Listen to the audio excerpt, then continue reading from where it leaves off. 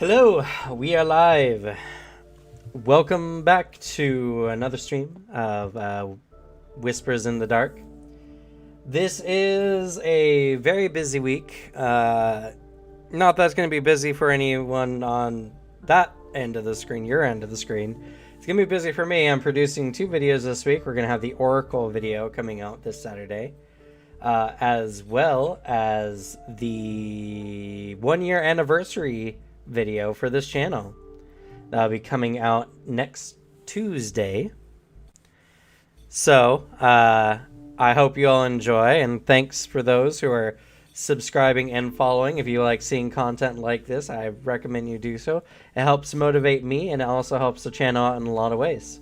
We are multi-streaming, so you can view us on your favorite platform of Twitch, YouTube, or Facebook.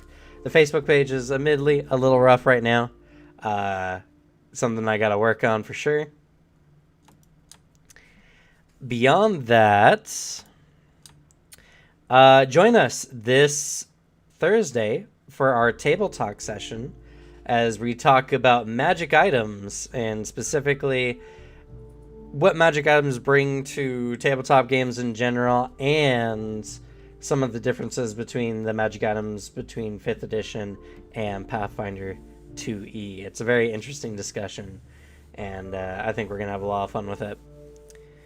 Also, this Friday is the beginning, or the session 0 for our new campaign coming out for the Mwangi Expanse. Doesn't have a title quite yet.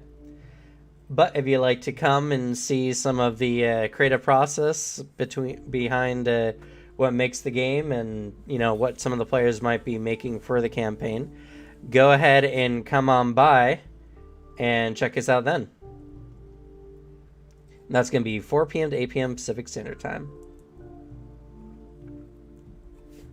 All right, that's enough chilling out for me this go round.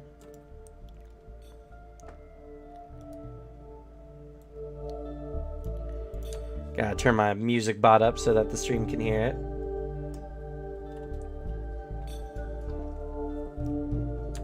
And if we have any audio issues, please let us know.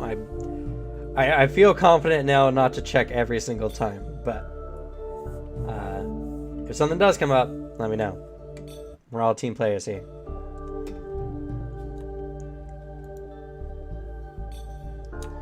Oh, and you know what?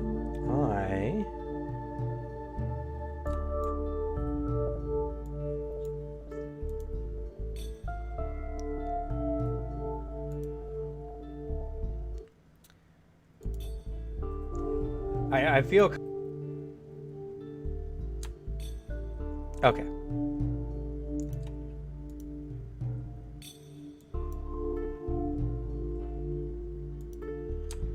Making sure everything is going smoothly. All right. No one else is talking, so that's to be expected. Sounds good on all 3 of the platforms. Good. Alrighty, so last time we left off,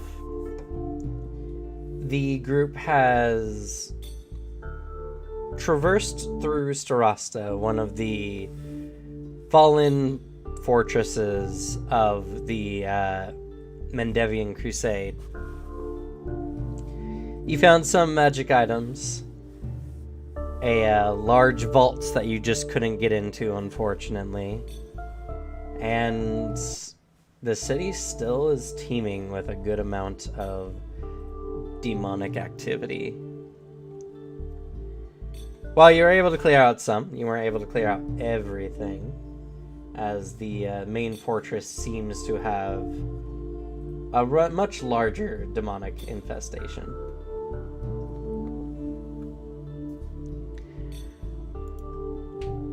But nonetheless, you have all made it out of Starasta, and now you can see the river kind of come out. And 1 second here.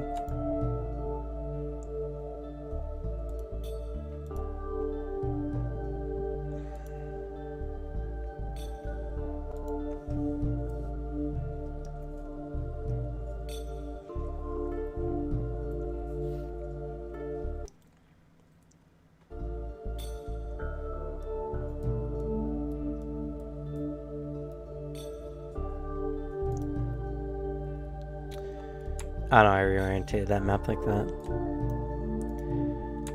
Bam, back to the world map. So right now, you're all right here. And Rosian's about 3 days away, just upriver from where you're at.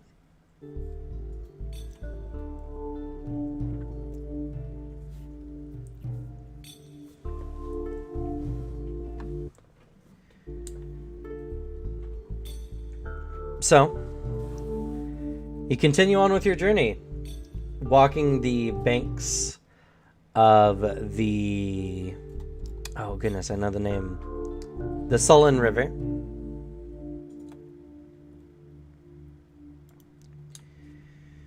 And you can see now that, like, the border between the Sakara Scar and the rest of the Broken Lands is very apparent.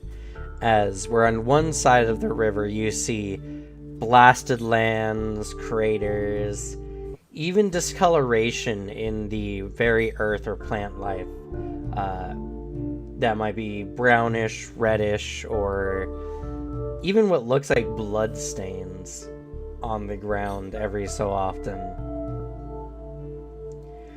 Up on the other side, you see mostly dry, arid wasteland. It's a subtle difference, but the closer you get to Nerosian, the more and more, at least on the southern side of the river, you see the plant life starting to return and look more normal and looking a lot more, well, healthy in comparison to everything you've seen pretty much up until this point within the borders of the Sakara Sky.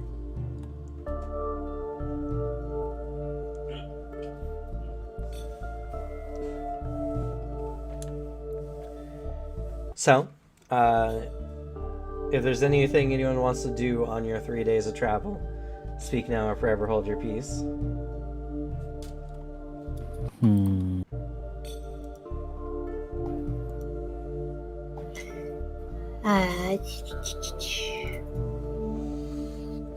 Gamble Japes goes up to Kyoko and asks, "Do you want to borrow my tracker's goggles?" What do they do exactly? Give me a second, I'll post them.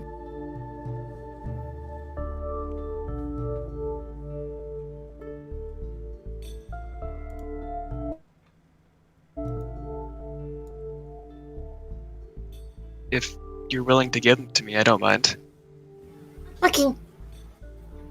Just passes them to you. Put them on.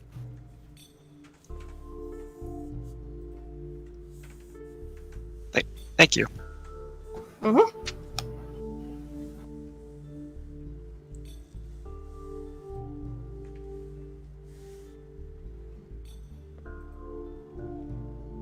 But that's about it, since Kyoko is more of the tracker in the group. Gamble Japes will still keep up scouting as they travel, though. No, correction, she's subsisting, right? Using that foraging ability of hers. Yep.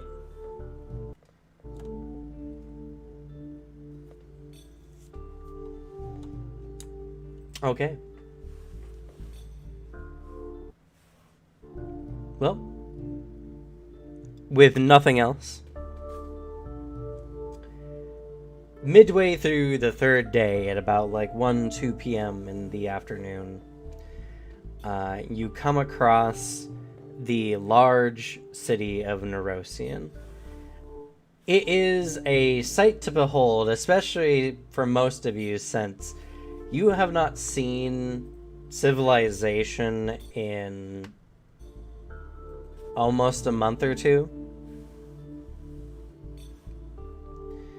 Looking around, you see large battlements and powerful walls, much of which are covered in a variety of damage from battles in the past. Large gouges in the stone from monstrous beasts, and the evident soot stains of hot oil and burning oil being poured down the sides of the walls. it looks like the path at this point has been restructured somewhat, and heading towards the city gate is not too difficult. As you approach the large portcullis that leads into the city, you see a battalion of guards watching over all who enter in through this way. At this time, your group is the only group entering in through this gate.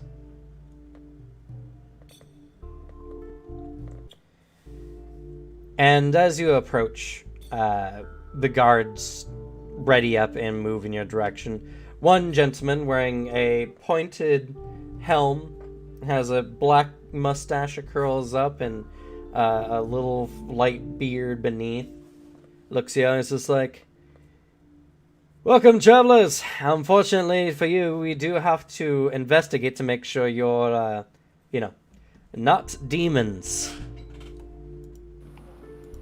Oh, that's perfectly fine with us, I'd say.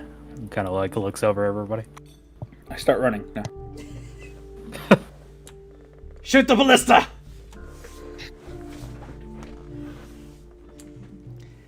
Anyway, this shouldn't take too much of your time, but I know it is a silly question to ask, but are any of you all demons? He looks at you all, and then his eyes kind of more focus upon Finley's appearance.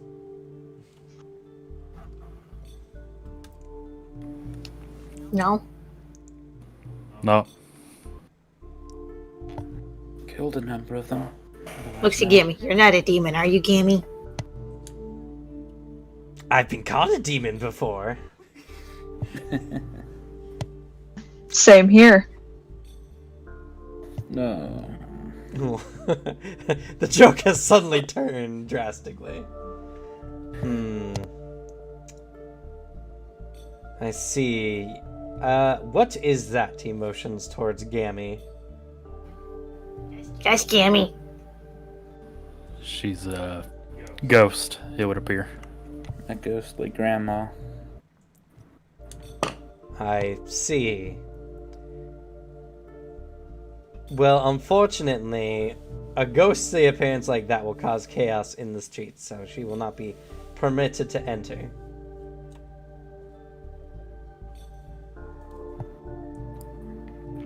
Looks What over to should we hide? Gamble Japes. I'll wait outside. I mean, we could just, like, spell Gammy for a day, I suppose. I don't know how to do Go that. hunt in the forest. Meet you back in the day. Actually, now that we're closer to the city, aside from the flatlands, there's not really too much as far as like forests or trees around this area, is there?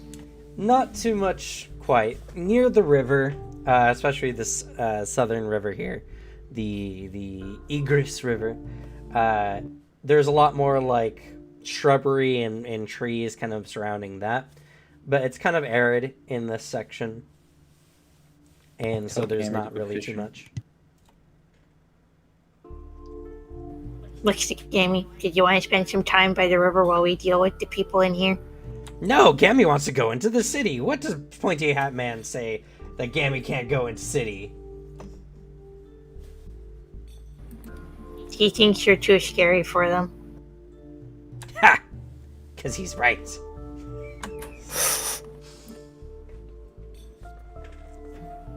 I'll just stay out with her. She doesn't listen. I mean, she does. It's just, Okay, if you're told what to do all the time and you're forced to, were you a happy person? not particularly, but, from what I've met of Gammy, Gammy's never a happy person. She is. When she's fighting things. Slaughtering them violently. Gammy, please go hunting by the river. We'll come find you soon. No. Go! Her body turns as she begins moving away. Gets far enough away. I'm not gonna hear the end of this. She's going to hunt. Oh no. It's okay, we can blame the guard. Yeah, speaking of this aforementioned guard. He looks over his shoulder, and what looks like to be a cleric, holding a religious symbol, approaches you all. Not too different from the guards we met in Gundren. No, these are very, very different. No, but kind of a similar process from what it looks like. Kind of. This individual comes up and begins chanting, saying some form of prayer to their god. And as they do so, nothing seems to be happening.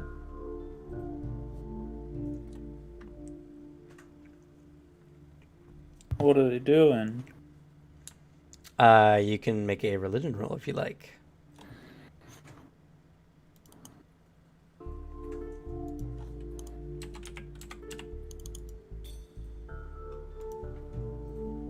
Certainly.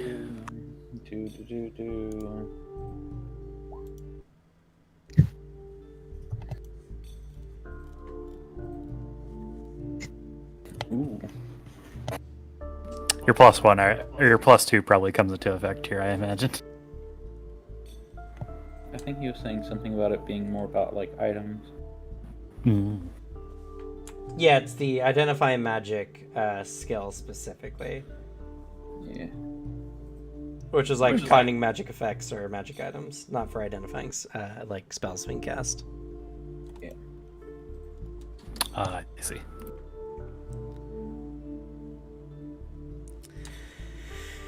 All right, the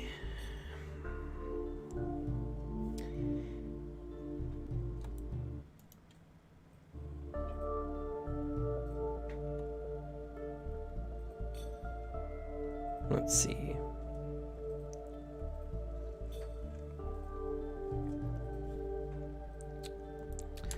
What is the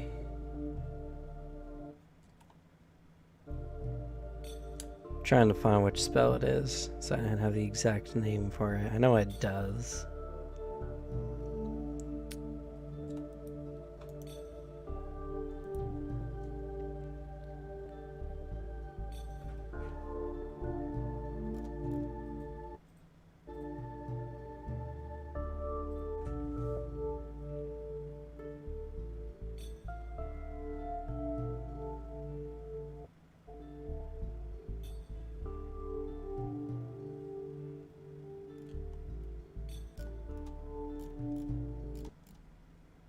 Yeah, we'll use this one instead. The spell they're casting, let's see. Oh yeah, you both made the check. Easy peasy. Is known as Anathemic Reprisal. Dispel that directly damages creatures that are doing some kind of anathemic act against their deity. In this case, the act in question is being a demon. All right.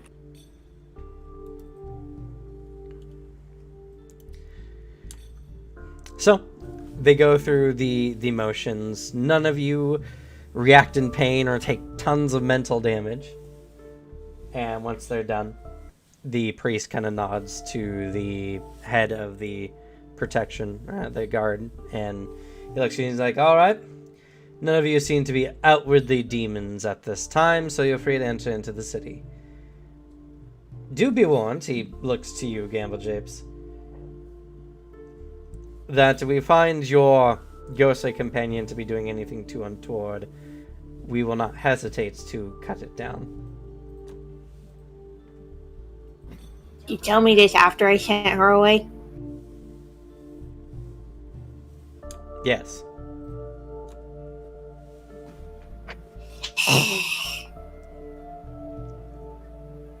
gives a thumbs up and just gets ready to go in. All right. He turns to the other guards and he says, "They're all clear!"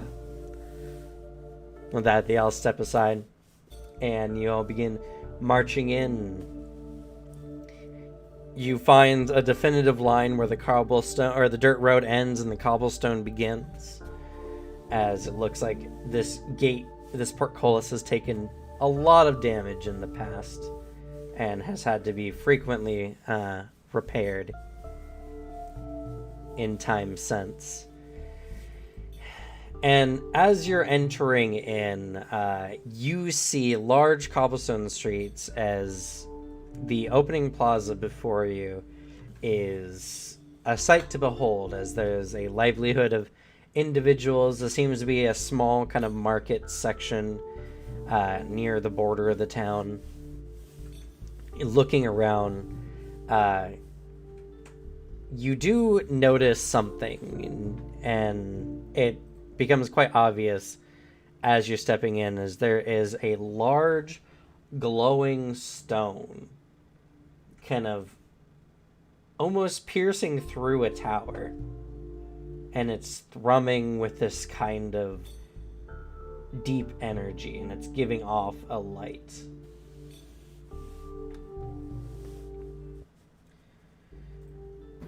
Hey, Braden, what's that? What would I roll to figure out what that is? You would not know. This is a local thing. Alrighty. Not sure. Maybe a light for at night, I suppose.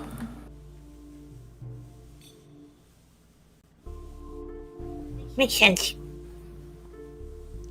The stone itself ascends nearly 100 feet up and is almost as wide as a building. There also seem to be runes vaguely seen through the glowing energy.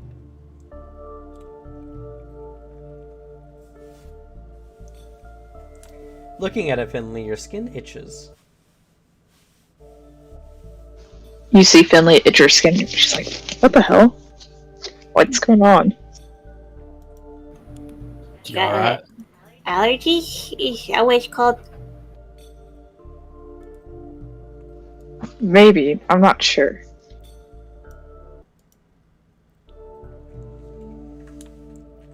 Looking around, you see people speaking to each other, making sales, doing deals, children playing in the streets. There is some homeless here and there kind of calling out for alms. As you begin walking through the streets, you see that the entire city is designed in a diamond-like pattern, as there is another set of walls kind of just maybe like a quarter mile in that kind of create another central diamond shape inside the city. And as you're kind of walking around, you see these nice, very nicely paved cobblestone streets. You see a large amount of the general population here seems to be middle class to well off. People wearing nice traders' clothing or nobles out on the town. There's definitely some parts of the city, especially towards the outer walls, that look a little bit more on the slummy side of things. But the people there are doing their best to, survive.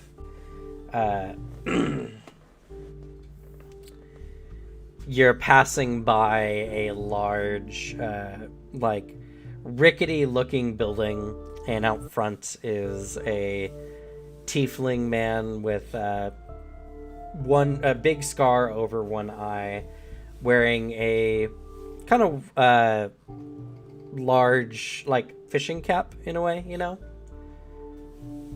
and he notices you all and kind of waves you over.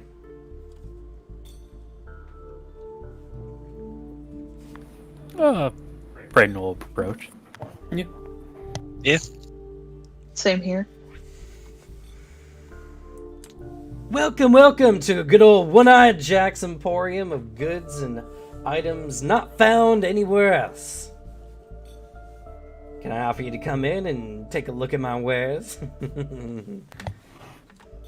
This sounds like an upstanding citizen that we should definitely,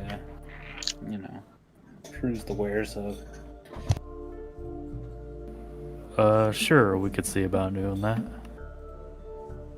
Good. Come in. He kind of escorts you to the building nearby, and his shop seems to be on the uppermost levels. You have to go up a set of somewhat rickety steps until you get into the upper part of the shop.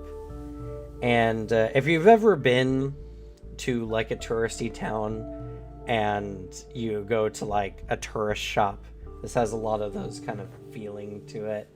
It's big, open, there's all kinds of little tubs full of various kinds of like memorabilia items and such like that. There are random assortments of weapons and armor about, and even some talismans and other small items of peculiar note, as the shop just seems to have a little bit of everything.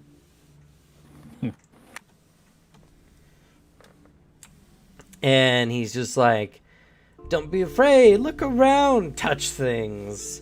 I'll be more than happy to tell you about anything that's around here. Clasps his hands eagerly. Alright. Take a look around, everybody. I guess, Braden will peruse. Looking around, he has any items of level 2 or below, but they all seem well used and worn.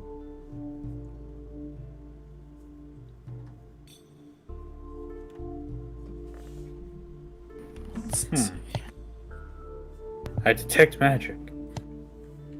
The shop is full of a variety of small magical doodads and trinkets.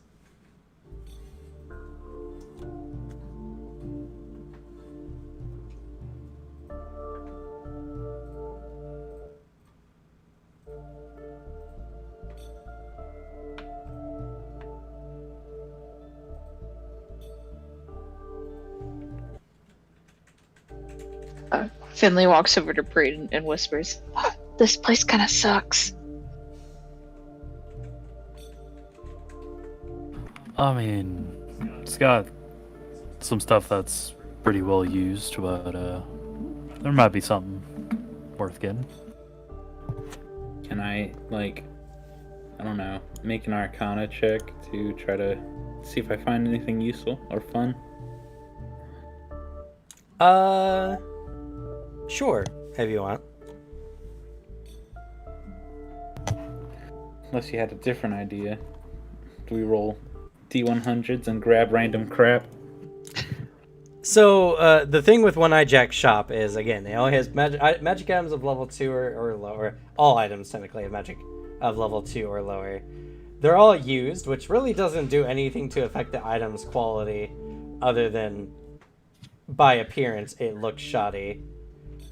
And he sells everything at a 10% discount. Oh, that's nice.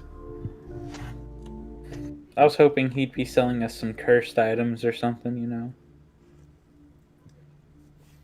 If there are cursed items in the batch, they look like normal items here. Oh no. Oh god.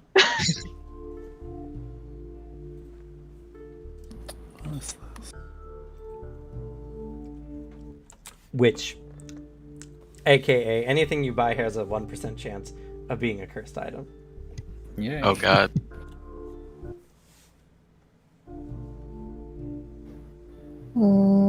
Gamble Japes looks for a pouch for Gammy. You're gonna put Gammy in a pouch? No, give Gammy something to put stuff in.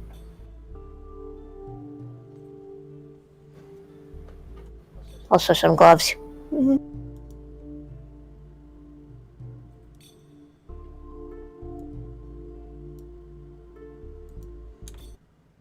looking around, you can find like a small like purse, like used purse for like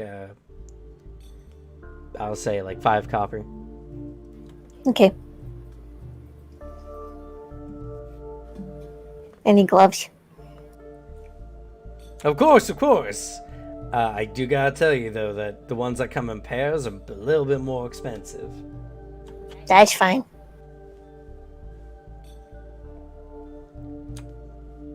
Brings you over, and it's like a bin of gloves, and you have to fish through it to see if you can find like a match to a pair.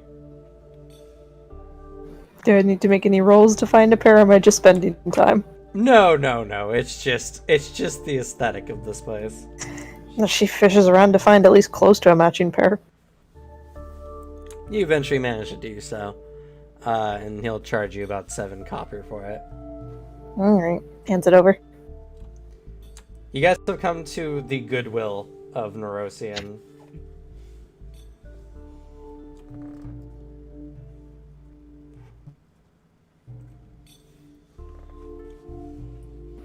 I do like the cantrip deck. That's a interesting item.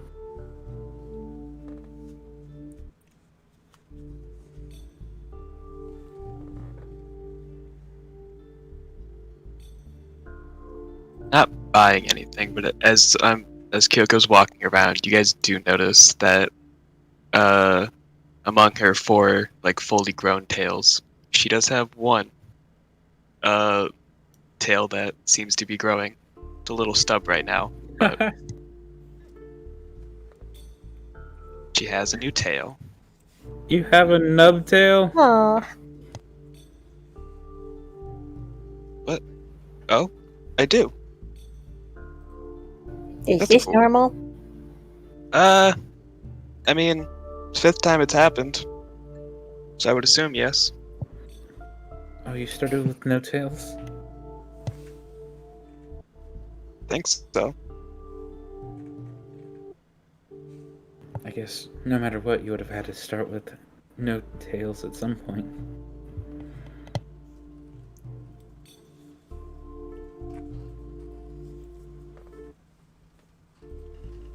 I feel like you guys are being very awkward about something we just don't understand.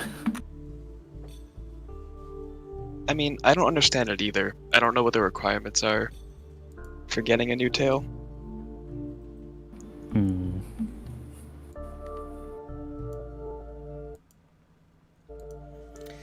Hey, foxy lady, if you know, Foxy lady.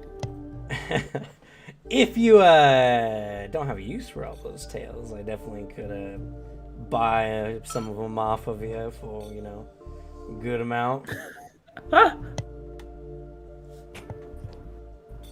How much are foxtails worth? It's a good question.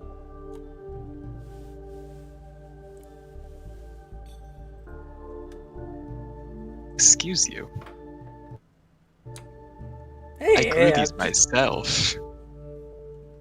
well, yeah, just like anyone who grows vegetables sells them at the market. Vegetables aren't body parts.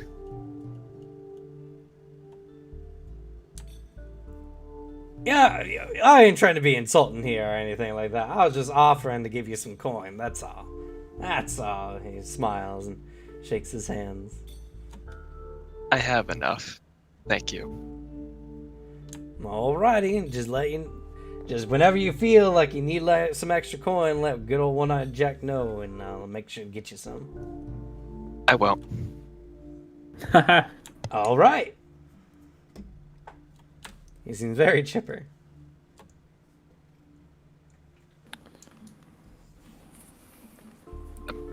I'm gonna go wait outside. Dang. Probably fair. But Braden picks up like this like worn staff and he's like, "Hey, Kyrus, you don't happen to use staves, do you?" What? Staves? Shoving 2 staves behind his back. On occasion. I haven't used them extensively, but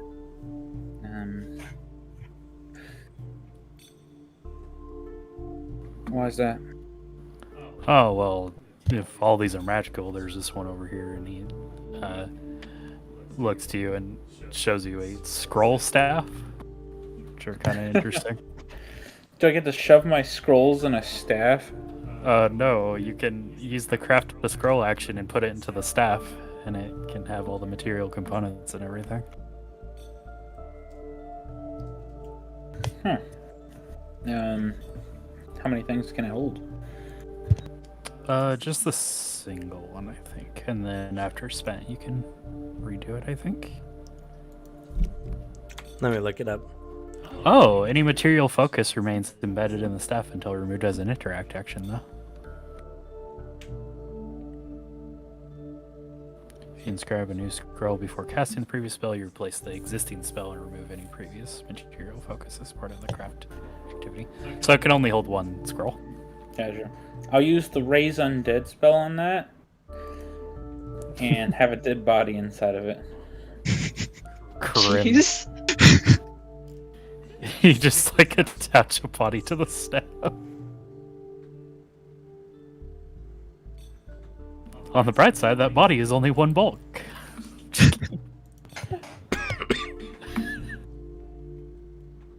I will continue the body traffic trade. Grim.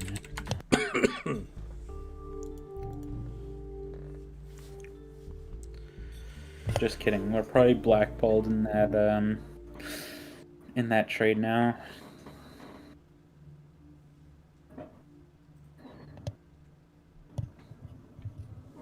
Due to our escapades at the beginning of the game. Or Dalen showing up and being like, hey, I'm gonna stop you. Don't stop me from stopping you. So the whole point of the Like, scroll staff Dalen, is it's just a staff that has a scroll in it. Like, it's not a magic staff. It can be inscribed with runes, though. Yeah. It's like a monk staff that you can just put I a can scroll bonk you. on it. Yeah, it's for bonking purposes. But the good thing about it is because the scroll is a part of the staff, you can interact and use the scroll without needing to have hands open or pulling the scroll out.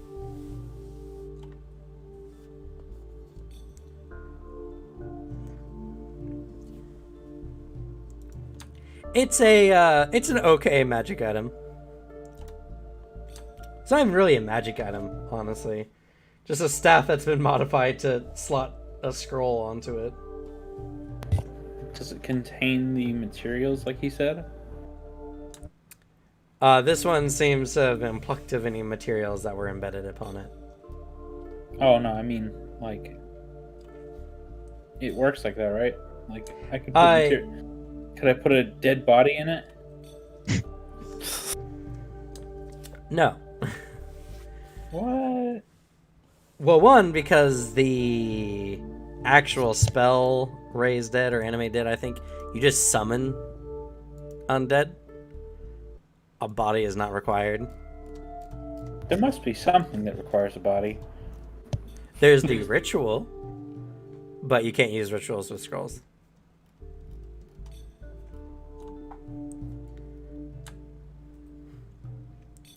Devastating.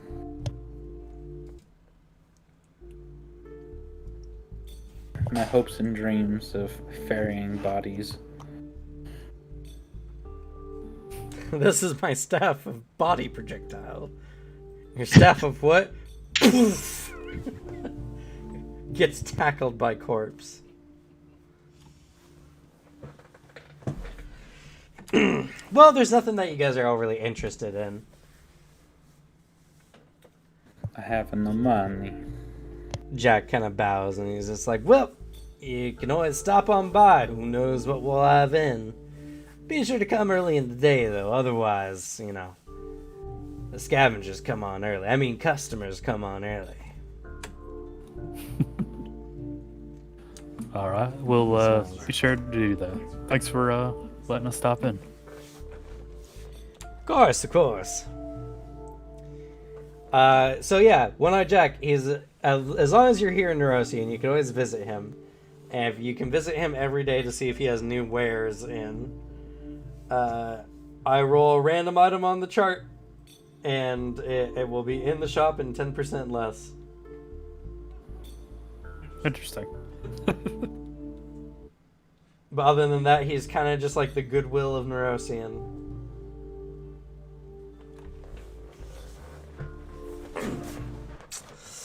And if you guys decide to get friendly with good old One-Eyed Jack, he'll let you know if any goods of particular note are in.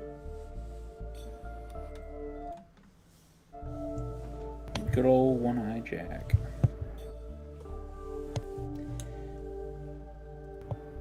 Well, heading back onto the streets, you eventually come to the town square near the center of the city, where you see a large golden statue of a woman bearing a shield and wearing armor, giving a ferocious battle cry to the heavens, her golden form almost illuminating the area around it.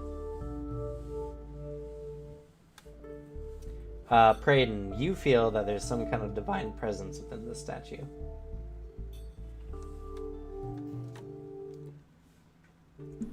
I don't know. Could I roll a religion of who the statue might be? Sure, go ahead.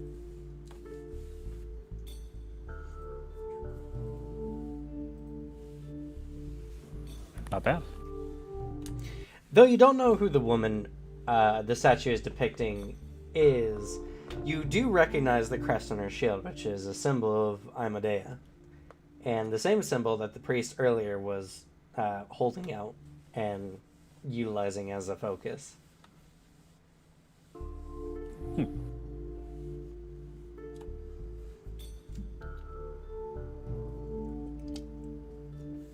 Okay.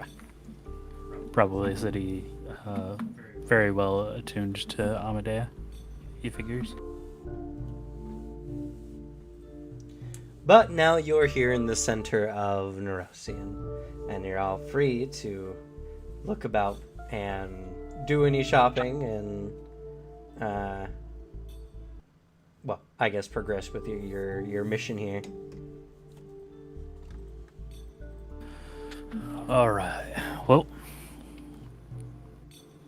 we'll find ourselves some lodgings, and as we've been kind of out on the wilderness for a while, we'll have some downtime to make any purchase you need to, as well as establish any connections that might be towards the goal that we're going for here. Alrighty.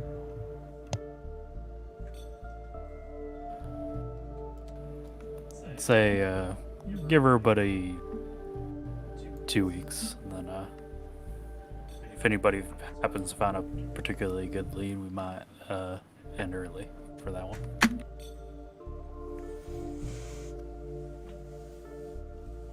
All right, what kind of lodging are you all looking for?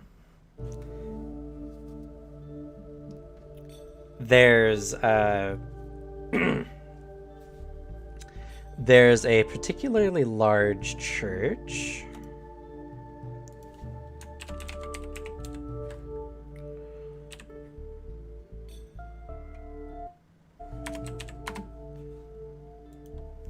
One second, pulling it up. There's the Cruciform Cathedral near the center of the city.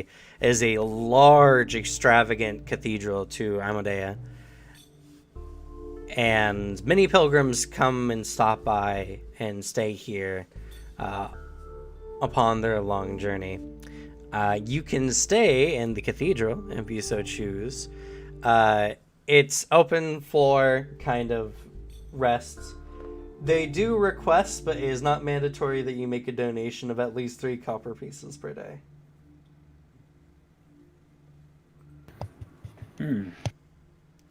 You can stay in a hostel, a place that has lots of open beds and kind of an open format.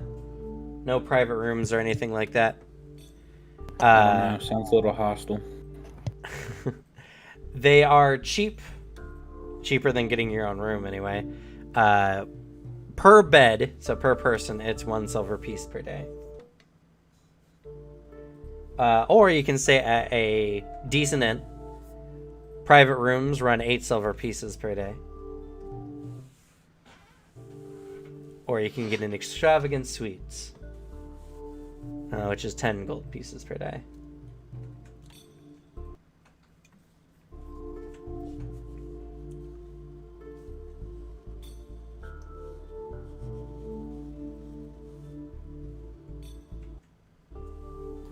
Do we want to just stay at an inn? Sure, I don't mind. No money.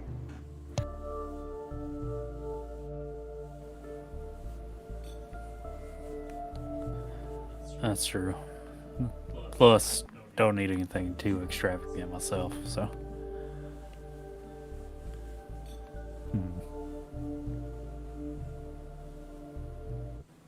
I don't know. How bad off are you on funds? I'm fine. Let me see. I might have a couple gold. Let me check. Yeah, I have 2 gold. I can cover Kyrus if we stay at an inn. No, it's fine. I can stay at that the church. It's fine. I'd rather we all stay at the same place. Carrie, you okay? You're looking a little pale. No, I'm fine. Oh, paler than normal.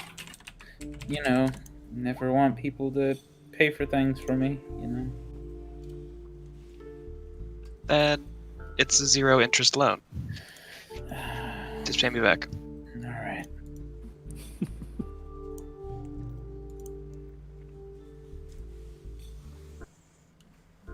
So I decided to get rooms at an inn. How much was the inn again? 8 silver pieces per room per day. Woof.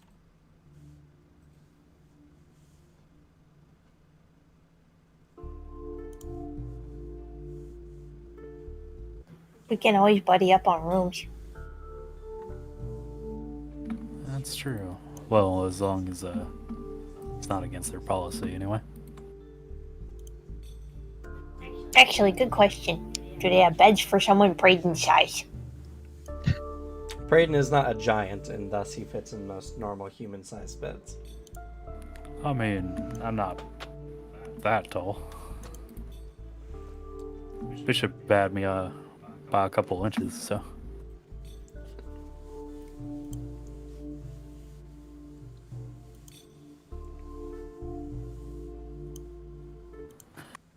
What did I set Braden's height to be? He is 6'5". That's fair.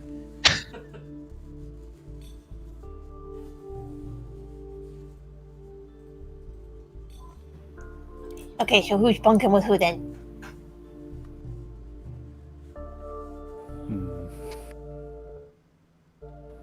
Well, do you guys have any preferred roommates that you would like, or is there anybody who particularly prefers to stay by themselves? Because we have 5 people.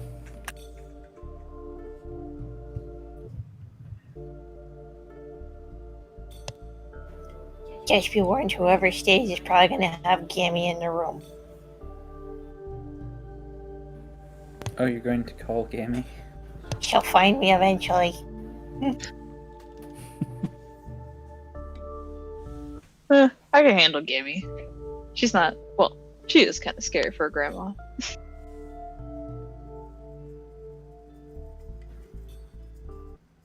Just as bad in real life, too. Okay, so me and Finley. Does Kyrus, you want a room for yourself? I suppose so.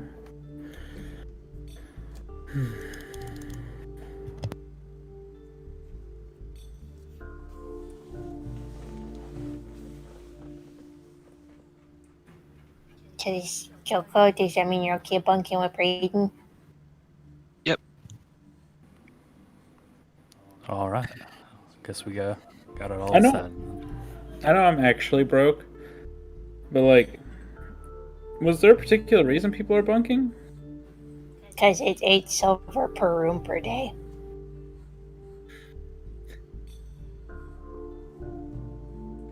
That's a lot.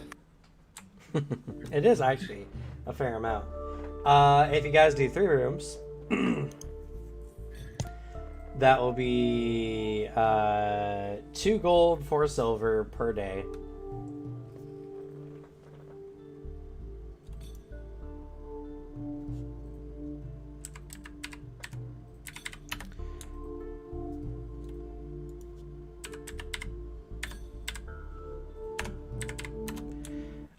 That if you plan for staying 2 weeks, that's going to be 33 gold and 6 silver. All right. Braden can throw 11 gold at it. Okay.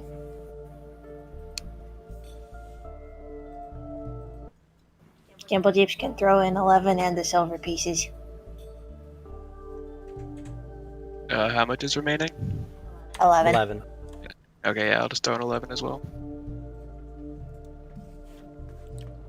All right, y'all have room and board for 2 weeks. You go to a nice inn near the center of town called the Queen's Cups. And it's a pretty nice establishment. It's got a very nice lounge bar area on the first floor. Going up to the top, you have nice rooms. Each room mostly has enough space for, 1 person comfortably, 2 if you like to cuddle. But it's private. The doors have locks, and you don't have to worry about anyone getting into your stuff unnecessarily.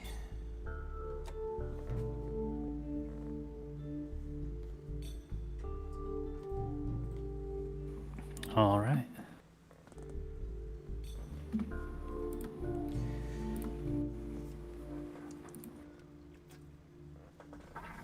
Good thing about small people, we take up less room. Yes. I guess I'll begin the shopping escapade. Unless anybody had anything else they wanted to do beforehand. With the shopping you prepared beforehand? Yeah. Yeah, no, we were Wow, supposed to what do. I still have to roll What a perception checks. diligent, what a diligent person. Devin's a great player. I had no gold, so I had a reason not to do it. I mean, that's completely fair. That's fair. There's one item I'm not even sure I'm gonna get, so as well. So I'll probably. These are leave just after that. for the uncommon items on the list, right? Oh no, that's all of the things. Yeah, you only need to roll for uncommon items. Oh, I see. That would probably be. I think the warding tattoo. I think that might be one of them. Yeah. Let's see.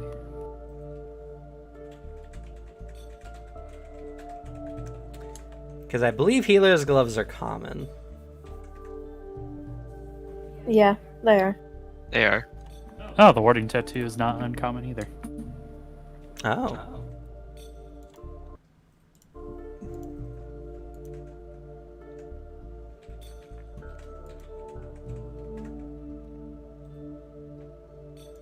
The Mask of Mercy is though. Oh, warding tattoo is not found in the city though. Oh, It's a level 5 item. yeah, it was 5 or below, right? No, it's 4 or below for magic items.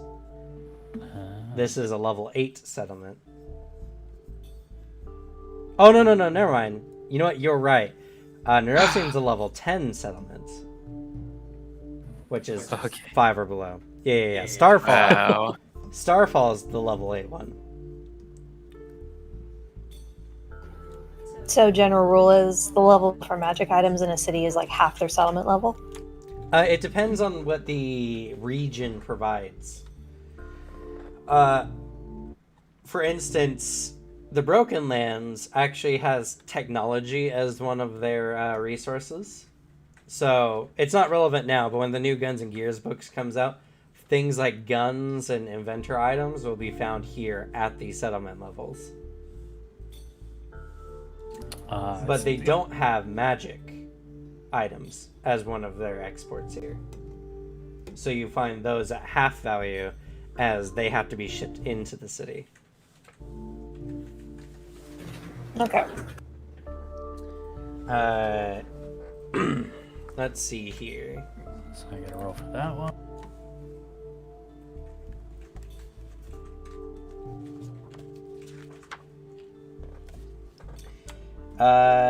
The Broken Land's main resources are drugs and alcohol, Oh, hell armor yeah. and weapons, cheese, grains, fruits, and vegetables, jewelry and gems, livestock and hides, mercenaries, sky metal, technology, and textiles.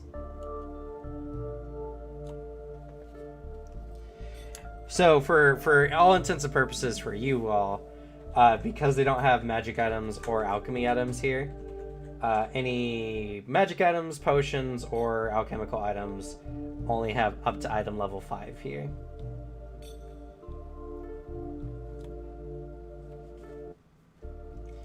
But if you have any spell components that require certain gemstones at certain levels, you can find the components for spell levels up to level 5 here. Yeah. Huh. I just need to roll for 3 of them. All right, there you go. Which one you're rolling for first? We are going to do the Hunter's Arrowhead. All right, Hunter's Arrowhead. That was a what item level? Item level 4, but it is also a rare. Oh, it's a rare. All right, that means the DC goes up by 5. Ooh. DC 24.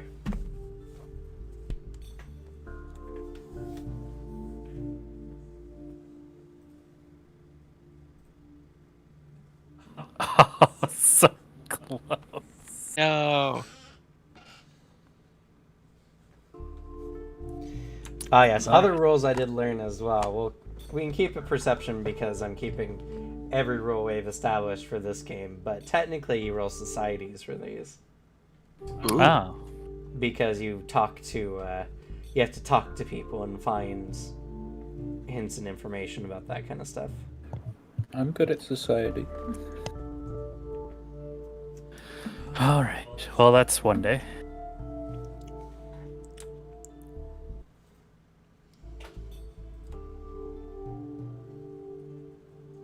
You're free to help if you want, Kairos. If you have nothing better you want to do. Alright. That, or you can attempt to find work here. That's true, I could do that. What does a master get you these days? There we go. See, Master level 9. Yeah.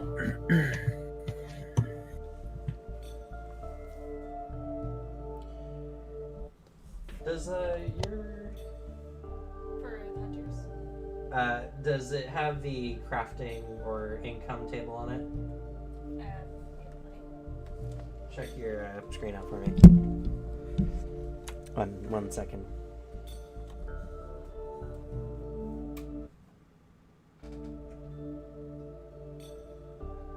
It'll be a nice big wide table. Nope. Okay.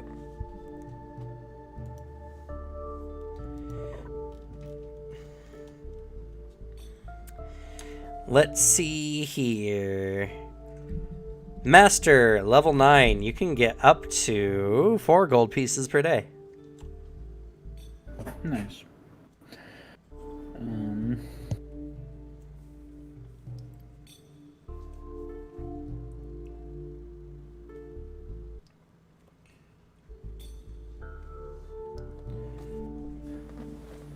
Alright. I'll look for the corpse ward pendant now.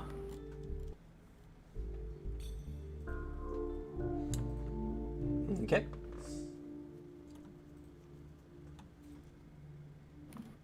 Found it. Okay. And then the Mask of Mercy. Found it. Nice. Looks like you got everything done in just under a week. Probably not going to get the Cloak of Repute. I've decided against it. Okay.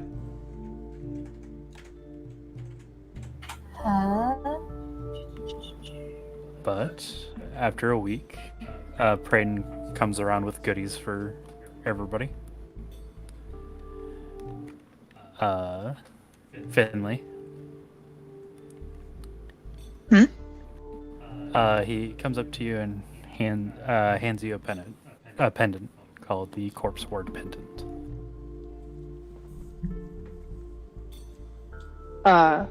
What is this?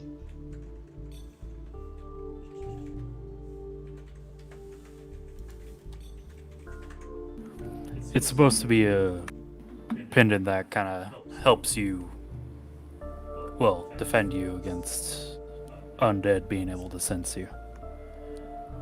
I remember your encounter with the Grave Knight, and while you're rather good at hiding, I thought maybe it would help you out a little bit.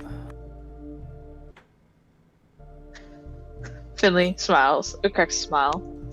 I do remember the Grave Knight. That will be pretty useful. Thanks. So for this, you become undetectable to undead creatures for 10 minutes if you activate it. Undead can't see, hear, or smell you, nor detect you with sensory capabilities such as scent or tremor sense.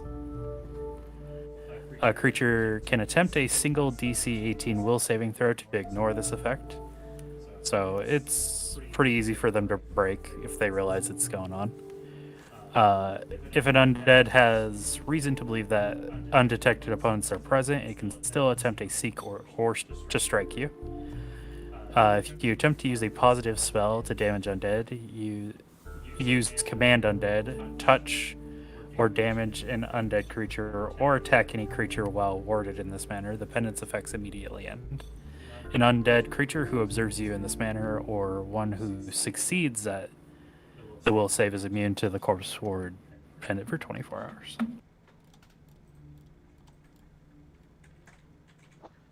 That's pretty useful. Can you repeat the name again? I need to write it down.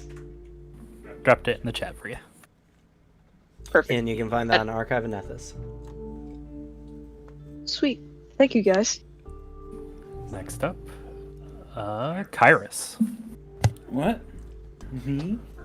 Yep. So Prayden walks up to Kairos and he's like, so you've been really helping me out with just a lot of like crafting my materials and stuff, and I figure this might help you out a little bit and maybe take a little bit of the edge off and maybe help you with other stuff. And he's gonna hand you the Crafter's Eyepiece. Oh.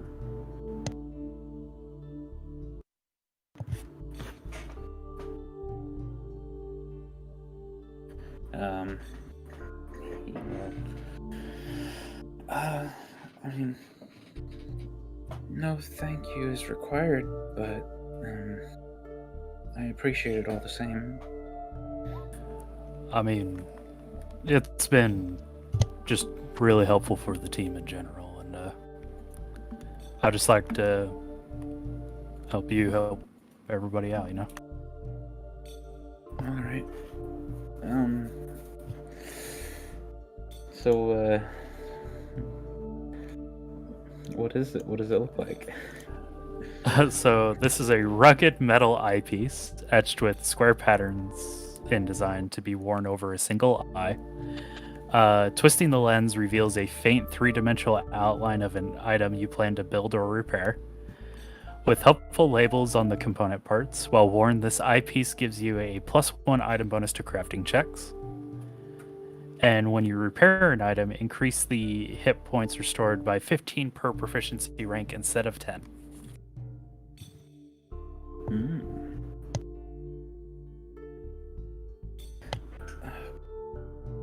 Well, thank you a lot. This is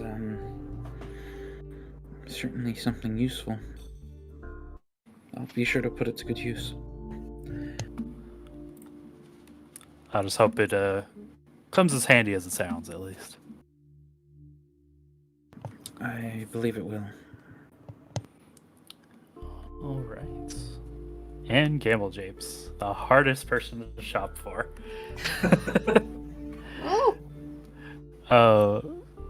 He walks up to you and he hands you a bracelet.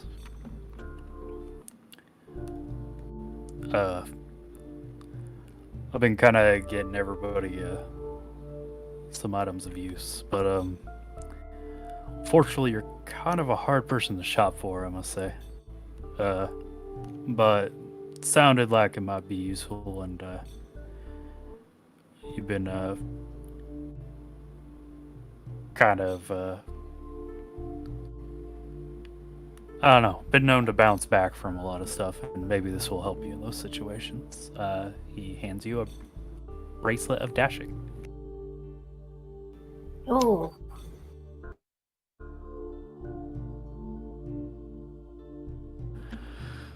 So for this bracelet, you automatically get a +1 item bonus to acrobatics checks.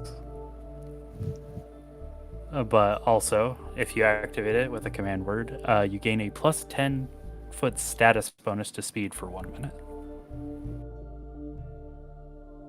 Maybe helping you keep up with people when you chase them down as well. So. definitely useful. Thank you. And I'm not that hard to buy for. Well, just for possible future purchases, what do you like?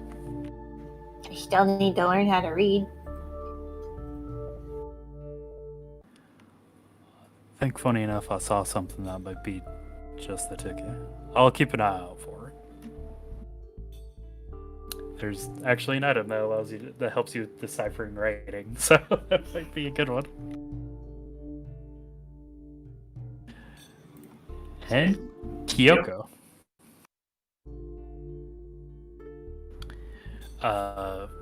Brayden walks up to you, and I mean, they're sharing a room, so it's pretty easy to run into each other. He walks up to you, he's like, been getting everybody on the team something that I think might help out their abilities and make us a little stronger as a unit. And I can't say I've known you for long, but I figure this might help. And he hands you a arrowhead called a hunter's arrowhead. What does this do? Well, from what I can understand, if you feel like an attack isn't quite going to hit its mark, you might be able to do so with this. So, as an action, once per day, if you would miss an attack with a bow, you'll gain a +2 circumstance bonus to your attack roll. And this can turn a miss into a hit. Also, another bonus thing. If you... so this arrowhead arrowhead-shaped charm is not meant to be affixed to an arrow, but instead to be carried in a pocket or inside of a quiver. A hunter's arrowhead is etched with images sacred to the elven god Ketefis. I don't know who that is. If you carry one on your person, you are infused with great skill at hunting and gain a +1 item bonus to survival checks and attack rolls against any creature you've currently designated as your prey for hunt prey ranger ability. Unfortunately, this doesn't stack with if you have a +1 bow, but you do have an unarmed attack, I believe, that you might be able to utilize it with. or might eventually have anyway. And yeah, Oh, it's a pretty nifty little item. thank you. I'll just hope it helps when the time comes. I appreciate this. I'll get as much as I can out of it. And if anybody's wondering the names of these, I've left them in the chat, and they're on Archive of Nephthys.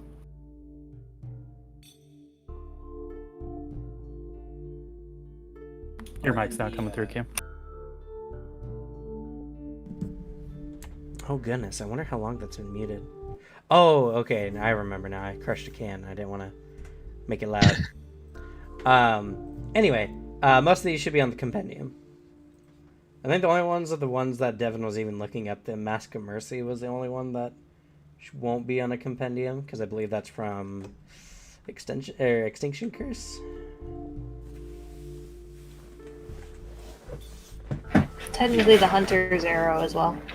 Yep. Oh, Hunter's Arrowhead. Okay, yeah, that's. I guess. Yes, that's it's from Age of Ashes. That's fair. Really cool item, though. Yeah. Gamble Japes has something she wants to look for. Okay, you're looking it up for an uncommon item. Uncommon item level 2. Okay. That's going to be a DC. I want to say 20.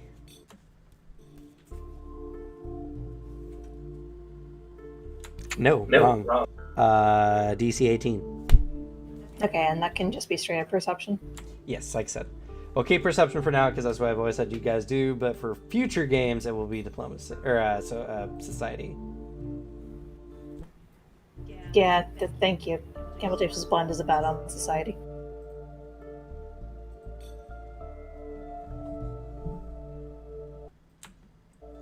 Crit success. Yeah, you find it easy peasy. Alright then. She finds a nice compass with a slot in it. However, the person she wants to give it to isn't receptive of gifts, so she's going to sneak it into the cauldron. You wouldn't. Alright, stealth gifting it is. I suppose this will be a stealth roll versus Kairos' perception. DC.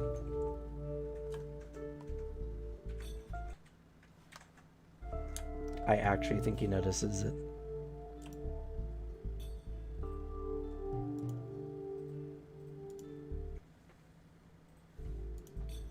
Oh, what's your perception, DCB? Is it 10 plus your number? Yeah, it's 10 plus the number. 23. I have a hero point. Oh my god, you wouldn't use that for this. Use it! I got a hero point. No, what?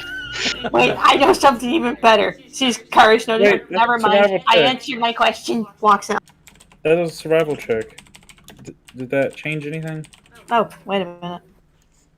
Oh, yeah, that does. Well, That would make it a actually, 23 on the dot. That does meet the DC. Meets it, beats it. Okay. She slips it in. Leaves the room. He wakes up one morning like, I'm gonna make some potions, you know. Just turns it on without looking. And in the cauldron, you find a wayfinder. A wayfinder. Wayfinders are pretty cool. You did get an Aeon stone.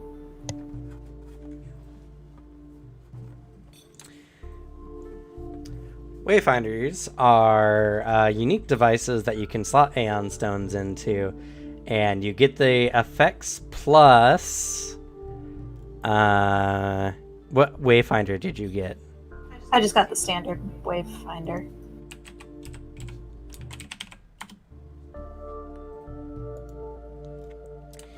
The standard Wayfire also you can activate it for to target it with the level 1 light spell.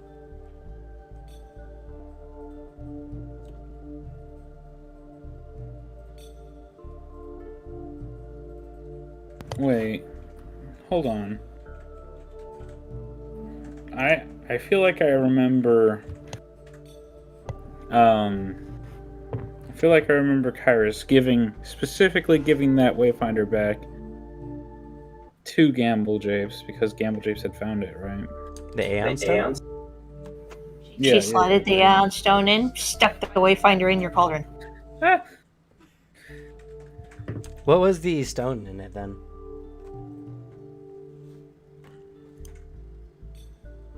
Crap, I gotta find my notes. Give me a second. I remember him being like, "Oh yeah, this is like super valuable. They're really I think rare it was and like all that," the and then he hands it pink back. one? I think it was pink. Yeah, the pink rhomboid. I thought it was like an AC bonus or something. I don't know. It's been a while.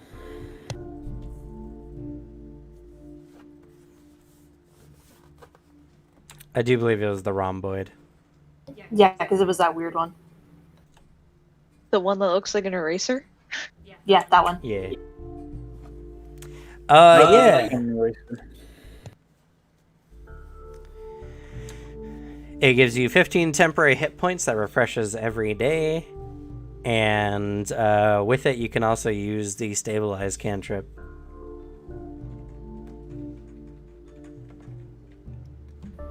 Kyrus needs the temporary hit points more than I do.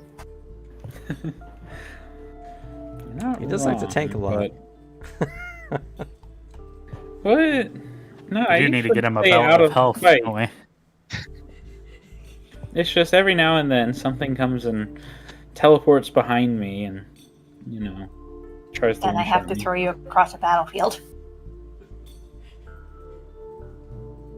I can fly now. I am slightly safer. Slightly. But you find the pink rhomboid in the Wayfinder in the cauldron.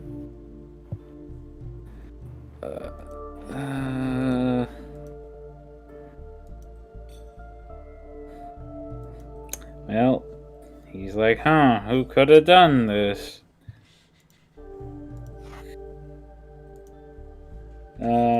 He's gonna go find Gamble Jay.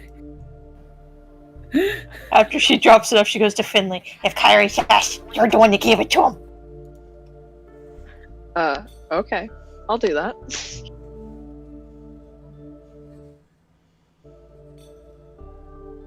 So I go find Gamble Japes.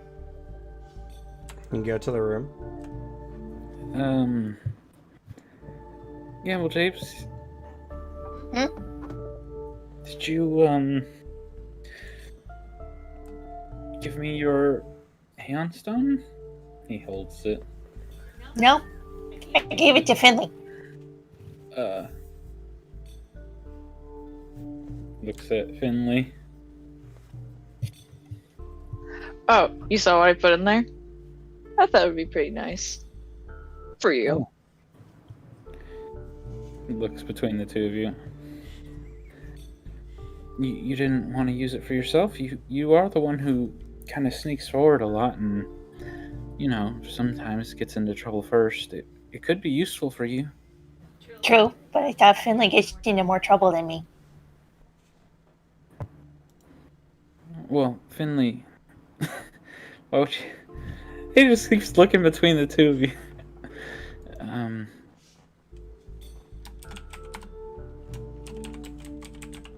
mean... You're fine with that, Finley? Oh yeah, I'm fine. I got this belt. She shows her belt of good health. Oh, right. Of course. Alright, well, then thank you, guys. I guess I'll use it.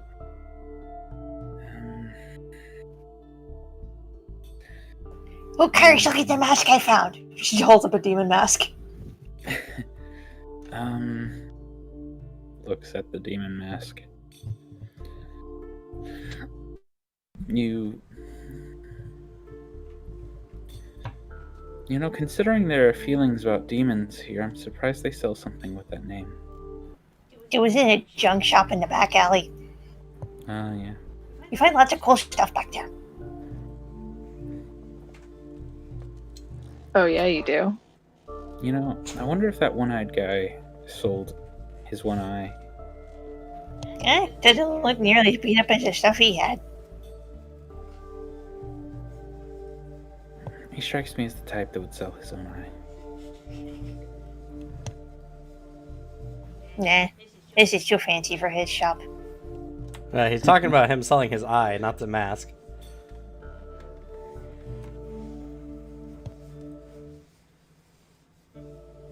The reason he's actually one-eyed.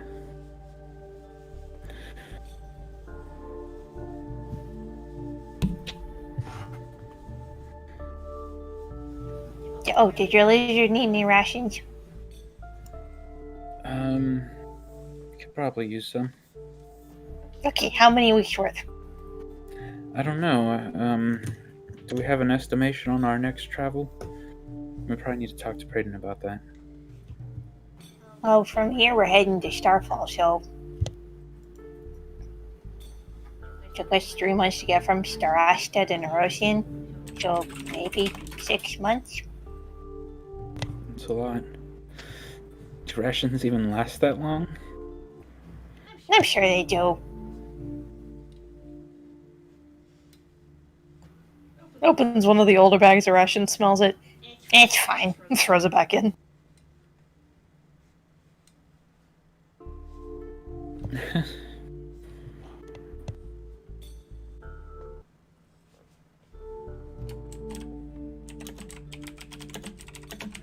Kairos, would you like some of my rations? I got a little bit of too much food, if you know what I'm saying. I don't know. Do you have too much food? Yes. I have 20 weeks. Oh, sorry. No, don't worry about it.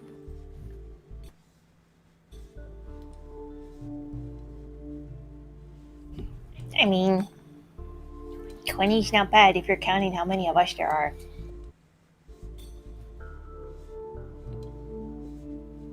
Well, I'm a little bit encumbered. By a little bit, I mean by quite a bit. I It can might be carry a it. good time to buy a bag of holding. I'll just stuff in there, though. Sorry.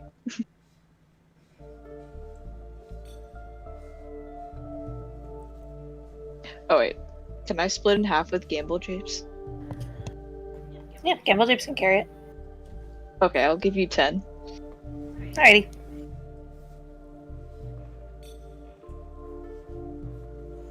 Don't make sure that you're all changing the values for your invested items to 1 on your items, so that you get a tally on your character sheet for how many invested items you have.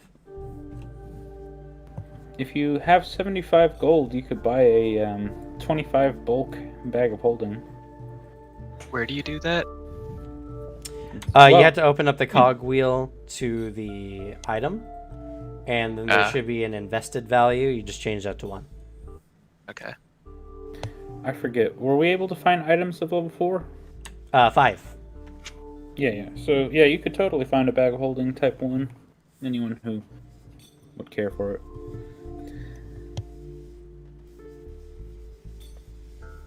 Also, just friendly reminder for health potions for anyone who may be down a little bit.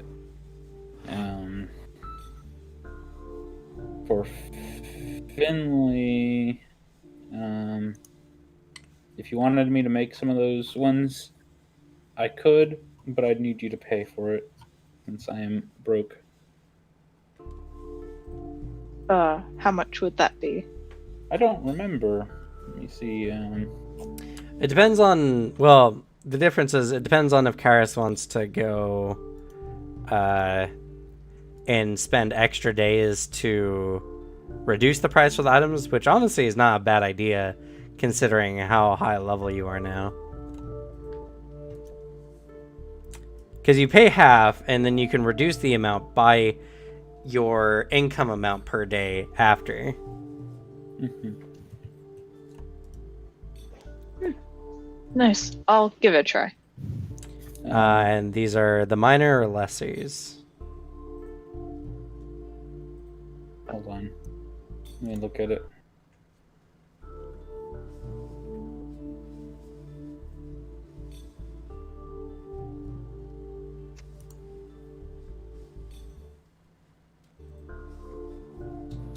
I love the idea that Finley is an undead loot drop.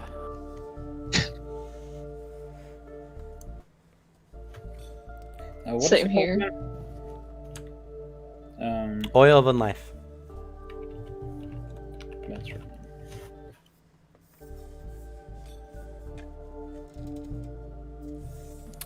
I should probably sell my old steel shield too. It's weighing me down right now. Which ones do you have on you right now, Finley? The lessers. And yeah, I can make lessers. All right, make sure you add that to your formula book there, Kairos. Yeah. So yeah, Kairos can make it for 6 gold pieces, and then if he spends 2 days, well, he can make a batch of 4.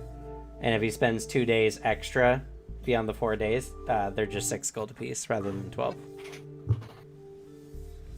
And sorry, how many days does it take to do it again? It's 4 days, but you can make a batch of 4 when it comes to potions and such. Yeah. And then you can spend 2 additional days to reduce the price by your income amount, which for you is, I think, 4 gold pieces per day because you're a master. Yeah.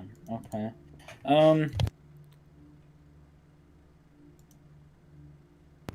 Guess that just depends on however many Finley wants. If you want to make as many as possible, it costs more.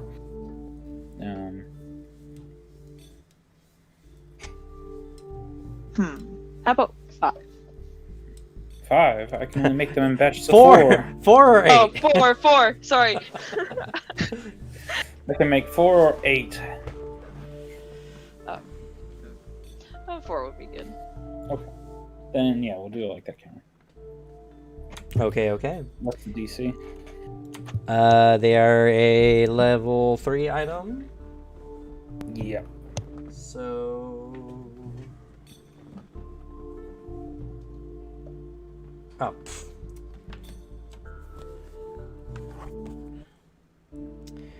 DC 18.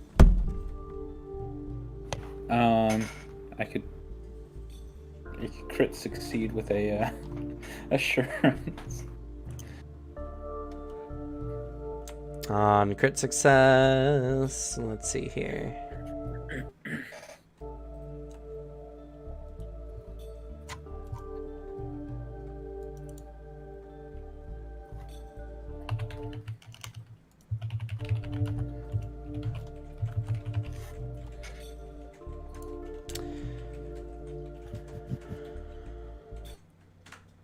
Oh, you increase your proficiency by 1, so you could... Oh, hey, so you could actually get, for this batch anyway, you can do it in 5 days. So yeah, it could take you 5 days per batch of 4 without even trying. And they're only 6 gold per potion. Pretty snazzy. 24 gold for them.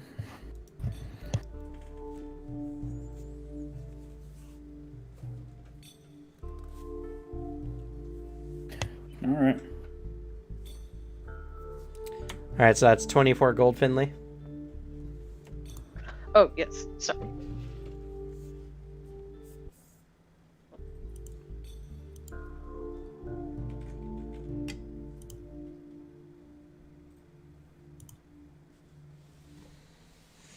That's pretty good now that you can pretty much do that every time. You can make a full batch of potions at 6 a pop, and it just takes you 5 days.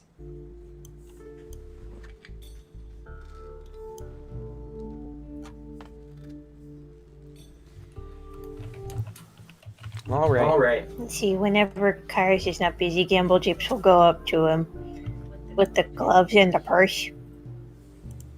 When you have time, can you please put ghost touch ruins on these?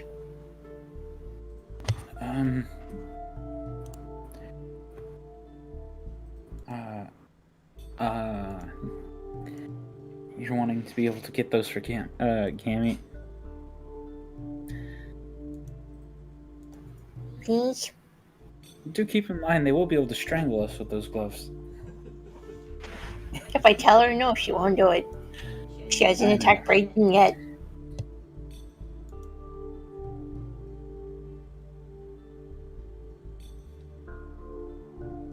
Well, how much would it cost to do Ghost Touch, Cameron?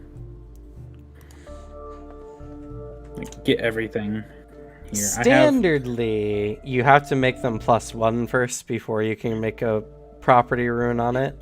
But in this situation, I'll forgo that necessity. They're very nice gloves and purse.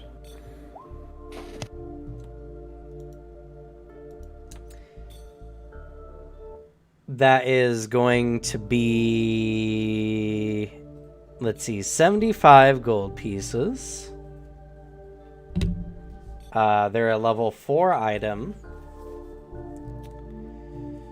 So the DC is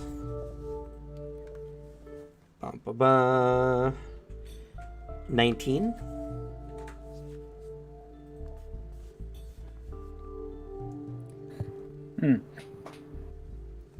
So it's 75 gold for each one?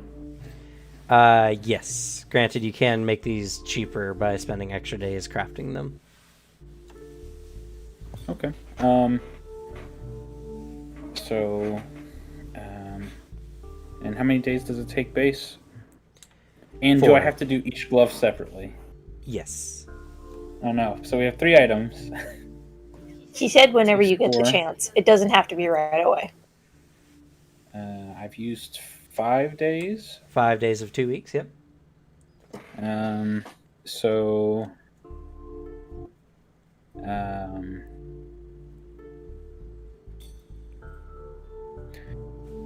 I could do 2 of them without lowering the price. Well, I could lower it for 1 day. And then we'd run out of time.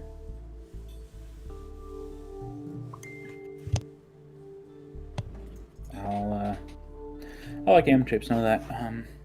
Well, with the time we have left, I'd need at least 75 gold per item. And with the time we have left, I could only get 2 of the 3 things done.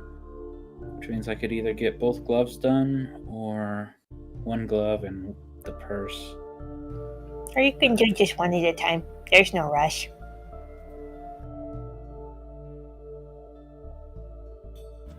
Gammy's work credit is not for a long time.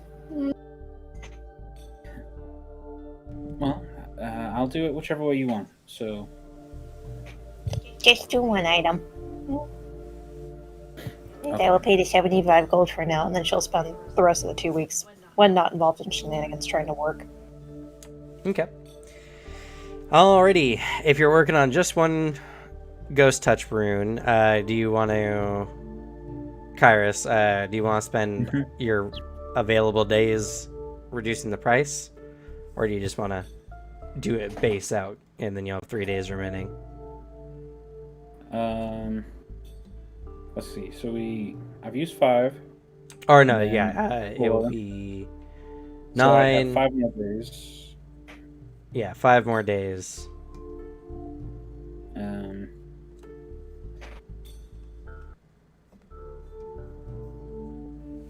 Unless there's anything else someone needs me to do, I can do it like that. Is there anything we need to do in preparation to go there? I know we kind of had some plan to see if we could talk to the nobility here, you know. Yeah, the people who still have downtime days can either work or they can use diplomacy to gather information on, you know, whatever it is you're all seeking out. So, Because remember, the queen here is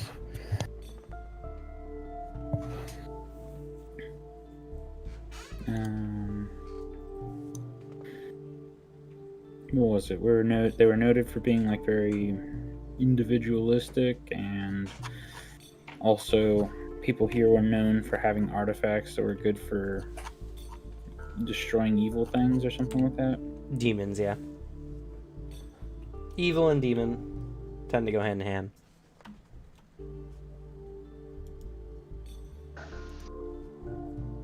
So we were like, oh yeah, maybe we could find like someone willing to give us some support in our efforts, and if we could convince the queen, they might themselves.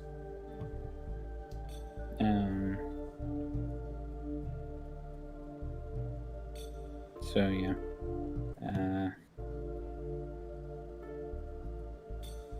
Yeah, like I said, mechanically speaking, you guys will have to gather information, which will require diplomacy checks about what it is that you're seeking to do, and then probably more diplomacy checks to make an impression on someone who can get you what you need, or, you know, what have you.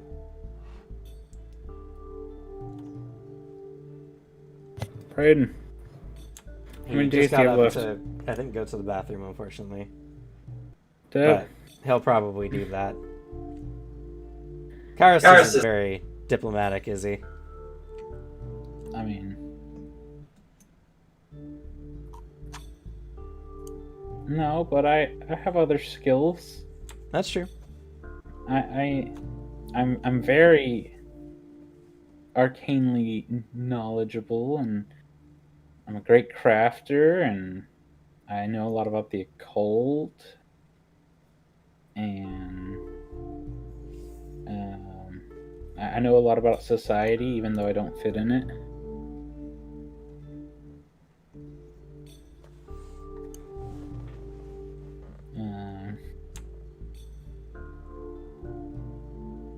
Well, I'll say that even if you dedicate all your time to crafting, you guys still have time. There's no time limit, so you guys can still do, you know, whatever after the 2 weeks. Okay.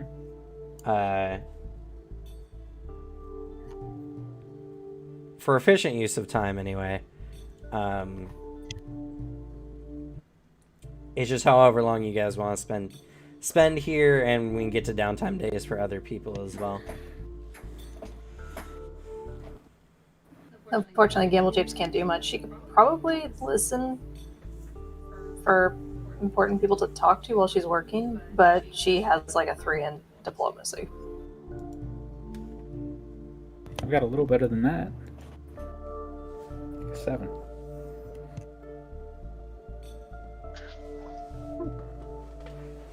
I can do it. Finley's gonna be bored, so she won't mind finding cool stuff. Not 8. Okay. Yeah, so we'll go ahead and have Kairos do the remaining time to reduce the cost of that rune. Can you crit this one with assurance as well? Yes. Okay. Then spending those 5 extra days reduces the price by 30 gold pieces. Alright, Gamble Japes, you get refunded 30 gold. Okay.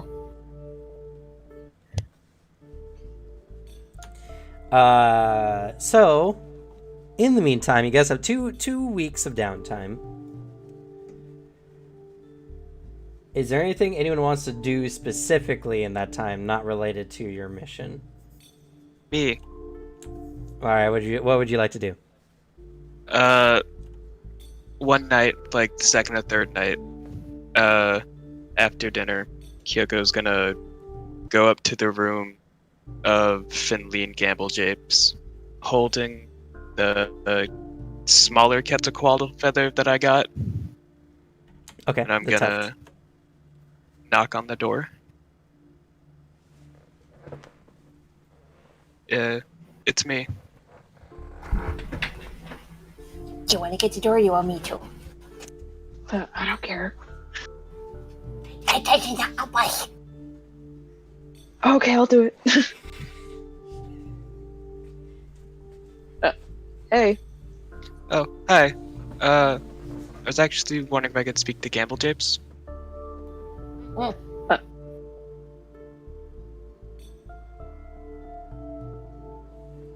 You see her emerge from this little fort she has constructed out of blankets and pillows. She gives a smile at that. She extends the feather to you and says, I'd like to take you up on your offer for a hairpiece. I've traveled the land a lot. I've seen and experienced a bunch of different cultures, though Goblin isn't one of them. I very much would enjoy having a Goblin-style hairpiece. Oh, okay. I will see what I can do. Thank you. I appreciate that.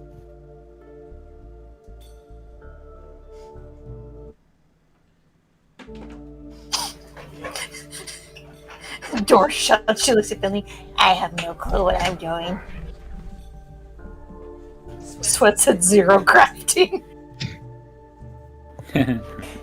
Laughs and 20 crafting. Don't worry, you got this. Just make it up as you go.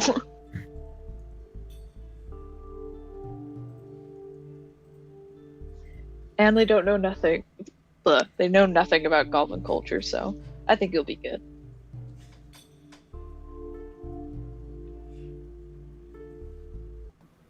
Okay.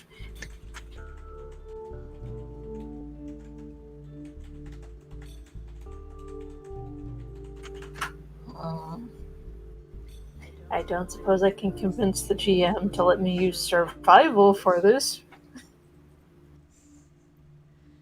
Or friendship. Or even nature. What are you trying to do? Make a goblin hairpiece with the Quetzalcoatl feather. Maybe, yeah, survival, right, guys? Society, still performance? Could I use goblin lore for this? Occultism. Make it into an occultic,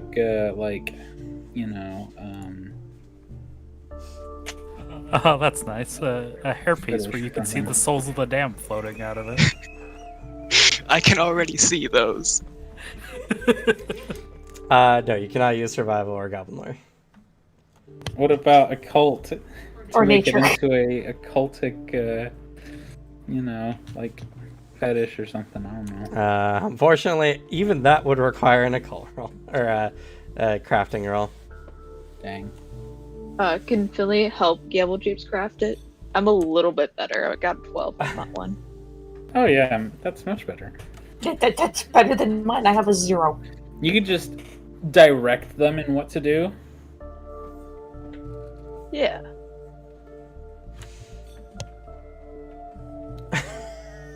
So Gamble Japes could roll to assist Finley, and Finley will just try to make whatever a goblin thing should look like. Okay. If this is how we're gonna go, it's going to be a fun one. I mean, alternatively, you just roll your +0 and say that like whatever monstrosity comes out is what like counts as goblin I mean, that's also true. art. The base DC is 15. Gamble Japes can roll to aid DC 20.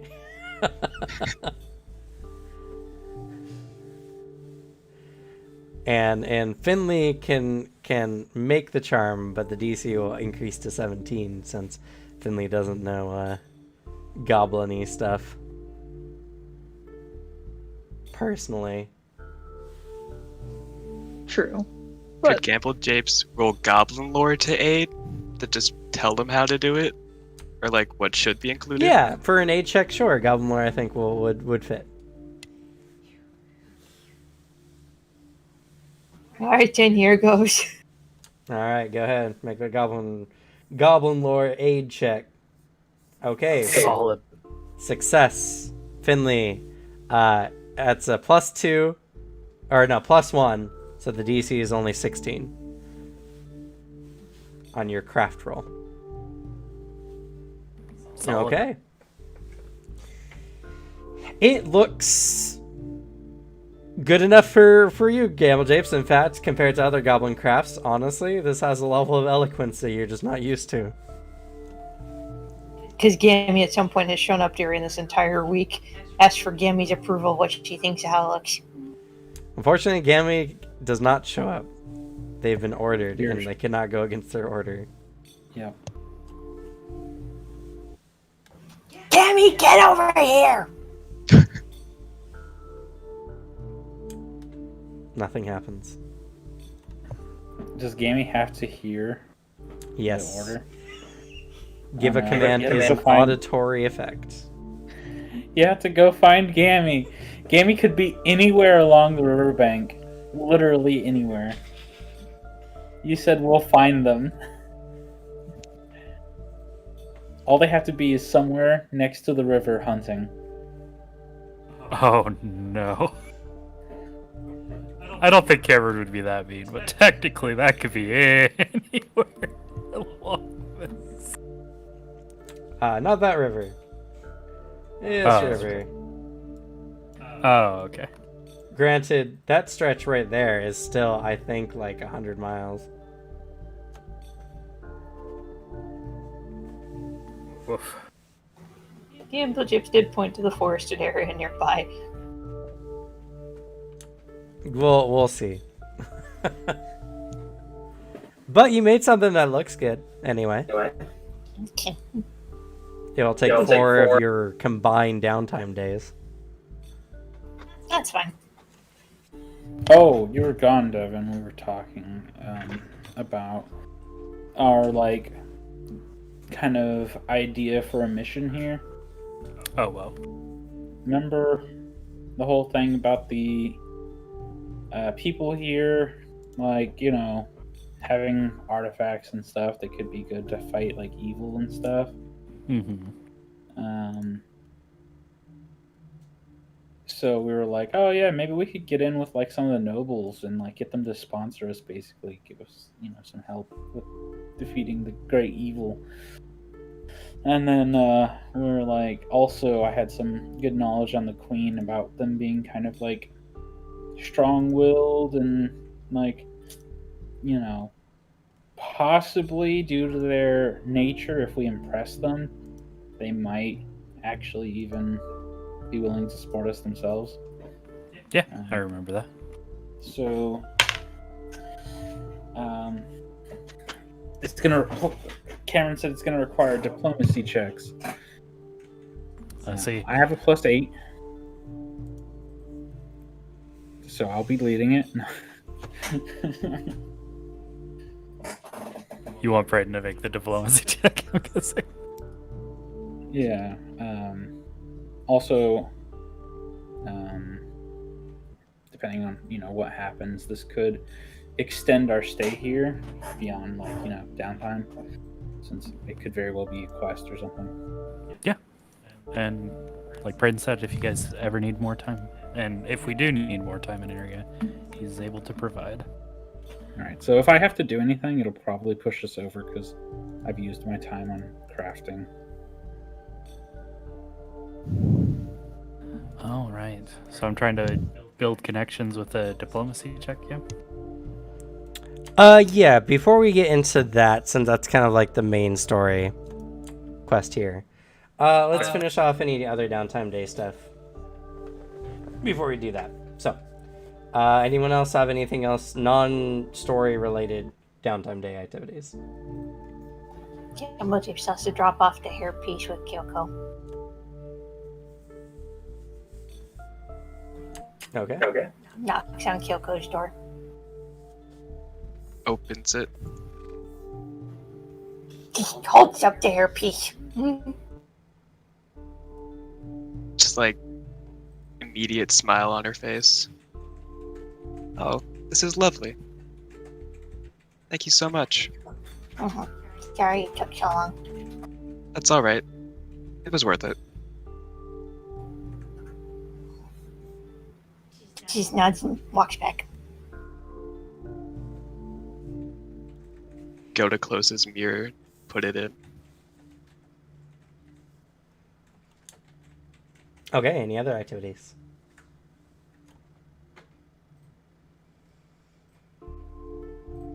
Alrighty.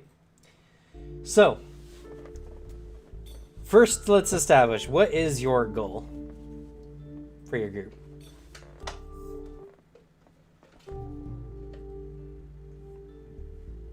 $1 million.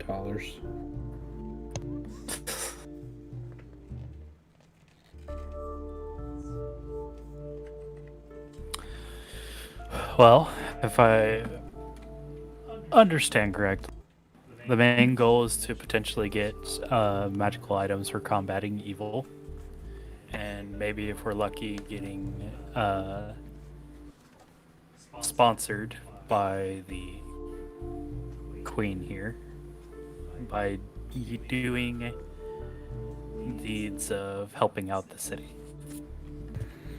Or slaying evil, or like telling a real good story about what we've done already. You know, whatever works. Okay, so whatever kind of so are you looking for items to purchase, or are you looking for like? The noble person. Sorry, go ahead. Sure. Well, I think that answers the question. Like, you're trying to get someone to aid you by providing an item, maybe at the cost of a minor quest or something. Yeah, That's what it sounds like. Okay. like if we need to prove ourselves, or whatever. Like, some of them were known to be like against evil, and this is pretty much pretty big evil in the general region.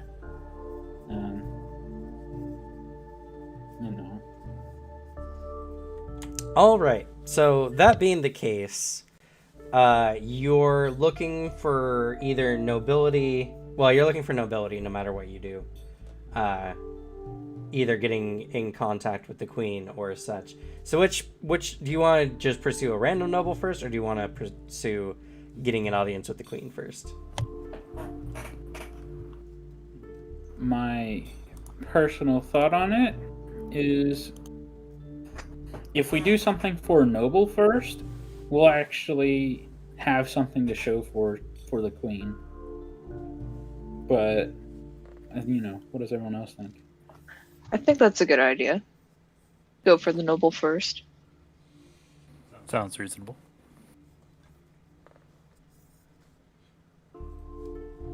Okay. So when dealing with nobles, you're gonna need to gather information on, who might be a good candidate, what they might be interested in, yada yada yada. Depending on the level, you can invest an amount of gold coin to get a bonus. Unfortunately, the noble tier is the highest tier when it comes to such a thing. So the starting bonus of +1 to the check is 50 gold pieces. Oh boy. What's the 2 out of morbid curiosity? 200 gold pieces to get a +2. Well, we're probably not doing that, but what's the +3? 500 gold pieces. Okay. And the +4 is 1,000. Naturally. Oh man, that cloak of repute. How much was it again?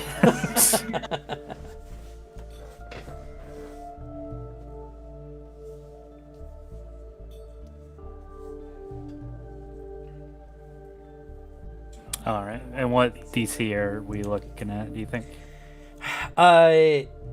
You're looking for an object of, I'm assuming, no small amount of power.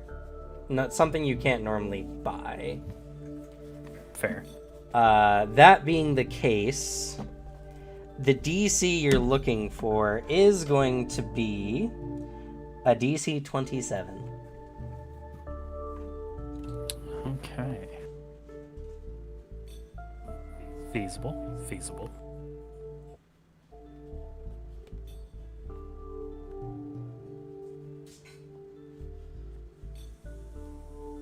All right. Since this is the party path that they wish, Braden's gonna throw 50 gold at it to help it succeed.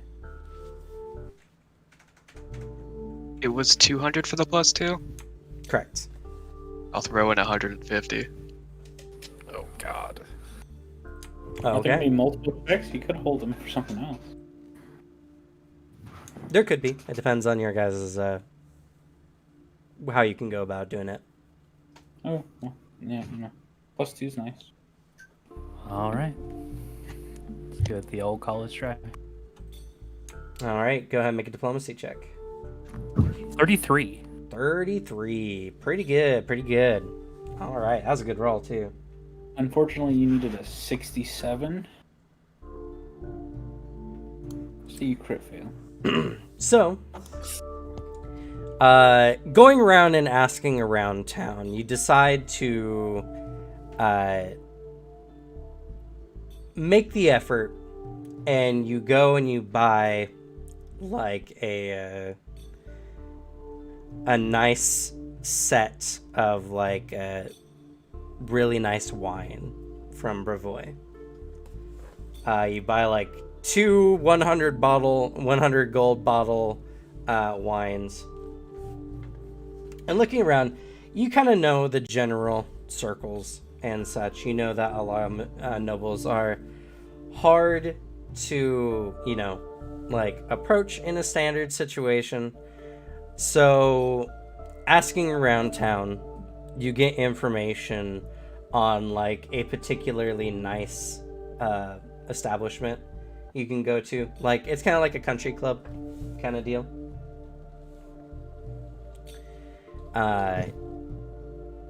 You dress yourself down in the nicest clothes you have. Even armor is considered nice here, so Braden's kind of more well set off. You enter into a nice club, and you kind of ask around, if there's anyone, who, any retired crusaders or anyone who might want to make a donation to like people who are currently fighting against the Whispering Tyrant. And you guys get some information that's relevant to your cause. Currently, many of the acting crusaders in Neurosian have decided to go south to to the river kingdoms, and even down below them to the city of Keonan, I believe. Let me double check.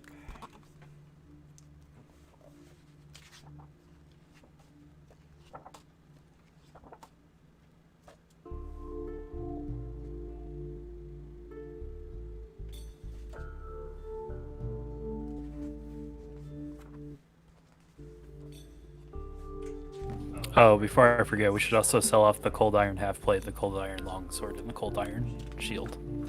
Oh, not the cold iron shields, but the other two. Oh yeah, we found some cold iron. Need to turn that into some weapons sometime.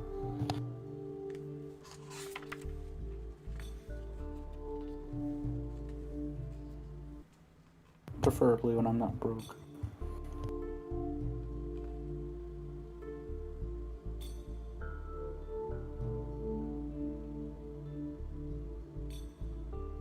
Weren't we gonna go explore some ruins or something? We got unlock that vault and finally a master at lockpicking. Yep, we gotta go back.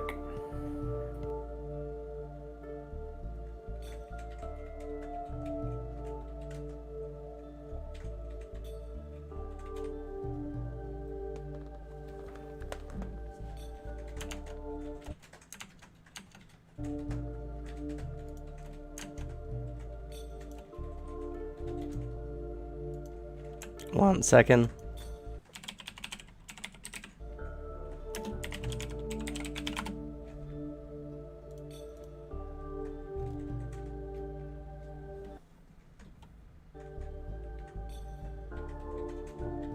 Yes. Okay, I was right.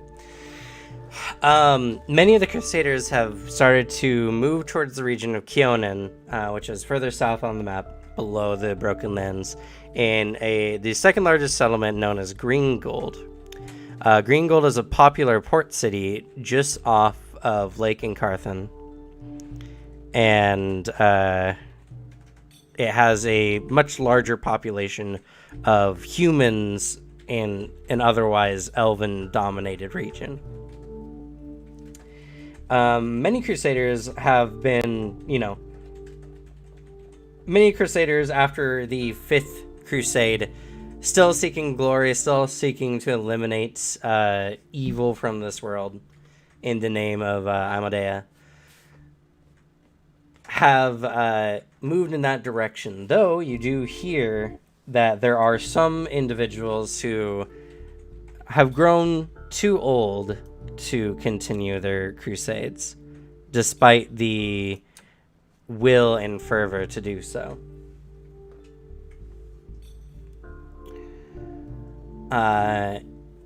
Trading trading one of your wine bottles, you hear that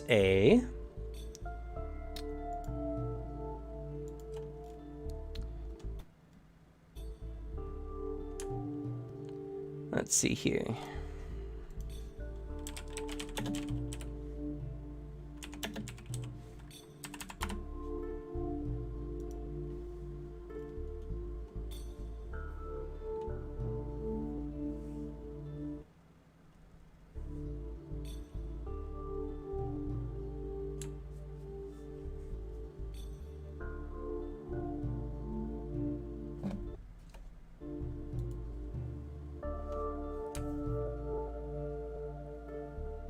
Okay.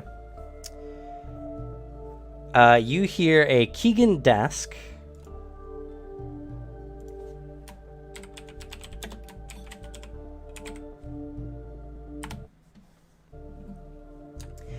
Is one such retired crusader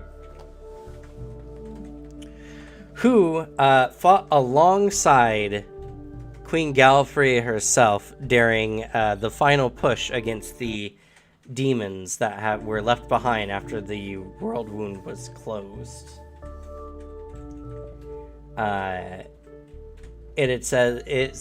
They say that in that final fight, he was dealt a near crippling blow that has since stopped his crusading. He's still a relatively young man, only in about his mid to late 30s. And this inability to fight with his fellow crusaders at least one last time has left him mired in a deep sorrow.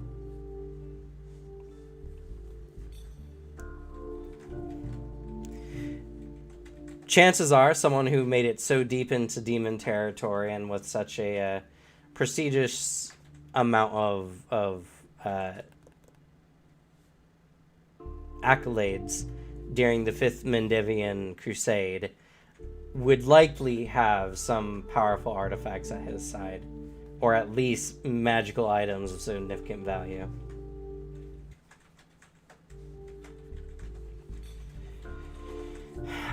Based on your roll, you find out a little bit more information about him. He is an avid believer of Amadea and looks fondly upon those who believe in the faith. He was a crusader and paladin. And you got 5 above the you got 4 above the DC. It was 27. So you don't find any other. I had the +2. Oh, that's right, that's right. So you do find out one more bit of information.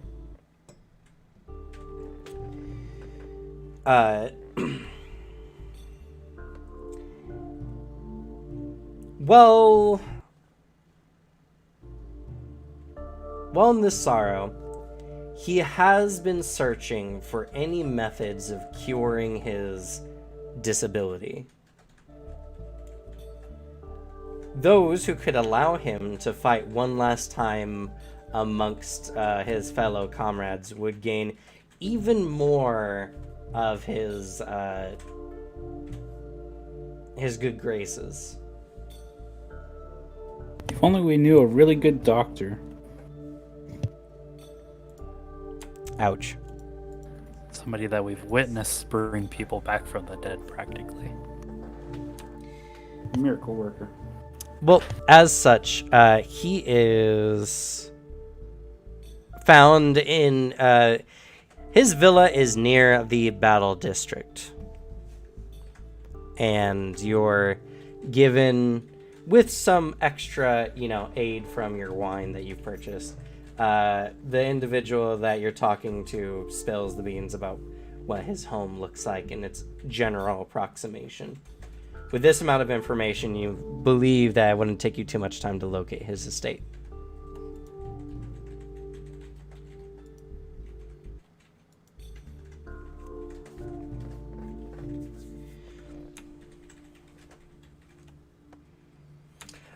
And I'll also give you guys an additional bit of information.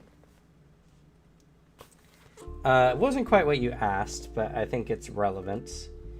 Queen Galfrey has ascended and become the Herald of Amadea. She has left her throne, and thus is no longer considered the queen of the region. But instead, she left the future of Mendev to where is her name? Chancellor Irahai. She's been appointed by Queen Galfrey to oversee Mendev. Chancellor Irahai is a tall, calm-voiced woman of Thuvian extraction whose parents were crusaders. She was relatively just a normal citizen, and this sudden ascension has caused a bit of political turmoil in the Neurosian culture, which up until this point has been, honestly subdued, since during the Crusades, Mendev was under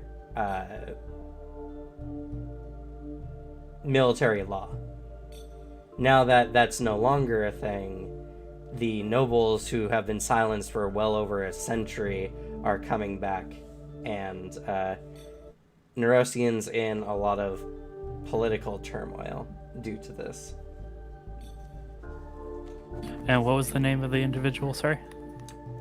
I will type it out for you.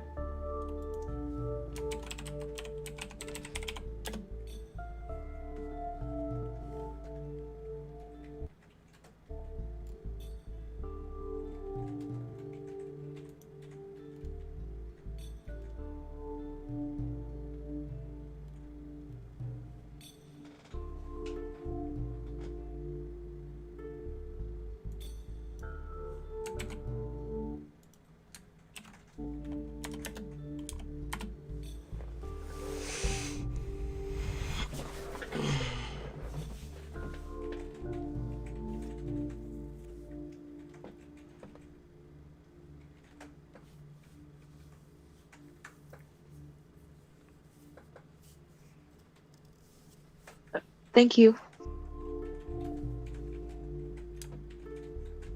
Who are you saying thank you to? To you for typing it out. Oh, you're welcome.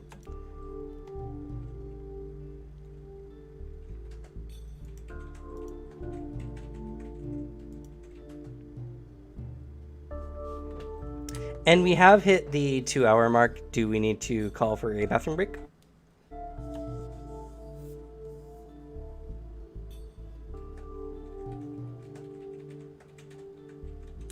Nope. Alrighty, again, I guess we'll keep powering on. No, it'd be a good time right now. Well, no one said anything. You want to take a bathroom break then? Yeah. Alrighty, sounds good. All right, so we're gonna take a quick 5 to 10 minute bathroom break. We'll be back at about 6:30 Pacific Standard Time, 9:30 Eastern Time. If you're enjoying this so far, please follow and or subscribe to see more amazing content like this. And also, if you want to join our community, please go down to the description or below on Twitch to join our Discord, where we always talk about, Pathfinder, other tabletop games, including Warhammer, and you get the added bonus of I always recruit there first for all of my Pathfinder games. So if you want to be first on the list or you want that opportunity, please go ahead and join us there. But we're going to go ahead and take a quick break.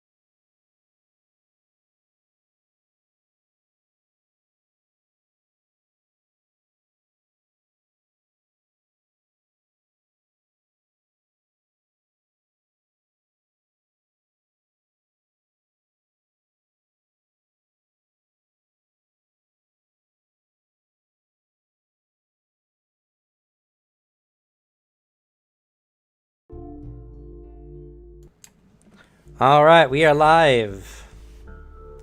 So, we last left off. You guys got information on a Keegan Dask, a crusader cut down shy of his retirement, who is unable to join all his comrades who are going now down to fight the Whispering Tyrant. You also learns that Queen Galfrey is no longer the ruler of Mendev, but instead a Chancellor Irahai. Dang, I had gotten a crit success or natural 20 or something for that info too. Yeah, you found out that she had ascended to a herald, but unfortunately, this has only happened within the last couple years.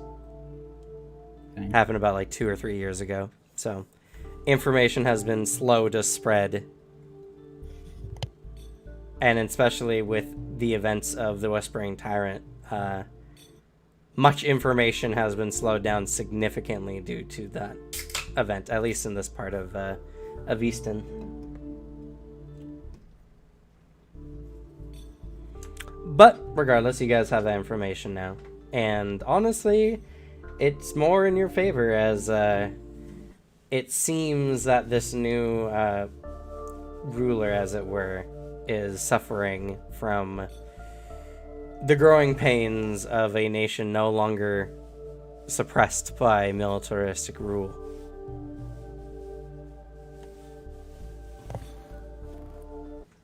Oh dear. Is that good for us? Well, it seems like she's struggling to keep things in control at the moment, so, you know. So we have to somehow angle ourselves as worthy advisors and extort the country for all it's worth. Yeah, well, I mean, if you want to get on her good side, you can do anything that could possibly help stabilize Mendev or remove some of her less immediate issues to lighten her load, as it were. She seems to be in a position of needing a lot of help. Fair. And then we also have the information on Keegan Dask as well.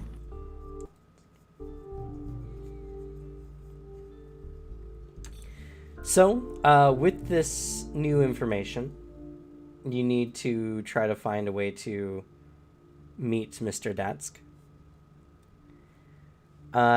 It doesn't seem like he's overly, a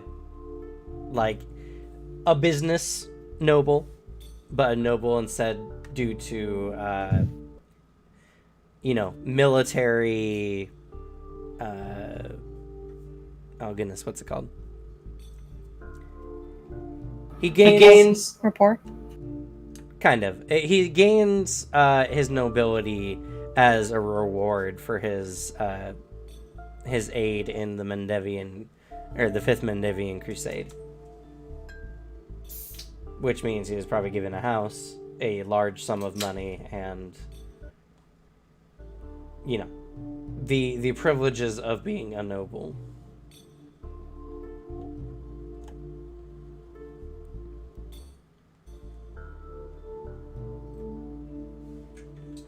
All right. Let's see.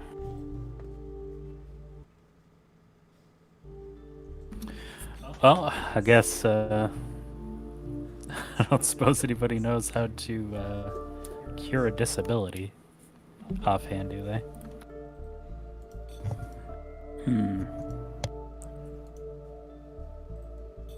Didn't we know a kind gnome of. that was working with androids? What is the disability again? He suffered an injury that has seemingly crippled him in a way. All right.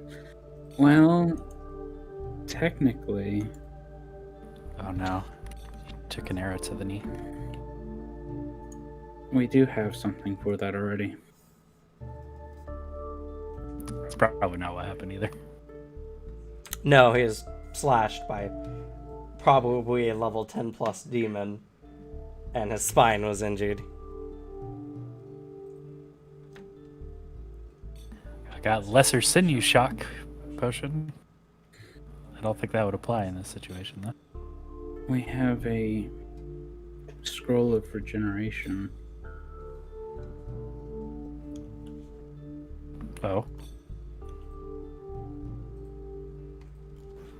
Would that work for permanent paralysis?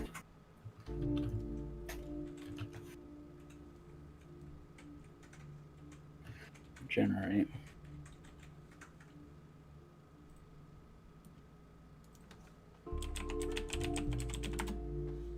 Regenerate. Let's see.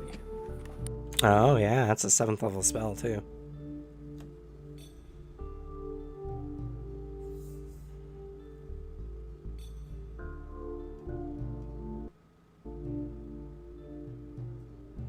It can regrow damaged or ruined organs.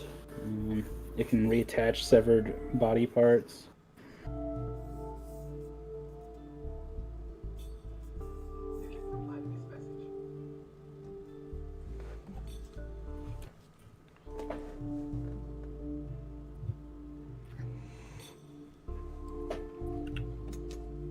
So presumably it could fix that too.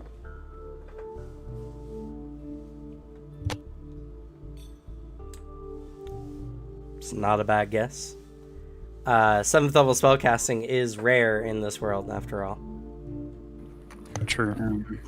How hard would it be for me to cast it? Let's see. You have access to Primal, right? Yeah. It isn't hard for you to cast it as long as you have access to the tradition. Oh, well then, yeah, I do. And even if you didn't, Braden has access to Divine, so.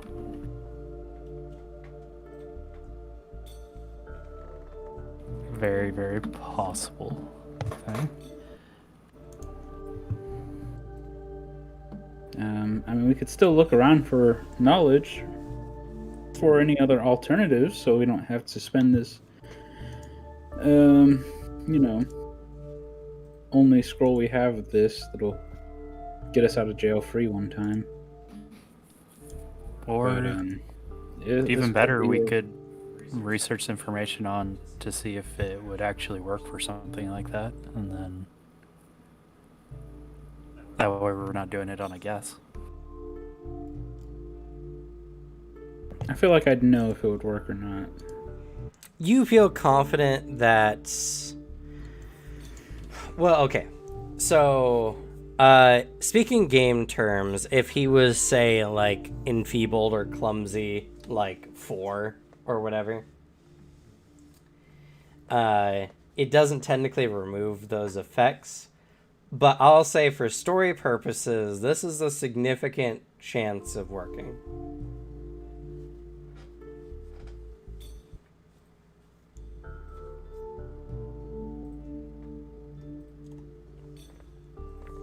So it doesn't heal wounds? It doesn't remove conditions. So what would you need? Something that would be equivalent to greater restoration? Saying that, I would say if you guys decide to use this regenerate scroll on this, I will say it's very likely to work.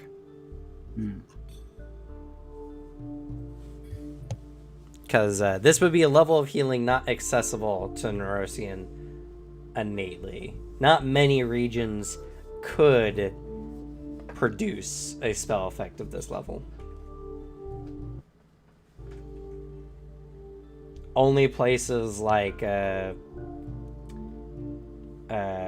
Albidian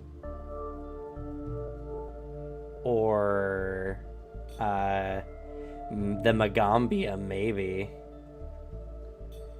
Because this would need to come from a settlement level of 14, or that has magic casting up to 7th level.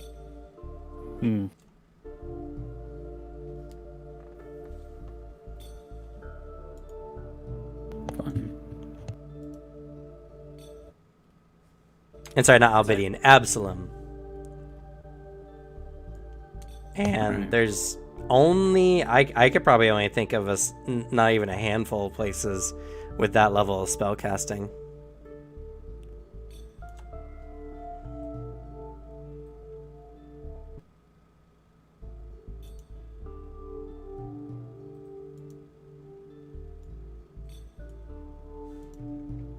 Okay. And If- if there is any enfeebled or clumsy stuff, I do have 3 of these as well. It would have to go against the DC of whatever did it to him, but And what were you gonna say there, Kyoko? If you really don't want to use that scroll, there is always the last resort that I offered. Oh, right.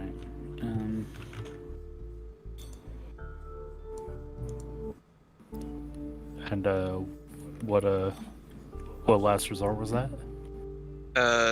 Find a noble who had a recently deceased family member, and I provide my medium services for them.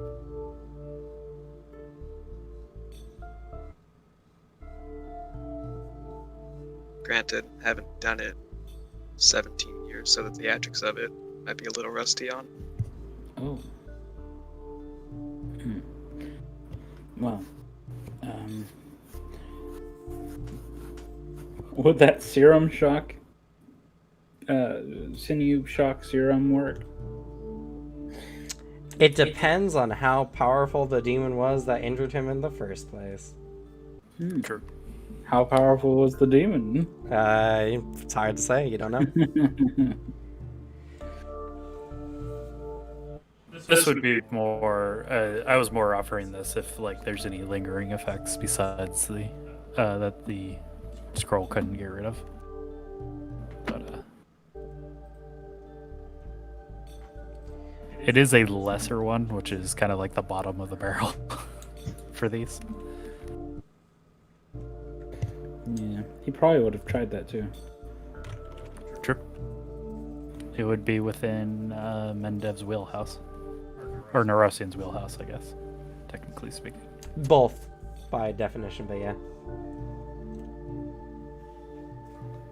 Interesting question. Wounds from demons, do they count as non-magical wounds? Also depends on the situation. Demons are capable of magical and non-magical injuries. Okay. Why do you ask? Because Gamble Japes has a couple spells. Oh. She... Oh, well, the second spell is not going to work because it's only if they're grabbed, immobilized, or restrained. But she does have Restore Senses. The attempt to counteract a single imposing... I'll just post it for everyone to see.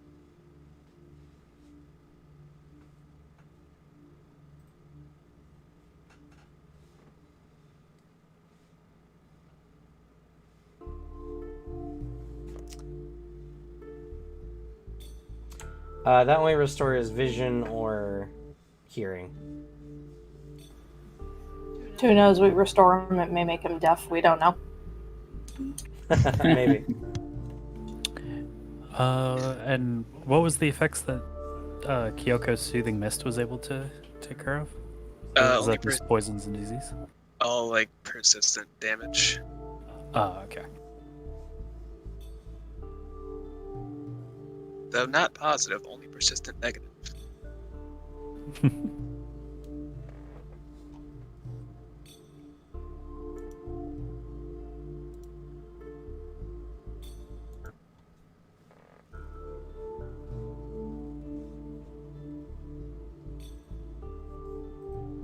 Sorry, you guys can still discuss stuff. I'm looking over things real quick. I think more than likely our options are going to be use the scroll or try to find some alternative by investigating, like, have you heard of any way to do this? hit the streets, roll skills. You could look for other alternatives. It was also mentioned that like Mr. Detsky was also a fervent champion, champion technically, paladin of the Crusade, and he wishes to go aid in the fight against the Whispering Tyrant. Even just coming at him and offering to convincing him that that's what you're doing, which it is technically, he might be willing to aid you in that way. He might just need convincing. Right. Gamble Japes while going through the ideas. Looks at Kyrus's cauldron. What if we made a walking cauldron but as a pair of pants? That way he can tell it where to go.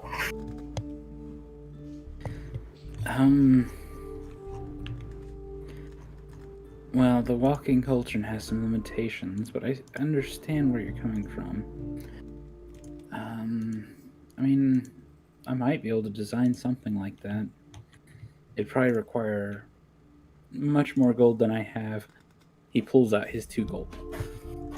We still have the cold iron stuff we found too. Yes, but that material might be useful for us in other regards. I will say that I'm not particularly against using the scroll on the man. He does plan on helping against the Whispering Tyrant after all, and with his experience on the battlefield, that might prove useful in general. That's true.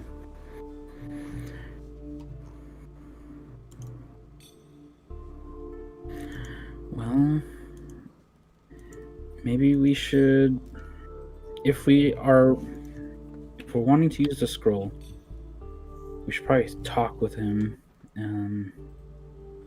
see what we could come to an agreement on. And I think the first thing would be for us to try to convince him that we're going there to, fight the Whispering Tyrant.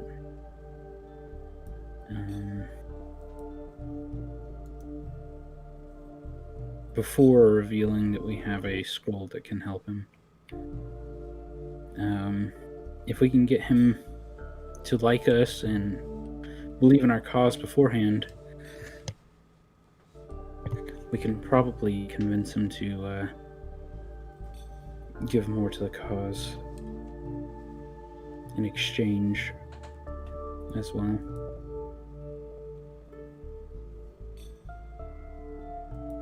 The scroll is very valuable, more so considering its limited availability. So we want to make sure we get our value's worth out of giving it away.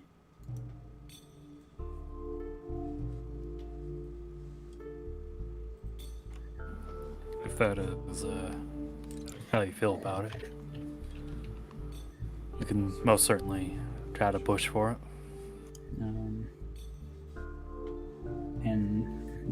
So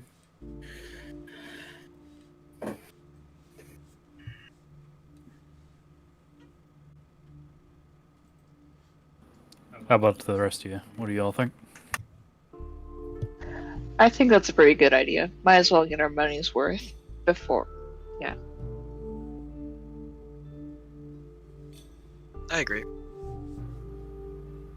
Fine with me.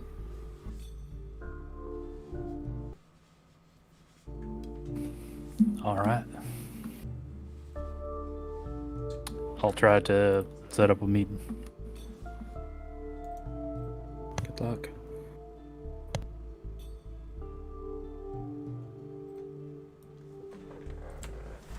Okay.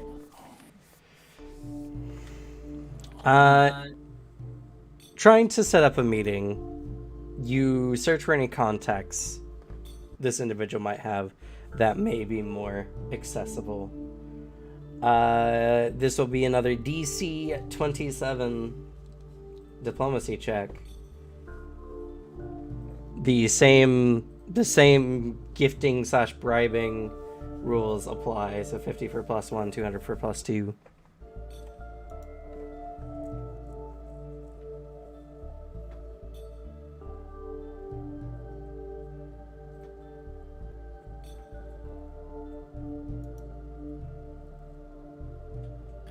All right. This is the path that we really want. He'll throw 50 at it.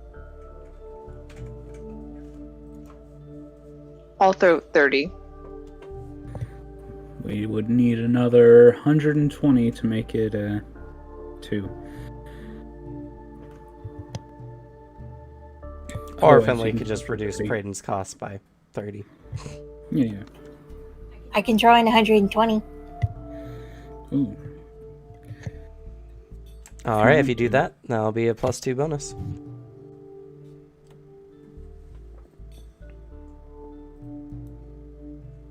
Oh god, and I made it on the dot anyway.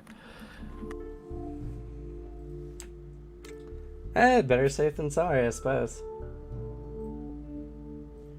All right.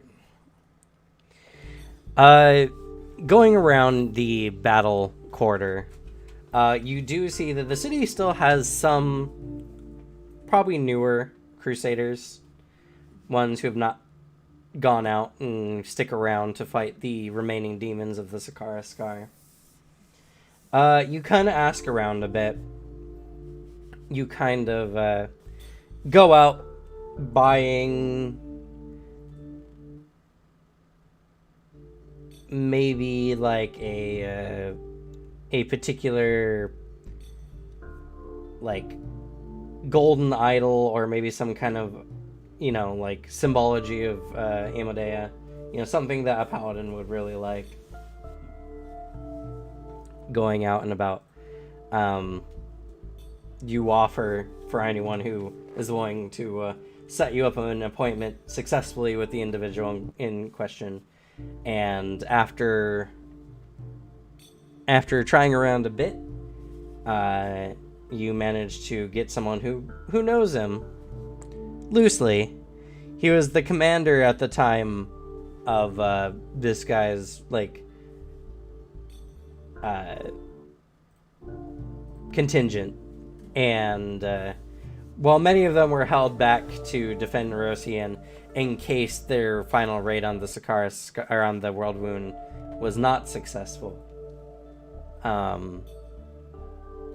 they were still in the same kind of company, as it were.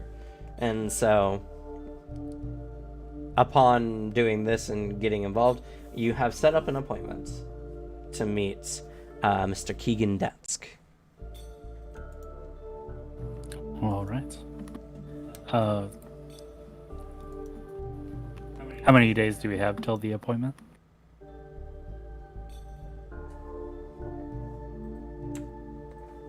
It is whenever you decide you want to do it. So.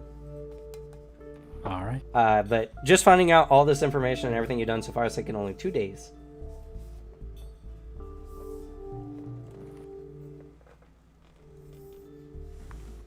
Awesome.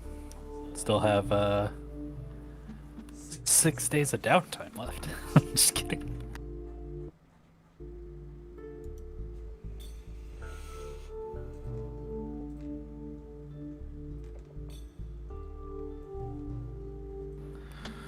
All right.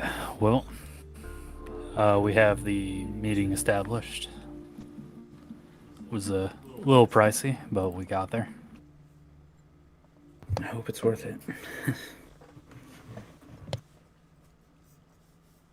I hope so too.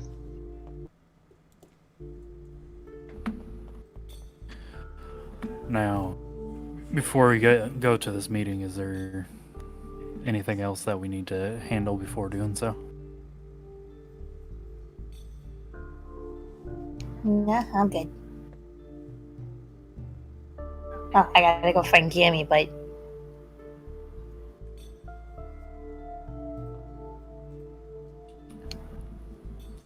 Fair.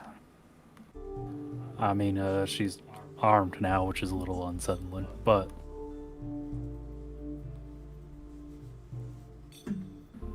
should just be hunting, right? Should. Hope she didn't wander far. What is hunting considered for Gammy? Just general. Don't know. Gammy always wandered off before she died, and she would always bring back animals that didn't live in the mountains. Huh. Alright, well, as long as she keeps the animals, I guess that's fine. I mean, if something does kill her, she'll show up eventually. I learned that after Dalen knocked her out. Yeah, if, well, you already know this. When a ghost has unfinished business, it's kind of almost impossible to get rid of them.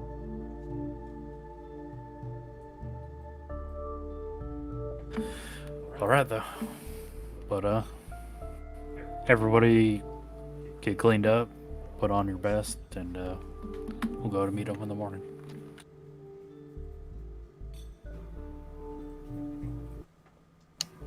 Looks to Finley. What her best clothing? Ones without holes. Oh no. Damn it! I got two in my shirt. Gamble Jace and Harris are both like, oh no, good clothes. I mean, well, Kyrus has at least the good shirt that Gamble Japes got him because he doesn't wear it. I mean, no, he wears it. He wears it under his robe or at night and stuff. But his robe has always been kind of burned up, cinched in places, and it's only got more rugged over the months. Guess I need to go looking for clothes. Hey, Cam, what would be a good purchase for somebody cleaning up their armor, do you think? What do you mean? Just trying to clean up their armor and make it look nice and presentable. He needs some polish. Yeah, you know what? You can go into town and you can get your armor all nice and polished and everything like that. And I'll say for 5 gold pieces, it'll give you a +1 circumstance bonus to make an impression. I'll do it.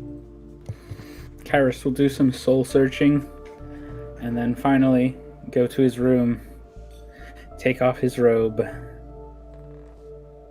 and cast mending.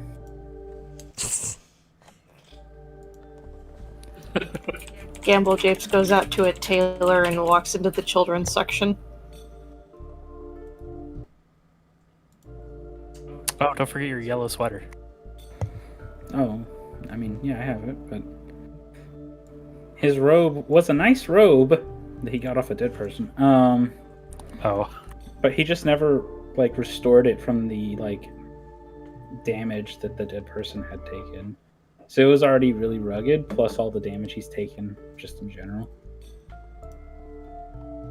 He looks like a hobo.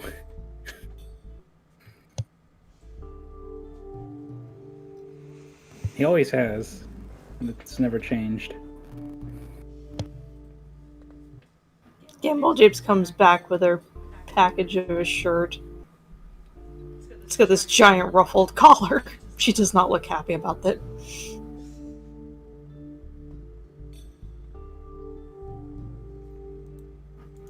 But she got pants that fit, so she's happy.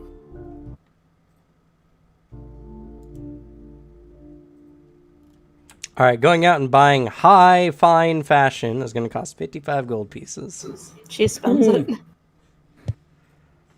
But while wearing this, you get a +1 item bonus to checks to make an impression.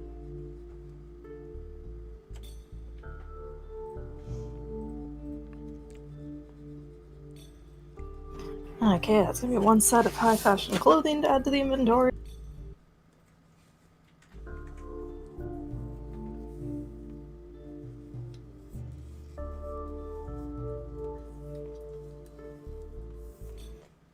Could Finley wash her clothes and just make him look nice? Could that help?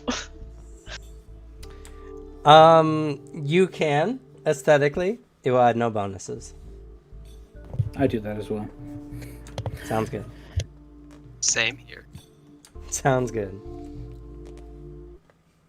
And I'll even, make sure to bathe and do my hair, clean up any stubble or anything.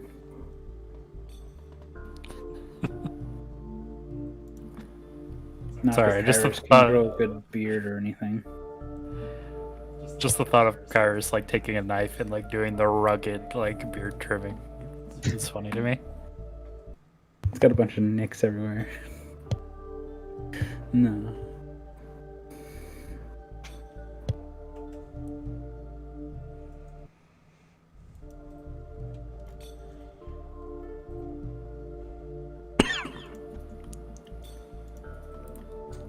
But yep, we all get all gutsied up, prepared for the meeting.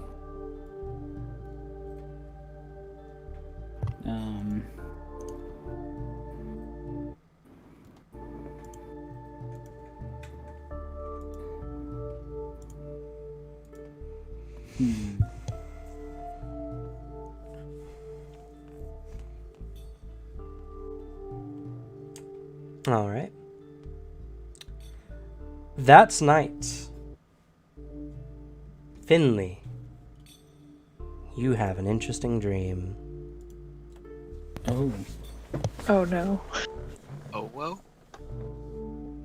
Oh no.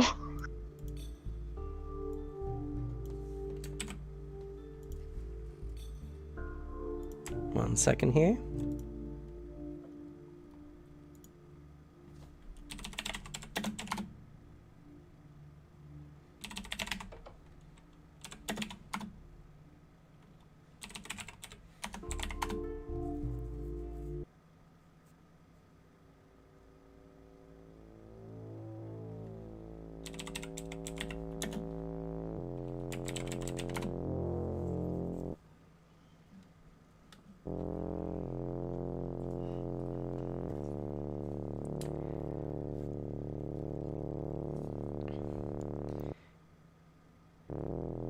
That night, Finley, you're having a dream. You're out in a dark city streets in your full gear. You don't know what you're doing, but you know you have some kind of job or mission as you sneak trying to avoid cover. You feel something tugging at your feet. But it's strange. You look down and you see nothing. But something is still tugging at your feet. In the darkness there, you just look at your shoes, and it's like someone had stuck tape to the bottom of your feet and was slightly pulling at it. As if something from attached to the bottom of your feet was pulling at you slightly. Suddenly, from your shadow pouch, sweet music begins to play.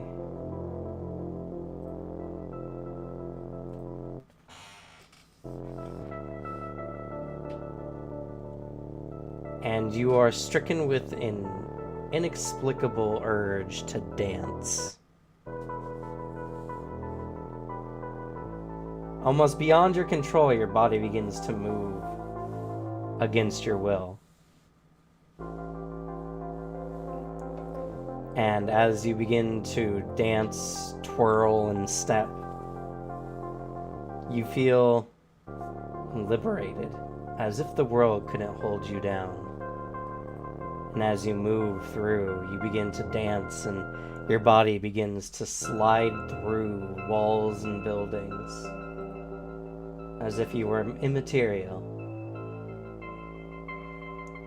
The brief moments where your eyes enter matter, you can see your limbs, just the outlines in kind of a neon glow fashion.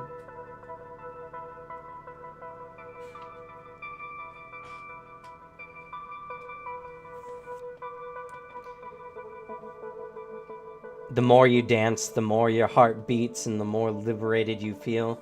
You begin dancing through buildings, dancing through living spaces. People whiz by, barely catching a glimpse of a shadow in the room. That same music unceasing from your shadow pouch.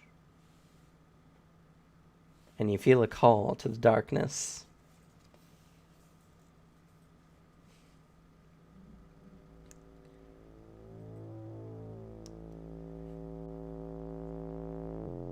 Just as you're getting tired, you finally stop. You're breathing now heavily in an alleyway. Your body feels extremely cold.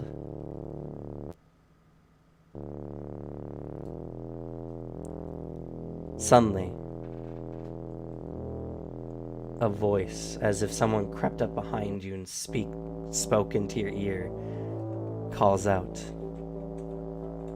"Would you like to dance?" Snapping your head, you turn around and you see nothing but darkness. A dim alleyway. Then the voice calls out again, but this time it echoes from all around you. A sourceless voice calls out, "Not yet, not ready yet. You have to improve your dancing skills before we can take you into our grand shadow ball. Don't disappoint us, Shadowkin." As from out of the shadow, a finger lightly materializes from a shadowy form and just gently boops the tip of your nose.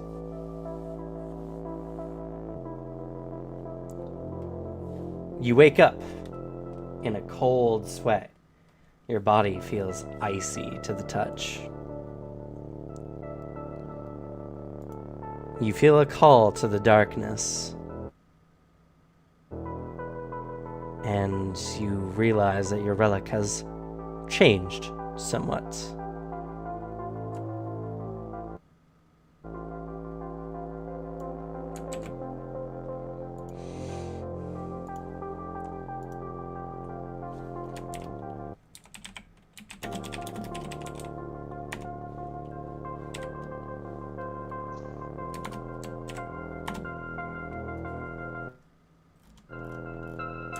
Your relic gains the new major feature, Pierce the Veil.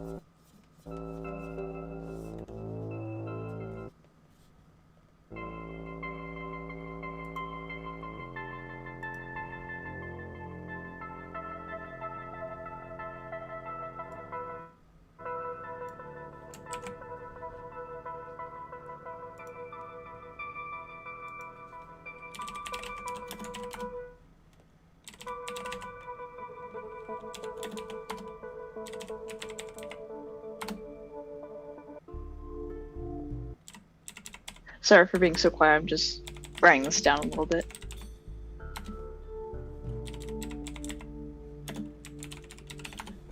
No worries.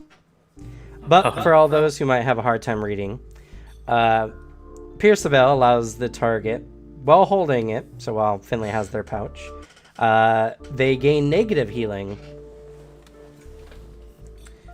Which does mean that they're damaged by positive energy effects and cannot heal from positive healing in any variety. But whenever Finley does get healed by any negative spell or effect, you also gain a resistance 5 to all damage until the start of your next turn. Finally, you gain a +2 item bonus to all saves against death effects. This bonus increases to +3 at level 13.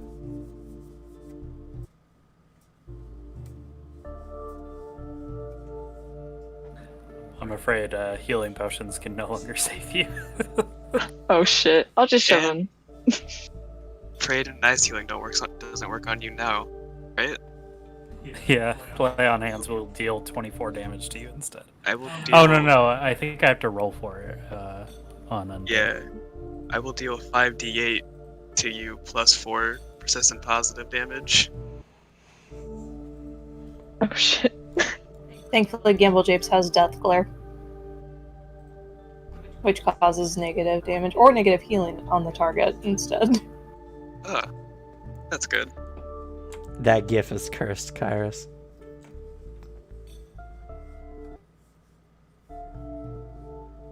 You're the one who described it, not me.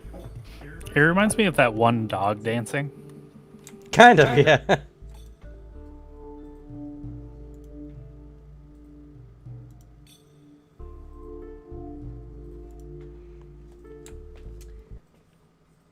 Oh. No, go ahead. Oh, I was gonna say, as Finley wakes up from this nightmare, she like inhales and exhales, and she immediately goes to Gamble Japes and wakes her up. She's like, Gamble Japes, and just shaking her. What? I had a really weird dream about being somewhere and sneaking, and then all of a sudden I heard music from my pouch and I was dancing, and then I heard voices and they told me I wasn't good enough at dancing yet. It was really weird. Did you get into that weird wine we bought? Gamble Japes, bleary-eyed from being woken up, you look at Finley and you can see just a foot behind them and slightly off to the left, a shadowy figure. Looks behind Finley. For a brief moment and then it disappears. What were you looking at? I don't know.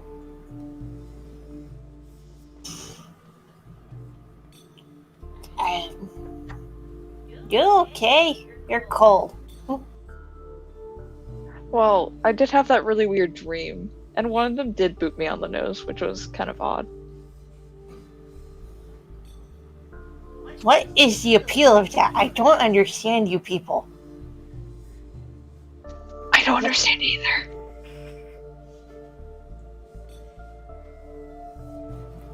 I had a dream before Gammy appeared. Actually, has your bag changed at all from Dalen?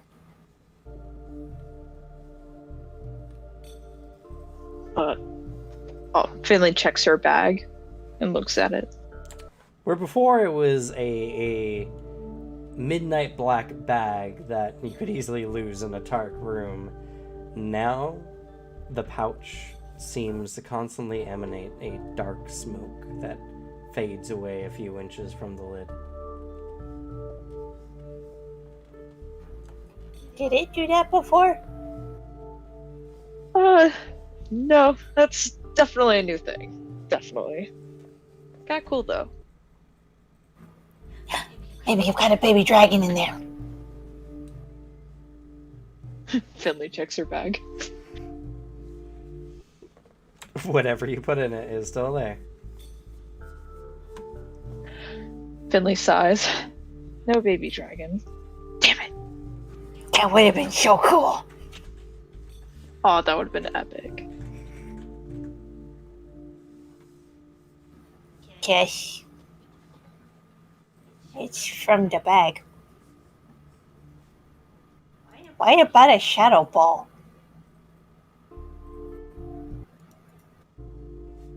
I'm not sure. That was really weird too. And well, I could be good at dancing, but they underestimate my dancing skills, definitely. Finley busts a move. I'm sure you would mop the floor with them. Oh, hell yeah, I will. I'll show him what's what. So, do you feel different? Aside from the cold from the nightmare. Or whatever it was.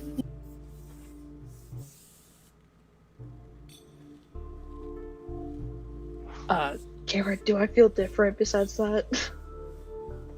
You just feel colder than normal.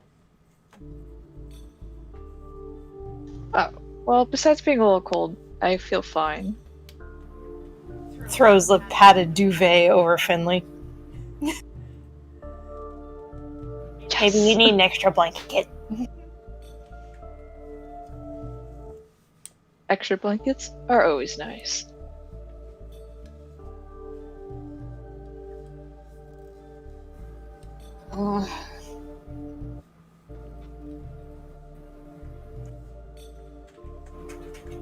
Guess it's the new gift. We can figure out more as we go if you want. Yeah, that would be awesome. Sweet. As Finley walks towards the bed, Gamble just like quickly looking around the room for that shadow figure. Find nothing there. I feel like that would be more unsettling. It is.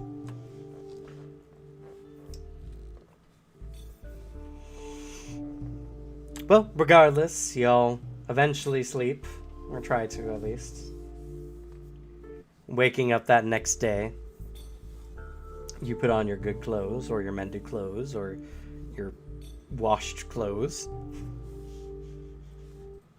and you head out to the estates of Keegan Dance. I love how we are just an array of this. Brayden's got his armor nice and polished. We got Gamble Japes in the most uncomfortable high fashion outfit a goblin could wear. And then everyone just with mended and standard clothes that have just been cleaned. I also just have vines growing out of my skin from everywhere, basically. It's all the rage. Just don't tell him.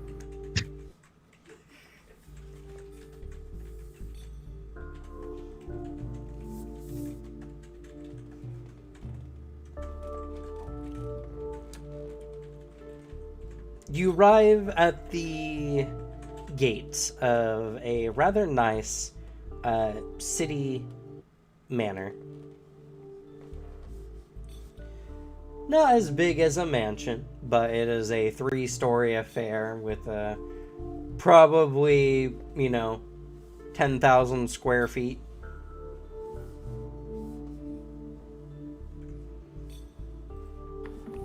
All right. Well, we got the scroll, right? Yeah. Okay.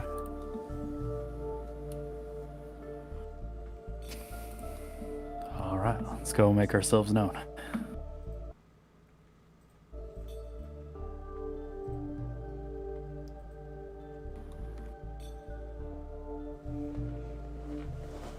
Going up and knocking upon the door.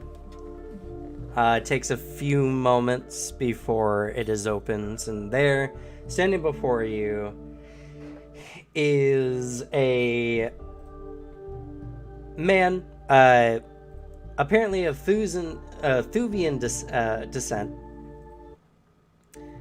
Darker skin color, has a very kind of like Arabian look to him. He's got thin, not thin, but he's got like short cut black hair. He's wearing rather nice, fine, noble clothing. Not high fashion fine, but fine, noble clothing. He's currently propping himself up, and he looks very rigid as he's propping himself up with a cane. And he looks to you all. You can see weathered lines, laughing lines kind of underneath his eyes. And you can see that, though not being particularly that old, he has definitely seen a lot and been weathered by his experiences. He looks at you all as he kind of adjusts his hand on his cane, and he's like, yes, Kelvin told me about you. Please, come in. He kind of motions. Brayden nods and makes his way in. Once you're all past, once you pass the threshold, he closes the door, and he's like, please, right this way. As he quickly but awkwardly hobbles using his cane, and in almost a very hurried like fashion, he makes his way over to a archway to the left, and there's a nice little sitting room there with a small little coffee table. Looks like some desserts have been set out, and there's like a teapot. And he kind of goes over and he sits at a nice armchair kind of across from a couch and a couple of seats set up. And he slowly, almost agonizingly, sits himself down. And he says, "Please, sit down." Of course, and nods to everybody, or tilts his head to everybody to take a seat. Gamble Japes walks awkwardly as best as she can to try and be presentable, but the caller has her head up slightly because they made the collar too tall for her, so she looks like she's in a neck brace as she walks into the room. Super overdressed goblin. I love it. I love it too. It's great. Is it like Victorian era? Like what is it exactly? You know, like those multi-ruffled collars you often saw in like the Victorian style paintings? Yeah. That's kind of what she got. Okay. They said it was all the rage. She agreed with them, and now she hates it. Wonderful. Wunderbar. Yeah. Well, I guess we'll take a seat. Try not to look awkward.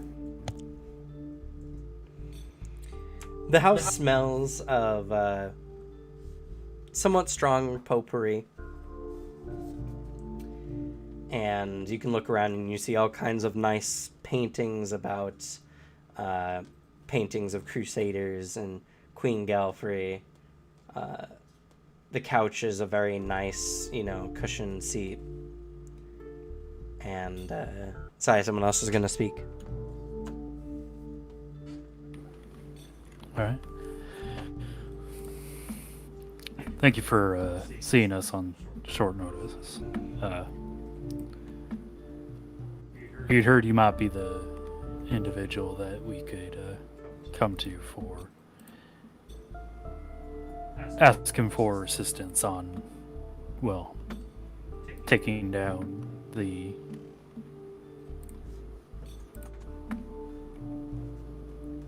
oh god, I forgot his name. The Whispering Twilight, the Tarbathon. Fair. The He Who Must Not Be. Fair. The Whispering Tyrant. As much as I'm able to. You see, well, I'm ashamed to say I've been left in less than great condition, and, well, I'm not able to make much more money for myself, so I have to be careful with my funds, you see. Here, and he kind of leans forward, and as he does so, you can see that it's agonizing. But he stubbornly pushes through it and pours out some tea for you all. Before leaning back, he looks exhausted by the affair. As you can see, I'm in a terrible condition as a crusader. What about you, sir? You look to be a crusader of some kind. I don't recognize the heraldry, though.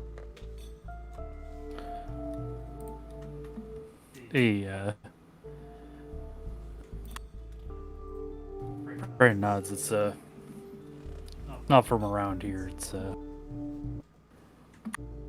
we're from the,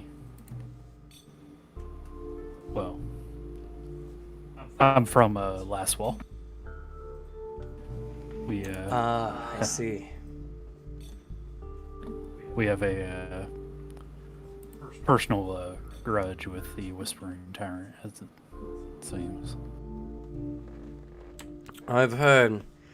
It must be frustrating with your commander-in-chief so far from the battlefield. Some men, I swear, care more about the titles than good.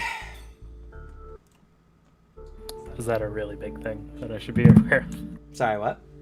Is that a really big thing I should be aware of? Well, first of all, you know that the Knights of Lostwall do not have any commanding officers. It is strictly like an order without rank. Because all is welcome in the fight against evil. What he's probably referring to is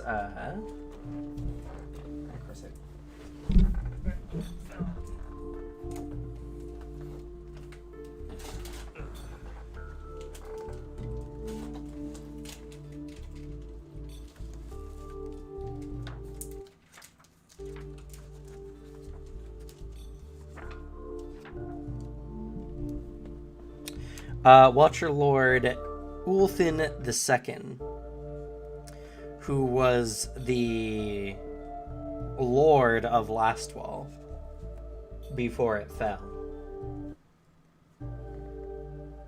Since then, he has moved off to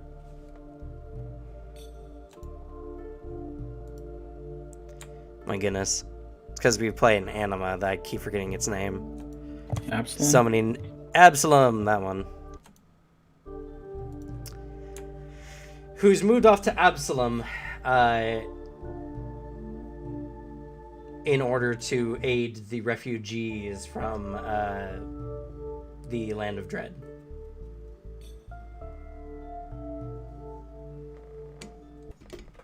So you wouldn't even see it as a negative thing, probably, then? Not necessarily, no. Sorry, the Gravelands.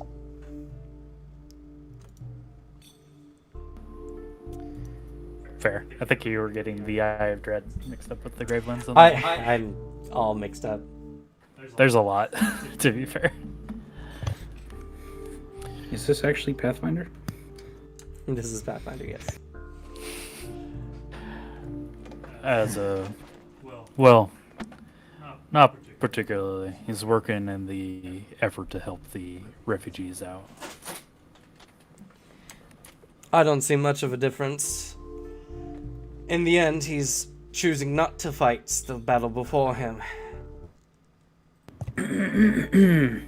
Karish just clears his throat as a... He looks at you. Oh, no, I was muted. He went, excuse me.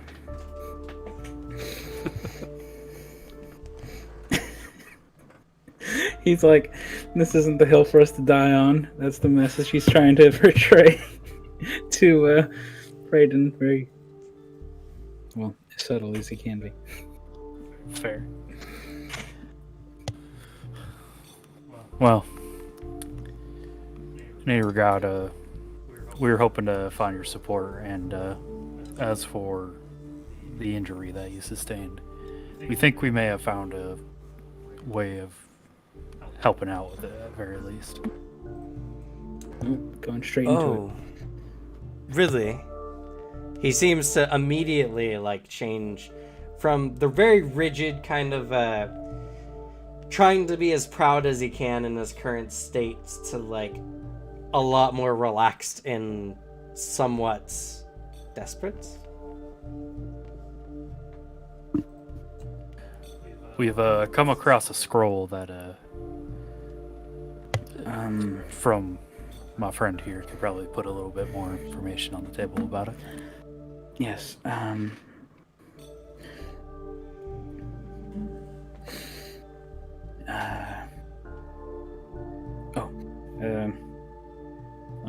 don't know. Would calling myself an arcanist be too pretentious? I'm not super school trained or nothing. I mean, that's up to you. If you're just trying to play it up in the moment, it wouldn't necessarily be a lie.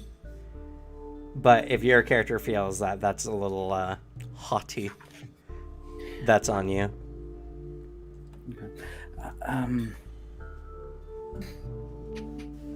Arcanist, Karis of Rook, by the way. Yes, we have in our travels seeking a way to eventually bring down the Whispering Tyrant. We have come across a very rare and valuable scroll of considerable magical power. It possesses the ability to regenerate wounds, reattach limbs, regrow organs, the likes. I believe it would likely serve for your injuries. And you would do this for me. What can I possibly offer in exchange? Well,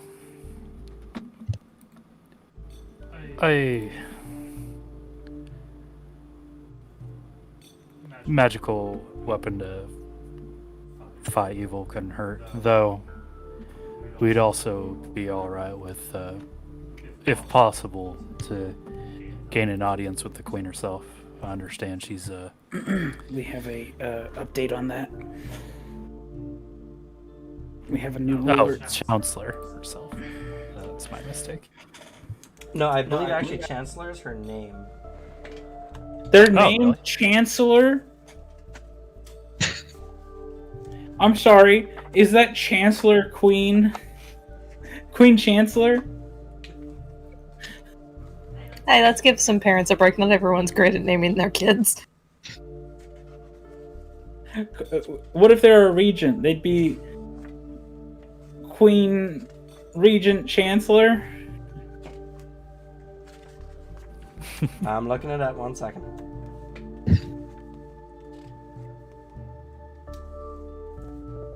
Oh no, my mistake. It was just how it was written in the book. Her name is just Irahai. She's the Chancellor of Mendev. Okay, so they don't have a new queen, they just have a chancellor now. Yeah, well, it was confusing because in like the section she's mentioned, it's like she appointed Chancellor Irahai as the new leader of Mendev. So she's still the queen, she just appointed someone to rule in her stead? Well, no, she's abdicated the throne. So there she is no queen. There is no queen. They've abolished the monarchy. They have, yes. Okay. Okay. Also looking for gaining a meeting with Chancellor Arahai. I'm not fully aware of whatever you may possess, though. We have heard great tales of the nobility of Mendo possessing weapons and equipment that are suitable for fighting evil. If you had that or any other way to aid us in our fight against the Whispering Tyrant, we would be willing to trade that in exchange for this magical scroll, or casting of this scroll for you. He looks down and kind of ponders. He looks up at you all. I would do anything to get back onto the battlefield. You're right, I do have a powerful item that was imbued with celestial energy by Queen Galfrey herself before she ascended. And though it would pain me to lose such an artifact in the war against Tarbafan, you all look to be competent enough, and I could manage. Though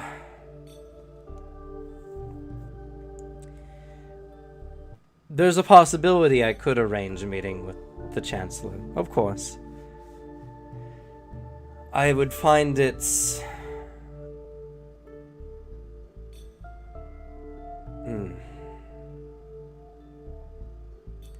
it's a hard bargain for me to offer both, as it were.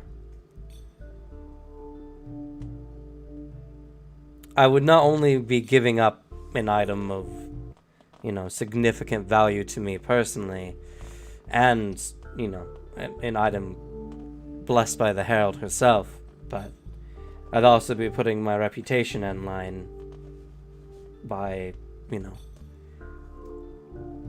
mentioning you to the Chancellor. You have to understand, by doing both, I don't have a lot left to give, as it were. And if anything were to happen to my reputation, it would make it much harder for me on the front lines.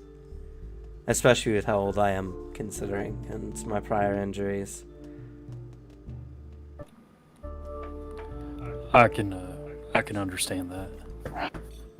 I don't want to see him ungrateful, especially if this works. It's a lot. I hope you can understand. I do. Is there anything that we could do to assuage your fears of possibly losing your reputation? Something that we could do as well to maybe ease the tension of it.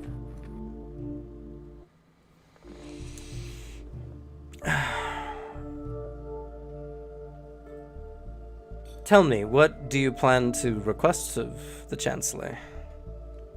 Why would you want to meet her? $1 million. Well, probably to further gain support for the war against the Whispering Tyrant, honestly. Any maybe items or maybe even war support she might be able to provide. Of course, we'd probably also be trying to get rid of some of the problems we've been hearing that she's been having. I see. Well, I'll tell you this. There's not much more the Chancellor can do to aid against the Whispering Tyrant, as much as we'd all like to. The 5 crusades and over a century of war with the demons has left our country broke in capital and resources, and much of the aid we were receiving from neighboring kingdoms has all but dried up. Our country has not much in the way of natural resources, nor really a means to feed and clothe ourselves. Yet I remember much of our infrastructure was dedicated purely to the cause for over a century. So, asking her of that would be too much. And I'm sure she's offered as much as she could to the brave crusaders who've decided to leave home and country to go fight yet another great and possibly more powerful evil. I don't know of any of your exploits, and I don't imagine any of you are ruthless politicians that could speak and help her in that area.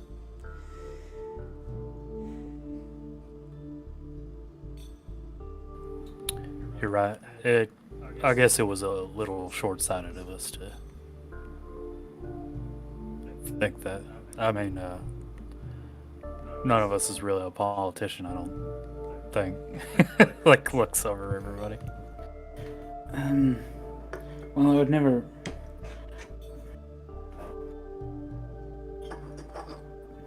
presume to be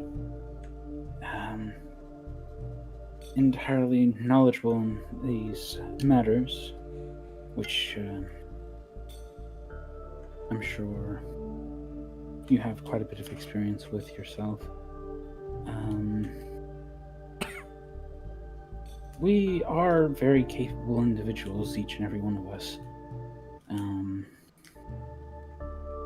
I wouldn't go as far to say that we would not be capable of making a difference in our own way. Though unorthodox it may well be.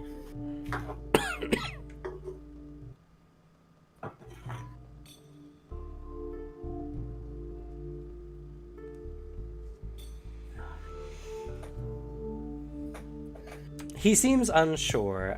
First of all, make an impression roll, Prayden. This will be +5 because you've offered to heal his major injury. Can I assist? Yes, you can make an assist roll if you so choose. It'll also be a diplomacy roll. All right. Hey Cam, what's Yes, go ahead. Dalen's last name?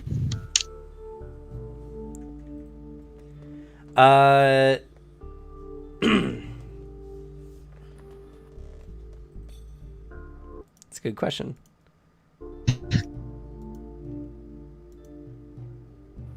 Oh, we actually haven't been given a last name. We just have Nope. Dalen, Evil Eater Fallon. Green Eyes. I think I have a few of his nicknames written down. Yeah, Emerald-eyed mage. Yeah, it's never come up, strangely. Oh, okay. Okay. So I make a diplomacy check. Yep, your DC is 20. Alrighty. I'll give it my best shot. Natural 20. Oh, damn. Nice.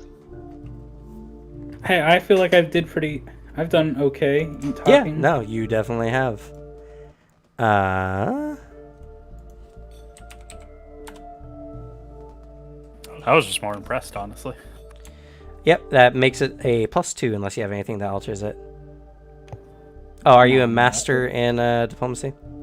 No, not Okay. at all. That's the only thing that improves it. But yeah. Yeah. So it makes it a +2 for grand total +3. Or sorry, for a grand total of +7. Because If I was a master, that'd almost be like a 40. It's kind of late into the session. I'm gonna use my reroll on that one. Okay.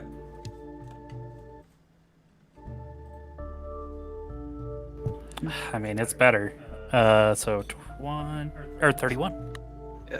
Hold on. 32, right? Or did the 5 include the circumstances? The help you're giving me is a circumstance bonus. Oh, my bad. Sad. I mean, it's a 2 instead of 1, so... True. still- It definitely helps. Yeah. And you're gonna say something, Slug? Oh, no. Okay. That was the only way I could have helped. Yeah. Just by natural 20. I didn't Hey. even realize.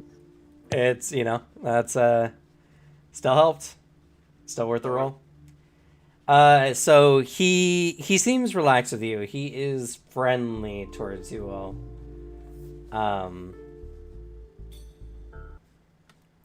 You're still putting him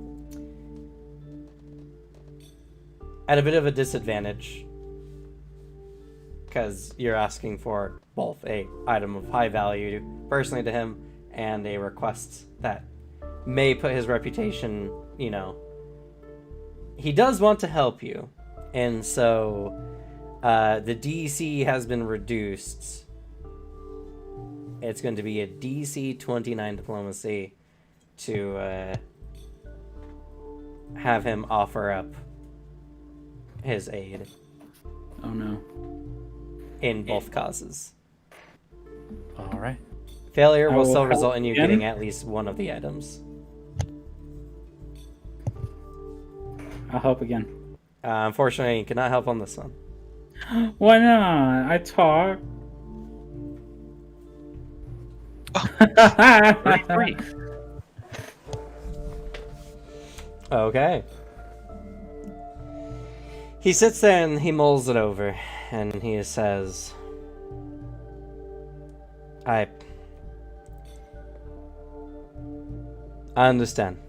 You're obviously willing to go through a lot to help me, and if you have magics that even the healers in this country couldn't aid me with, then it has to mean that you are resourceful at the very least. I'm sure you can be of aid to our chancellorship. If this goes through accordingly, I will present you with my my keepsake and my word that I will get you a word in at least with the chancellor. That's as much as I can offer. Understandable. And if the magic doesn't work, we'll allow this one to just be on us. I'm fairly confident, though. Well, if it is agreed, then. So, what should I do?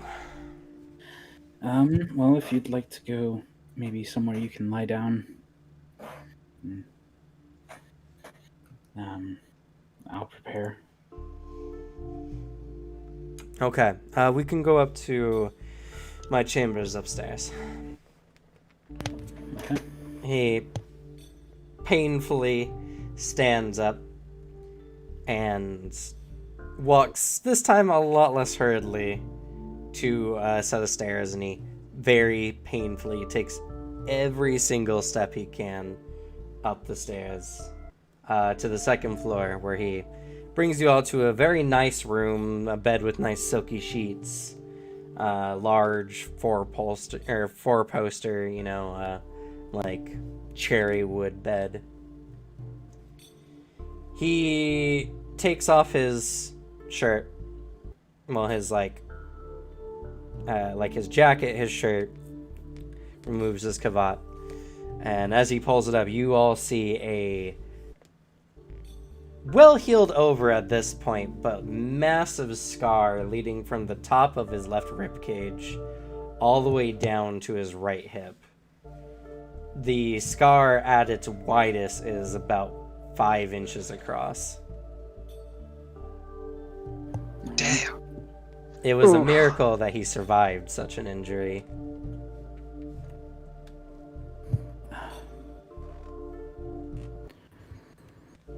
You're a very lucky man. If this works, I'll consider that true. Fair. Okay, so, I mean, Harris thinks this is, probably pretty important to this guy and everything, of course. So he's gonna try to, first he'll go ahead and cast guidance on himself. Then he's going to reach into his bandolier and pull out in a flourish the scroll, like, very dramatically. I want to make, like, I'm not very good at it, but I want to make a performance check because I want this to be like, I want him to feel the drama, Okay. As you cast guidance on yourself, you feel your senses heighten for a moment, and as you're getting ready to do this, a thought occurs to you. What's that?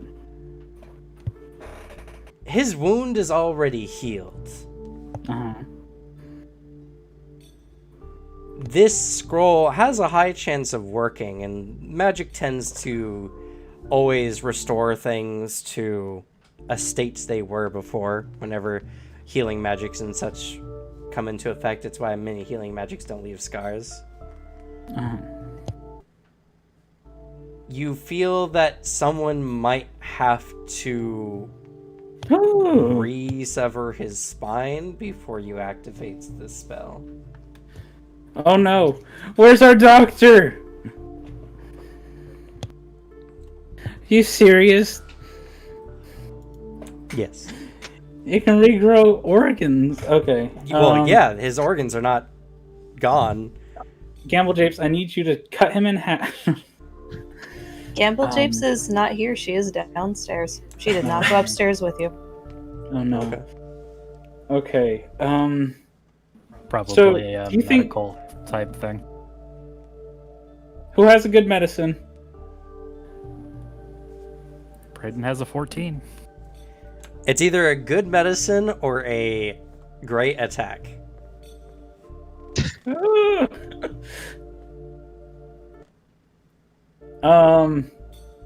Damn. Braden does have a plus 18 to attack. Why'd you have to do this? This is so awkward. This is the condition for the scroll not actually doing exactly what needs to be done. So Okay. it will work. You just have to sever his spine first. Okay. Real quick.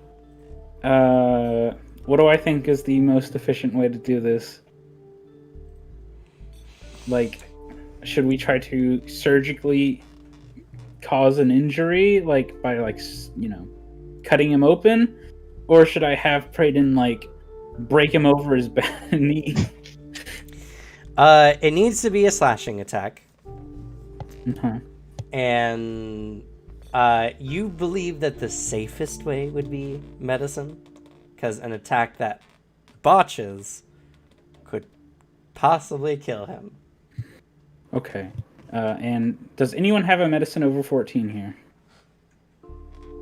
No.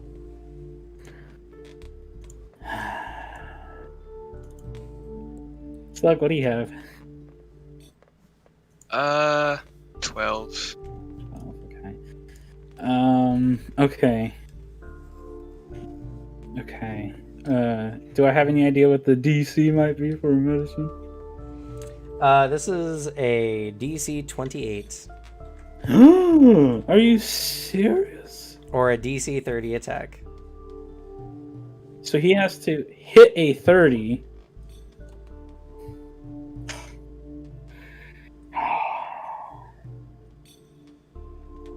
It's a pretty serious endeavor. I guarantee you the rewards are going to be worth it, though. We're gonna just break this guy's back and fucking leave him dead in his room.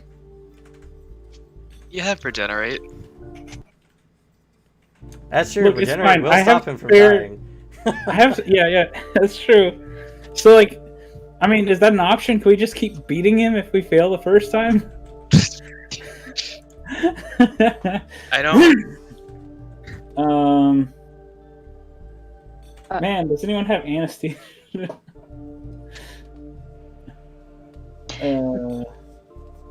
Peak did. Why do we not have our doctor for this? Bad circumstances. Okay, what's our Actually, best chance here? We do I- have, and I'm just suggesting this as a player. We do have the Sending Stone, and we know for a fact that Peak is with Dalen.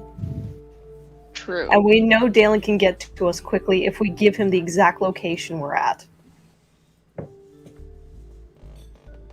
I mean, we can't keep calling on him for everything, though. No, but we're not calling on him for him. We're calling on him to mean- bring Peak here and then take her back. We've never Also- called him before. This will get us like something that will aid the quest that he's like sponsoring us for. I think this is something he would come and do.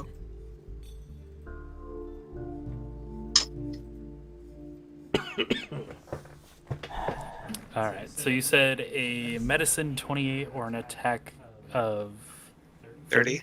Correct. So you have a plus 18. I could guide you for plus 19. That means you have a 45% chance of success. With 0 points. Well, someone could give a hero point. I'm offering up mine if need be. Same here. So it'd be over 50%. I'm not good enough at math off the top of my head, though, to say how much better that'd be. We also need to pitch it to him. Just don't tell him. Just lay on your stomach. Yeah, no, we still have to tell him. I didn't know this was going to be part of this, or else I would have prepared him with that. Unfortunately, you didn't see the injury up until this point, so. Let him Is know this 18 plus 18 the highest in the group?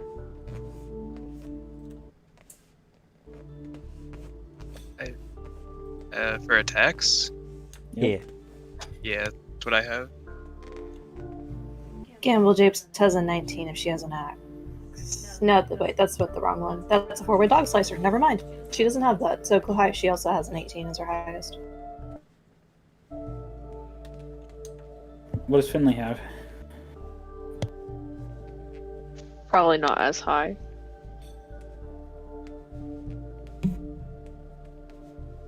I'm sorry, I don't mean to be a fool, but where's this at?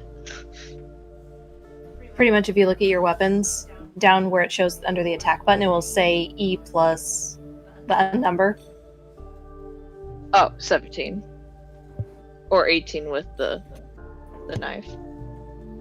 Looks like, yes, 18 pretty much across the board. Yes. What's the bonus that guidance gives? A +1 Circumstance, I believe. status bonus. Oh, status bonus. Yep. So you could still get a circumstance if someone helps you. True.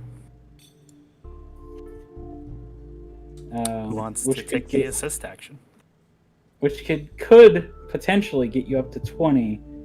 And you said it's a 30, right? Yep. Which mean you... At 50% chance. Oh, God.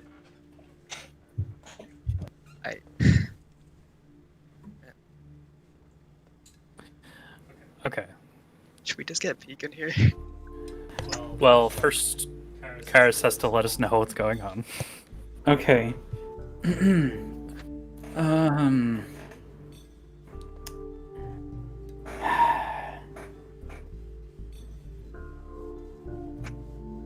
This injury is in such a way that, due to the nature of this spell, it may require us to, re-agitate the wound first. What do you mean? This spell reconstructs damage, but you've healed in such a way that,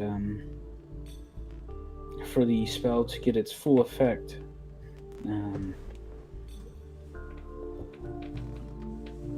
we'll need to have the wound open for the magic to take hold in the right way. Would this put my life at risk?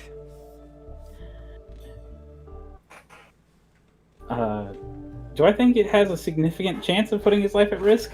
Like, Uh, I could save him, most likely. Yeah, you believe if you cast the regeneration spell that he would probably not die.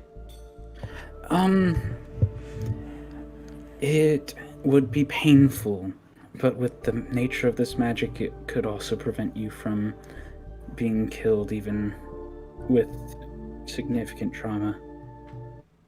I don't believe your life would be in severe danger. The main part is the pain.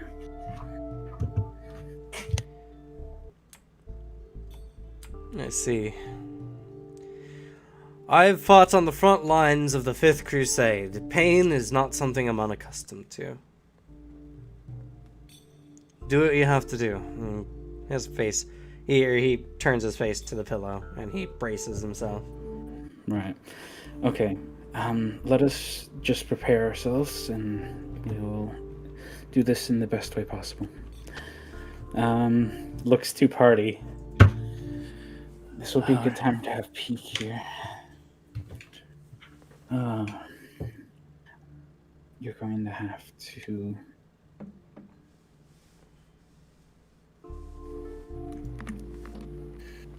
I'll do it. Okay. Just,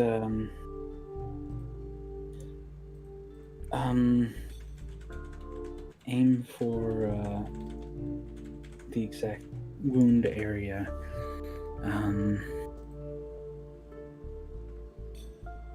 This,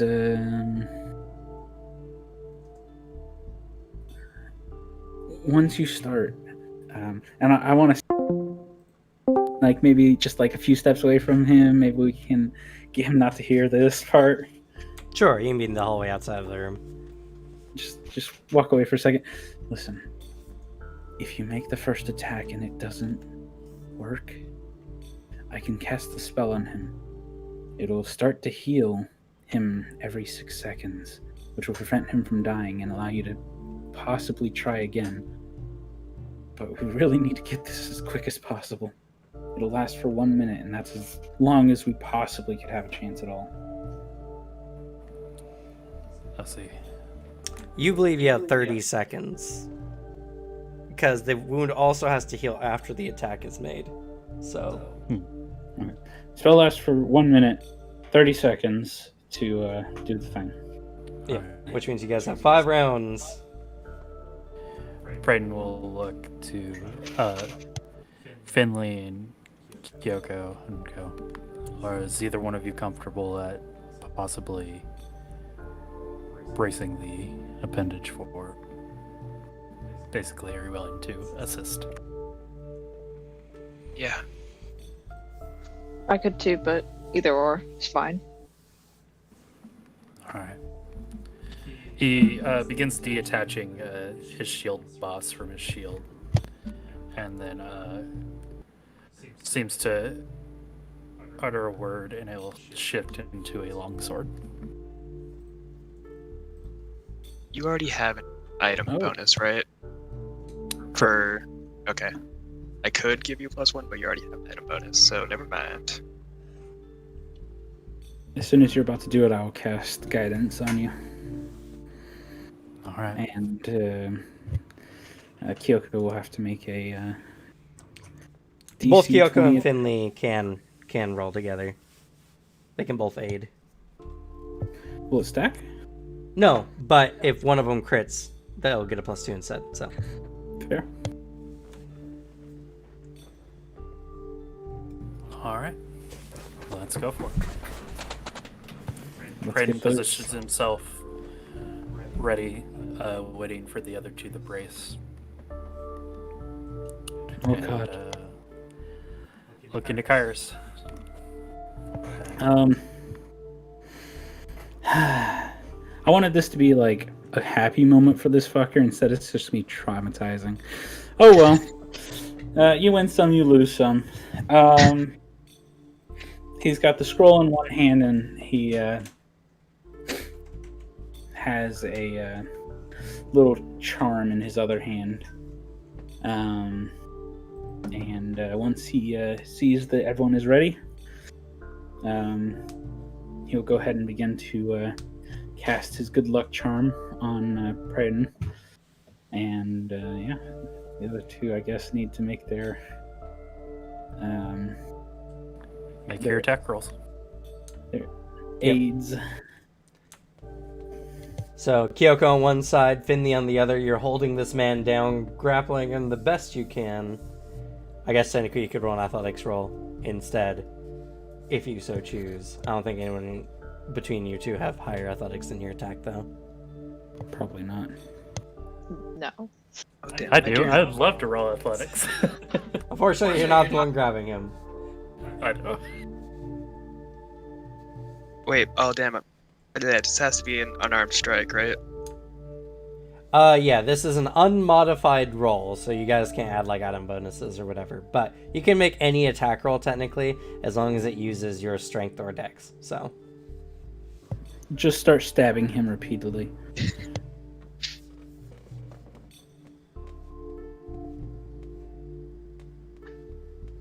So you said no item bonuses on the weapon itself, right?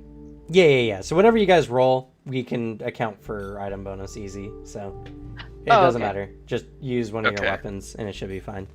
As long as those weapons use dex or strength, which all weapons do, but there might be some that don't.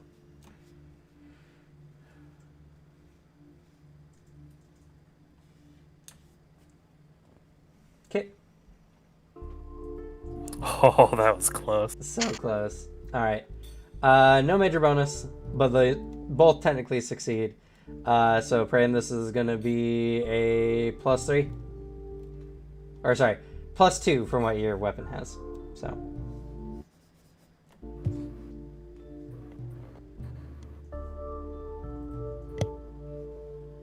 All right. Hero that was point. almost Hero a point. botch. Oh my Hero god. point. All right. Hero point. Hero point. Use mine.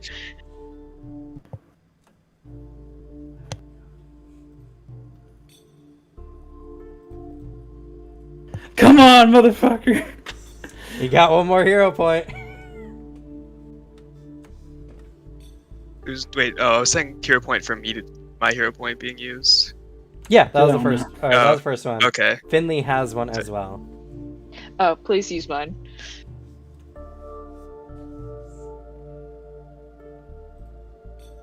Oh, Oh, thank God. Yes. Oh god. The strike is coming. You can see that Praden is hesitating a little bit, Finley. And The moment he's about to strike, you give out a rallying call. What do you say to him? You got this, friend. Just hit him hard. All right. I began panic chanting. What? You strike him. He calls out in immense pain from, a literally spine-breaking attack. Fair. And I have to Kairos scroll out. uses regenerate. He has it out. He begins to read. Let's see. As he does so, these kind of like globules of kind of like a greenish yellow energy begin to form in front of him, and as it kind of like peels away from the scroll into this mass, and then as he finishes reading, the entire scroll turns into this material that then begins to like siphon into his injuries, the mass slowly shrinking as it fills into his body and begins to unnaturally cause the regrowth of these injuries. It just begins to fill in, turning into the flesh and bone and everything nice and gross. All right. As it does so, it's a very surreal moment as he's crying out and he's bleeding out. It's like pooling around him a bit. The wounds begin slowly healing, and his body is quivering. He's biting onto the pillow, trying to stifle any further screams. And as the wound closes, it leaves a very uncanny, perfect section, like a reverse scar in the middle of this much bigger, wider scar. And as about 30 seconds goes by, which means you're watching for 30 full seconds of his wound closing, it eventually does. And as it's done, he's breathing heavily. There's just that pause where everyone's unsure of what's going to happen. After a few minutes, he struggles and rolls over the bed. And he gets onto the floor and he stands up and he turns his back and he begins to move very limberly. And he looks at you all, and his face, it looks like he's the happiest he's ever been despite being on the verge of tears. How do you feel? I feel perfect. As he comes up and just unable to contain himself, he hugs you tightly. Fred just lets out the deepest sigh. Oh, all right. Okay. He looks around and he's so giddy. He's like, all right. He seems very determined. It's my turn to do my part. I'll get you that chance to speak with the Chancellor. And as low that I am to remove such a keepsake, I think it will be better served in your hands. And he takes you all to a different room, and it seems to be like his office. And he goes up to a very nice large glass case. Inside of it is a radiant looking lance. And he opens the case and gently lifts it out and brings it over to you all. The lance is literally what's been lighting this entire room up. as it sheds a 60-foot radius light. Oh, Jesus. And he hands you a radiant lance.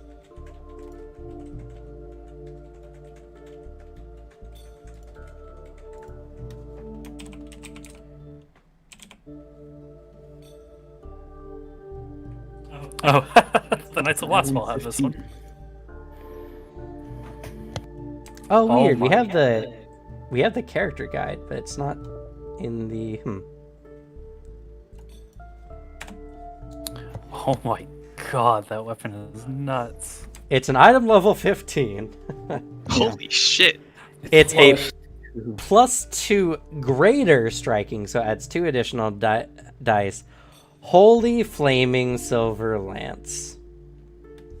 When wielded in battle, it radiates a bright light in 60-foot radius. On hit against an undead creature that is specifically vulnerable to sunlight, the lance bursts with brilliant flash of light. The undead must make a DC 35 fort save.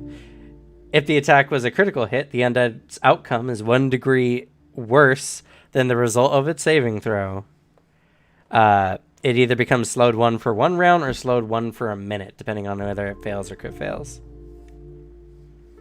Once per day, you can use a 2-action activate with the lance to use a 7th level Searing Light spell. What the fuck does that do? So, a 7th level Searing Light does a lot of damage, I'll tell you. 13d6 fire damage, and if it gets a fiend or undead, 13d6 good damage.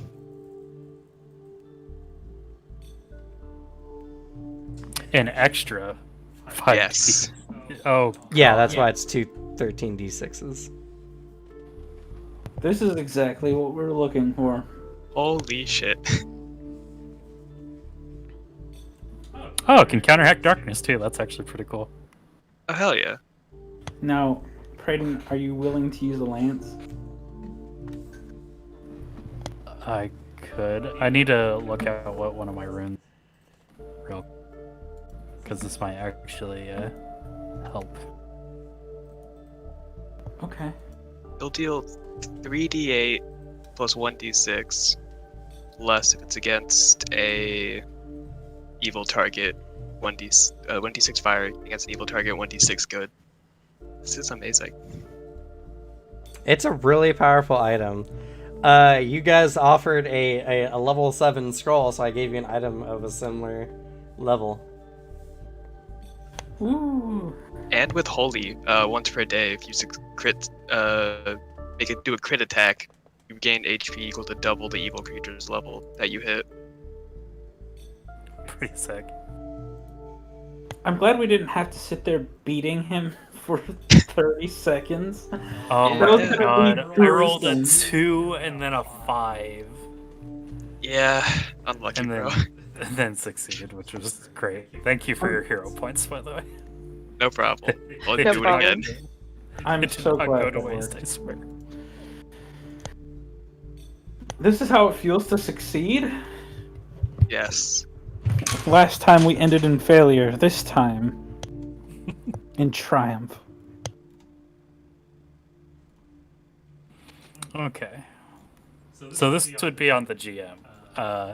Because the shifting rune allows you to transform it, but it requires the same number of hands to wield.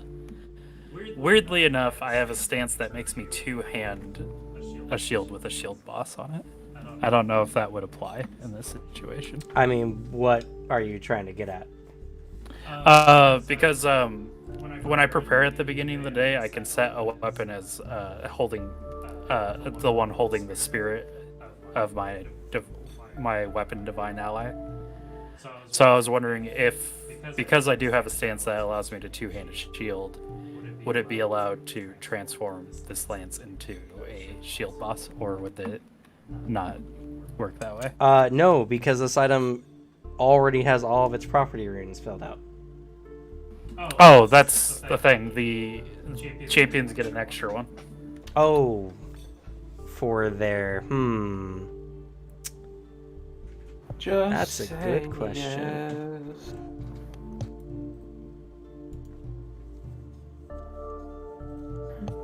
For the build, Dungeon Master. If anything, it's still an amazing weapon. So Have mercy on his little soul. Let's see.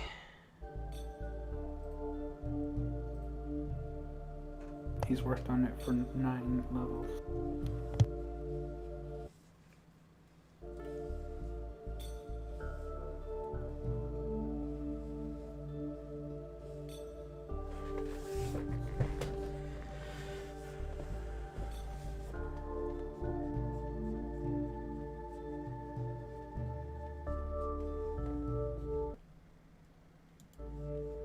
I'm looking up rules.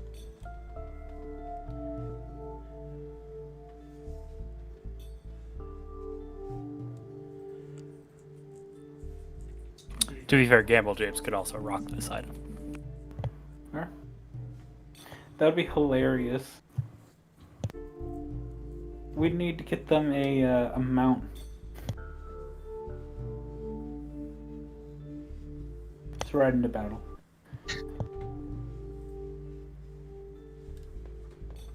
Then couch the lance and wreck Demon Face.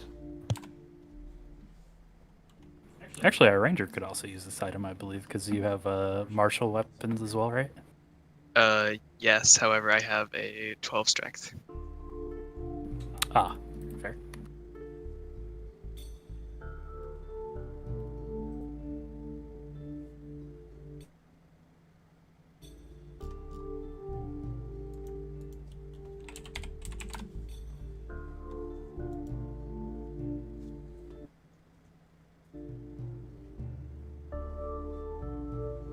So this is the total damage output of this lance.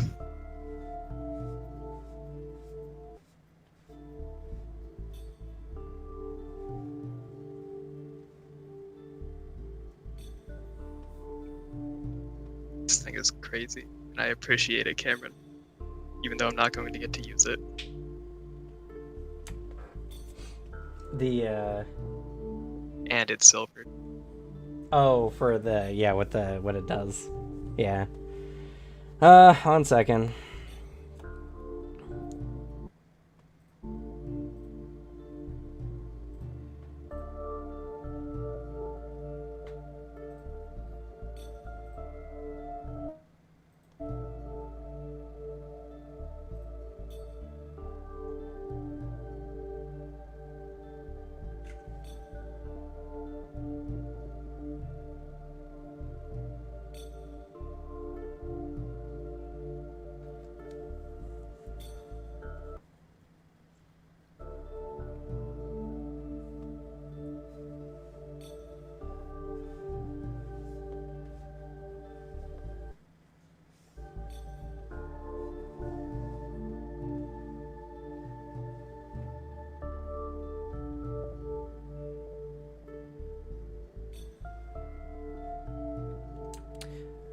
Is there a feature that's allowing you to remove the shield boss?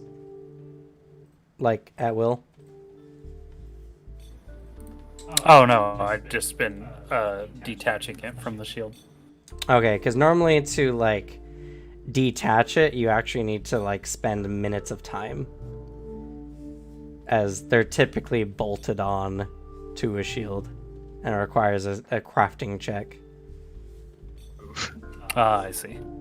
Yeah, it says, an attached weapon can be affixed to an item with 10 minutes of work and a successful D10 crafting check. This includes the time needed to remove the weapon from a previous item, if necessary. If an item is destroyed, its attached weapon can usually be salvaged. So,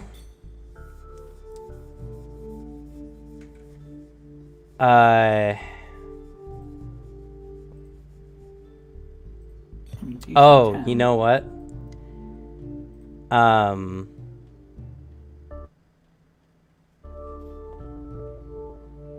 You can't. For the simple reason that, the shield boss What? I can't actually hear you over the Discord, by the way. Can you hear me now? Yep. Yes. For some reason, I don't know if it's Fred Boat or something, but like my Discord has been just disconnecting. Huh. But anyway,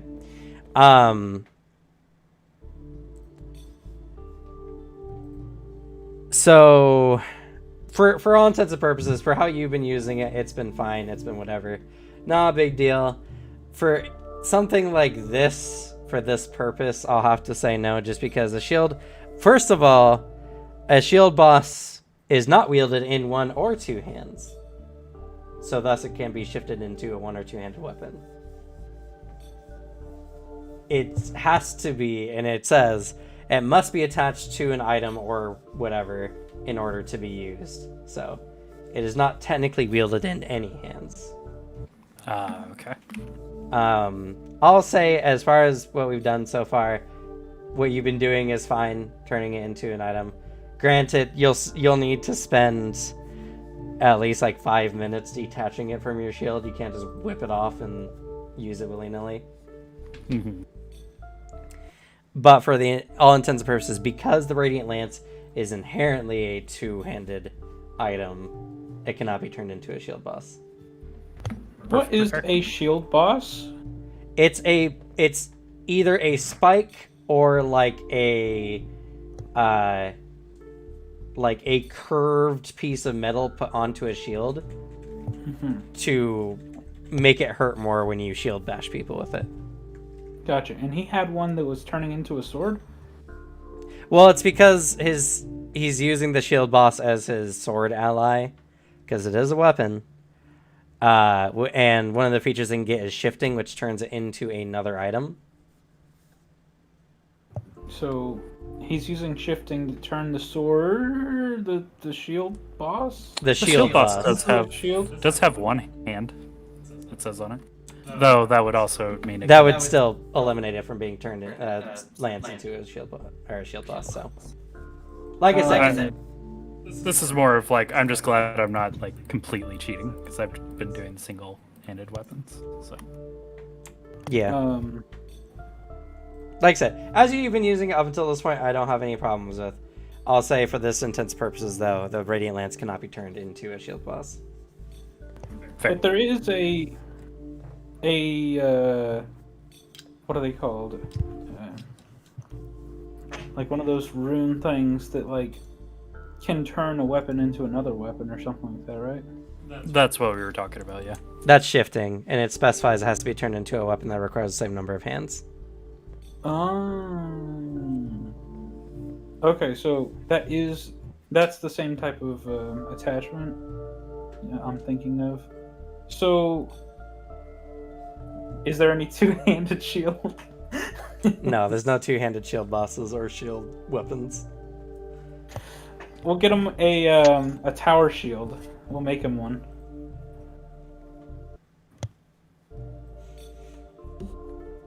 He just beats people's faces in with it. Oh god. But it was either going to be the Holy Lance, or the Radiant Lance, or a Holy Avenger. I mean, the Radiant Lance is fucking awesome. So It's a really good weapon. So, unfortunately, and we do we can't. technically still have two people who can wield it. So That's true. Brayden doesn't have to be the one to wield it. We do have our Barbarian Gamble Japes and our Ranger can both wield martial weapons. So I will wield it into battle, obviously. You can at least get trained in it.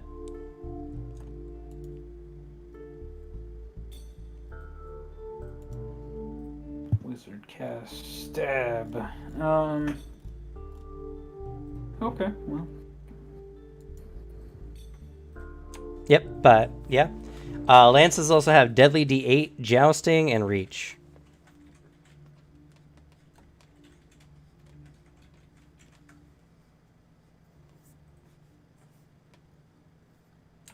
But yeah, that's going to be the end of the session, as you guys have gotten a incredibly powerful item. it's pretty nuts. It did cost you a level 7 spell scroll, but I think it was a well worth trade.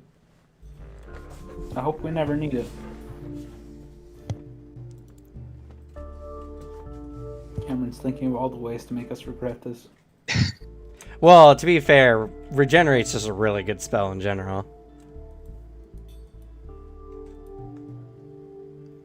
So, anyway, let's go ahead and do experience so we can get people off to bed and probably so they can sleep for work. Yep. Alrighty. So,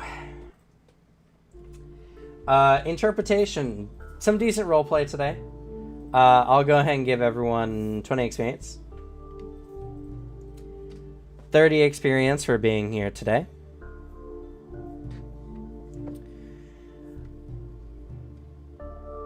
Difficult actions.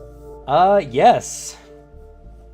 By definition, almost every check you did today was a difficult action in some regard or another. So for finding the noble, you get 10. For getting a meeting with the noble, you get 10. And for convincing him not only to give you his most prized possession, but also a meeting with the Chancellor, you will get an additional 20 for that, for a grand total of 40 experience points. Oh, I'm sorry. Plus 10 more for severing his spine without murdering him. That was pretty difficult too. It was a very difficult check, and it required two of your hero points. I thought whenever he rolled that second roll, I was like, "Oh my god, we're gonna be here just beating his face in." Oh, So that's 50 XP. that was gonna be grim. Good ideas or plans? None too particularly, honestly. Oh, Rude. Well, no, actually, yes. I'll give you 10 for your offering the scroll. The scroll was something I forgot you guys even had it. I figured as much. Part of me was like, "Man, I should have just waited and seen if we could find something else," but the cat was out of the bag. Braden was probably gonna want to heal the guy even if it came out of nothing. So It's fair. So yeah, that was definitely worth it. No combat, no segment closure. But we do have some social awards. So, facing goes to Braden.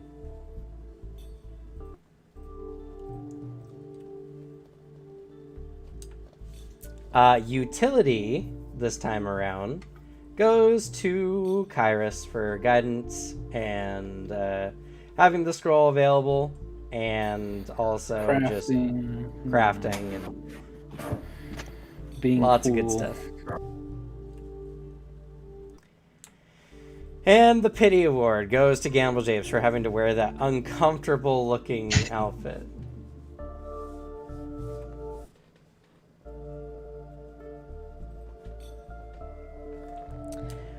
Beyond that, any player nominations and or kudos? Hold on. First, I wanted to say, Braden had most damage dealt.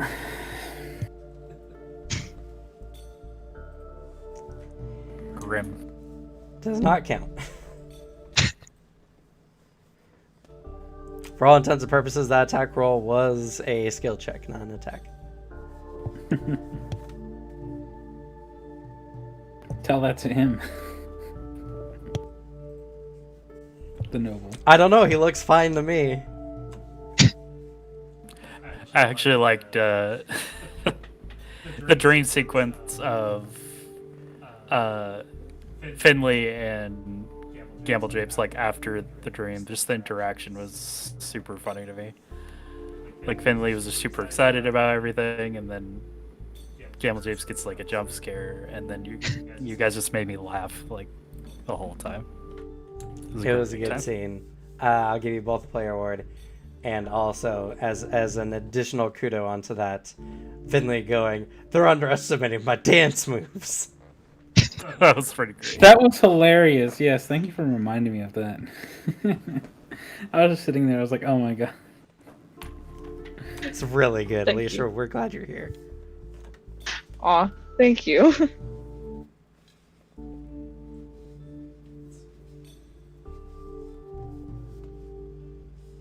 Any other player nominations and or kudos?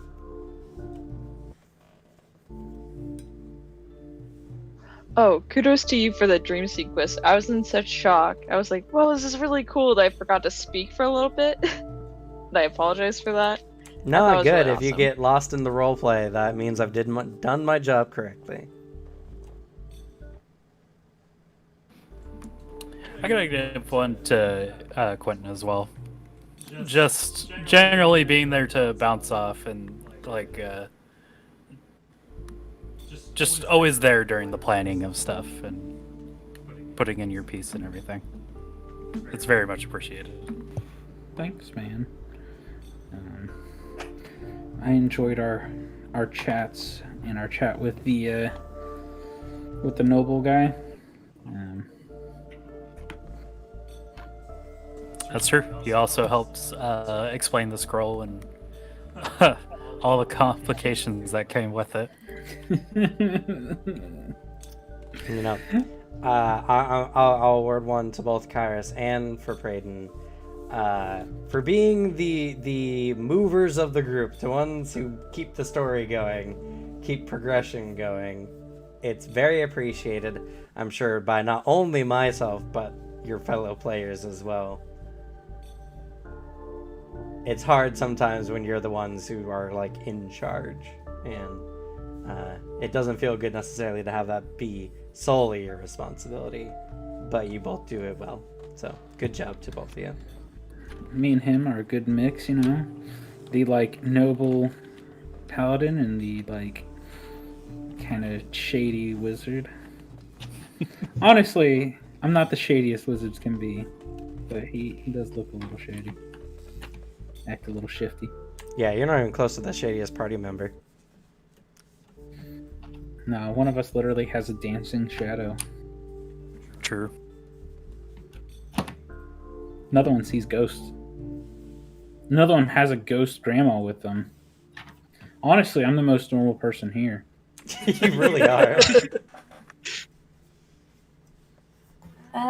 Kudos to Kyoko for asking Gamble Japes to add to their outfit by turning the coatl feather into a goblin-themed headpiece.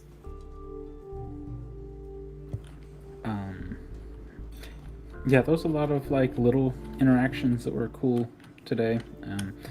Gamble Japes and Finley has been mentioned. You just mentioned that one. Gamble Japes coming over, and you know, messing with Kairos, and then like getting Finley involved in like deceiving him over where it came from. That's Like Gamble Japes was like pretty much like all the minor like interactions that, you know, build relationships in the party. Like Gamble Japes was like heading, or you know, quickly got involved in when you know, brought into it. So yeah, that was really good. So I think that's both Kyoko for bringing that in, and also Gamble Japes for like jumping on every opportunity to like roleplay with everyone. I agree. Kyoko, go ahead and take player award for, you know, interacting when you're the new player in the group. It can be a little hard. Honestly, though, I think you've been doing really well to establish yourself in the party. I think better than most players, honestly, when they're just joining a game. So, good job, honestly. And Gamble Japes, I'm going to award 2 player awards. One, because your role-playing this session has been absolutely phenomenal. Really, really good. But most importantly, your description of Gamble Japes in your high-fine clothing was super funny. I could perfectly imagine it when you just said like her head is just slightly elevated because of the collar. It was really, really good. So take 2 player awards. I can imagine the designers like snickering to themselves. Oh yes, Goblin friend. This is the high fashion. You'll want to wear this if you go see a noble. Oh, it looks absolutely precious on you. It was great. And just good job overall this game, Suzanne. You did really, really well. Gamble Japes was in a lot of scenes, and while you weren't necessarily helping progress the storyline, you were definitely making it more fun. That's true. Oh, also, we have now the case of the missing Gammy. We have to deal with at Yes. some point. That's going to be a lot of fun. Well, Gamble Japes has said multiple times that they went out and searched for Gammy. But we never actually did it, and we haven't seen Gammy since, so we need That's to do true. that.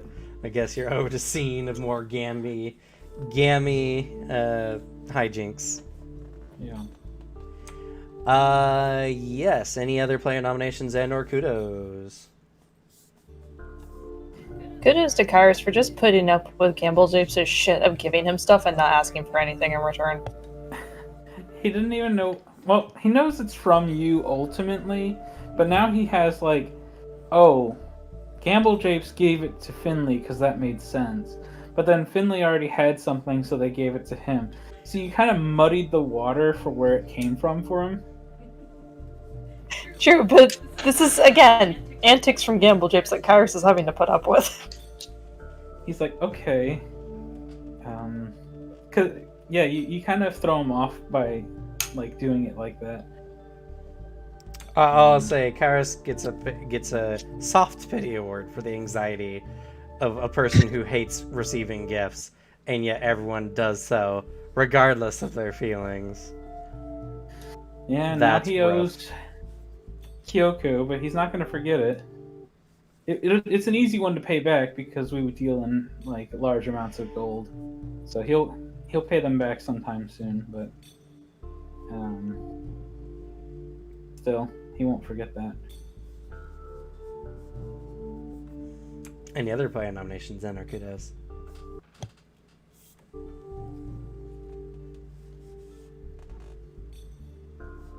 I Alrighty. pity Praden. You pity Brandon. Can't turn his lance into a giant shield. It's the party's lance. If we make a giant shield, can he turn it in the giant shield into the lance? No, or the because lance shields into are the- not weapons. Why not? He's using Because it as they a aren't. weapon. But it is. He's done it the whole game. The rules say shields are not weapons. Well, you're the game master. You could say otherwise. True, and I'm not going to. That's mean. That's mean spirited. He could be using a short sword, but he decided to be original. I gave you guys a level 15 item. Cry me a river. You won't acknowledge the fact that his shield is a weapon. Because it's not. It is. No, the shield boss is the weapon, and we've already confirmed Something- that's a one-handed weapon that cannot be shifted into a lance, or vice versa. But if it's a giant shield with a giant shield boss, Unfortunately, no. So how'd you guys enjoy the session? It's the first major city in quite a while, and you guys met an interesting NPC. You've done a variety of tasks. I'm just curious. I really That's liked fun. it.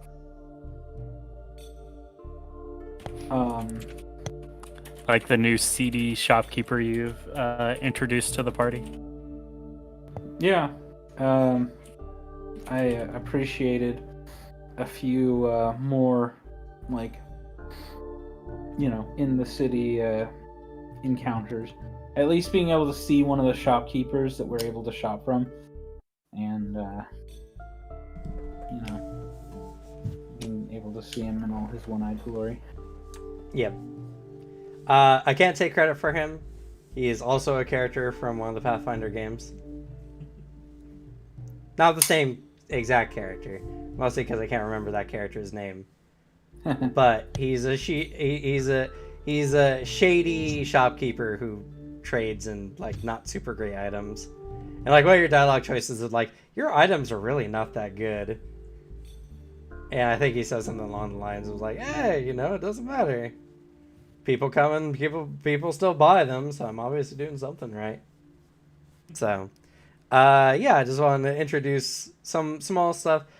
Pathfinder is a game that's you are very motivated to shop a lot and to buy items all the time or make items all the time. So, introducing every shopkeeper is just not very feasible. But introducing a unique shopkeeper whose shop works a little differently than others is a different story. And now you have shady discount dealer shopkeeper who is willing to sell body parts. But all right. With that, we're going to go ahead and end for this stream tonight. Thank you all so much. I know we've gone a little bit over time. Want to make sure that you guys got that really cool item before we left so that, you can be excited about that for future games. And, yeah. And then also the hubbub about whether or not Lance is going to be turned into shield bosses or not. But, with that, we're going to go ahead and leave off for tonight's stream. If you've enjoyed and you have not done so already, please follow and or subscribe to see more amazing content like this. We do Whispers in the Dark every Tuesday, 4 p.m. to 8 p.m. Pacific Standard Time. Also, be on the lookout for another game that we're starting. It's going to be every Friday, starting with this Friday. We're going to be doing our Session 0. That's going to be 4 p.m. to 8 p.m. Pacific Standard Time. We have 5 players, some new, some old. I'm very excited for that game. We're going to have a lot of fun, and it's going to be stationed in the Mwangi Expanse, which is going to be great. With that, look out for Table Talk coming up this Thursday. We're going to be talking about magic items. And we're going to be also we're going to be having the Oracle video coming out this Saturday. And the channel's 1-year anniversary is going to be next Tuesday. So we got a lot of fun videos coming up. So with that, I'm going to go ahead and thank my players so much for being here with me today and role-playing with me. Let's go ahead and say goodnight, everyone. Good night. Good night. Good night. Good night.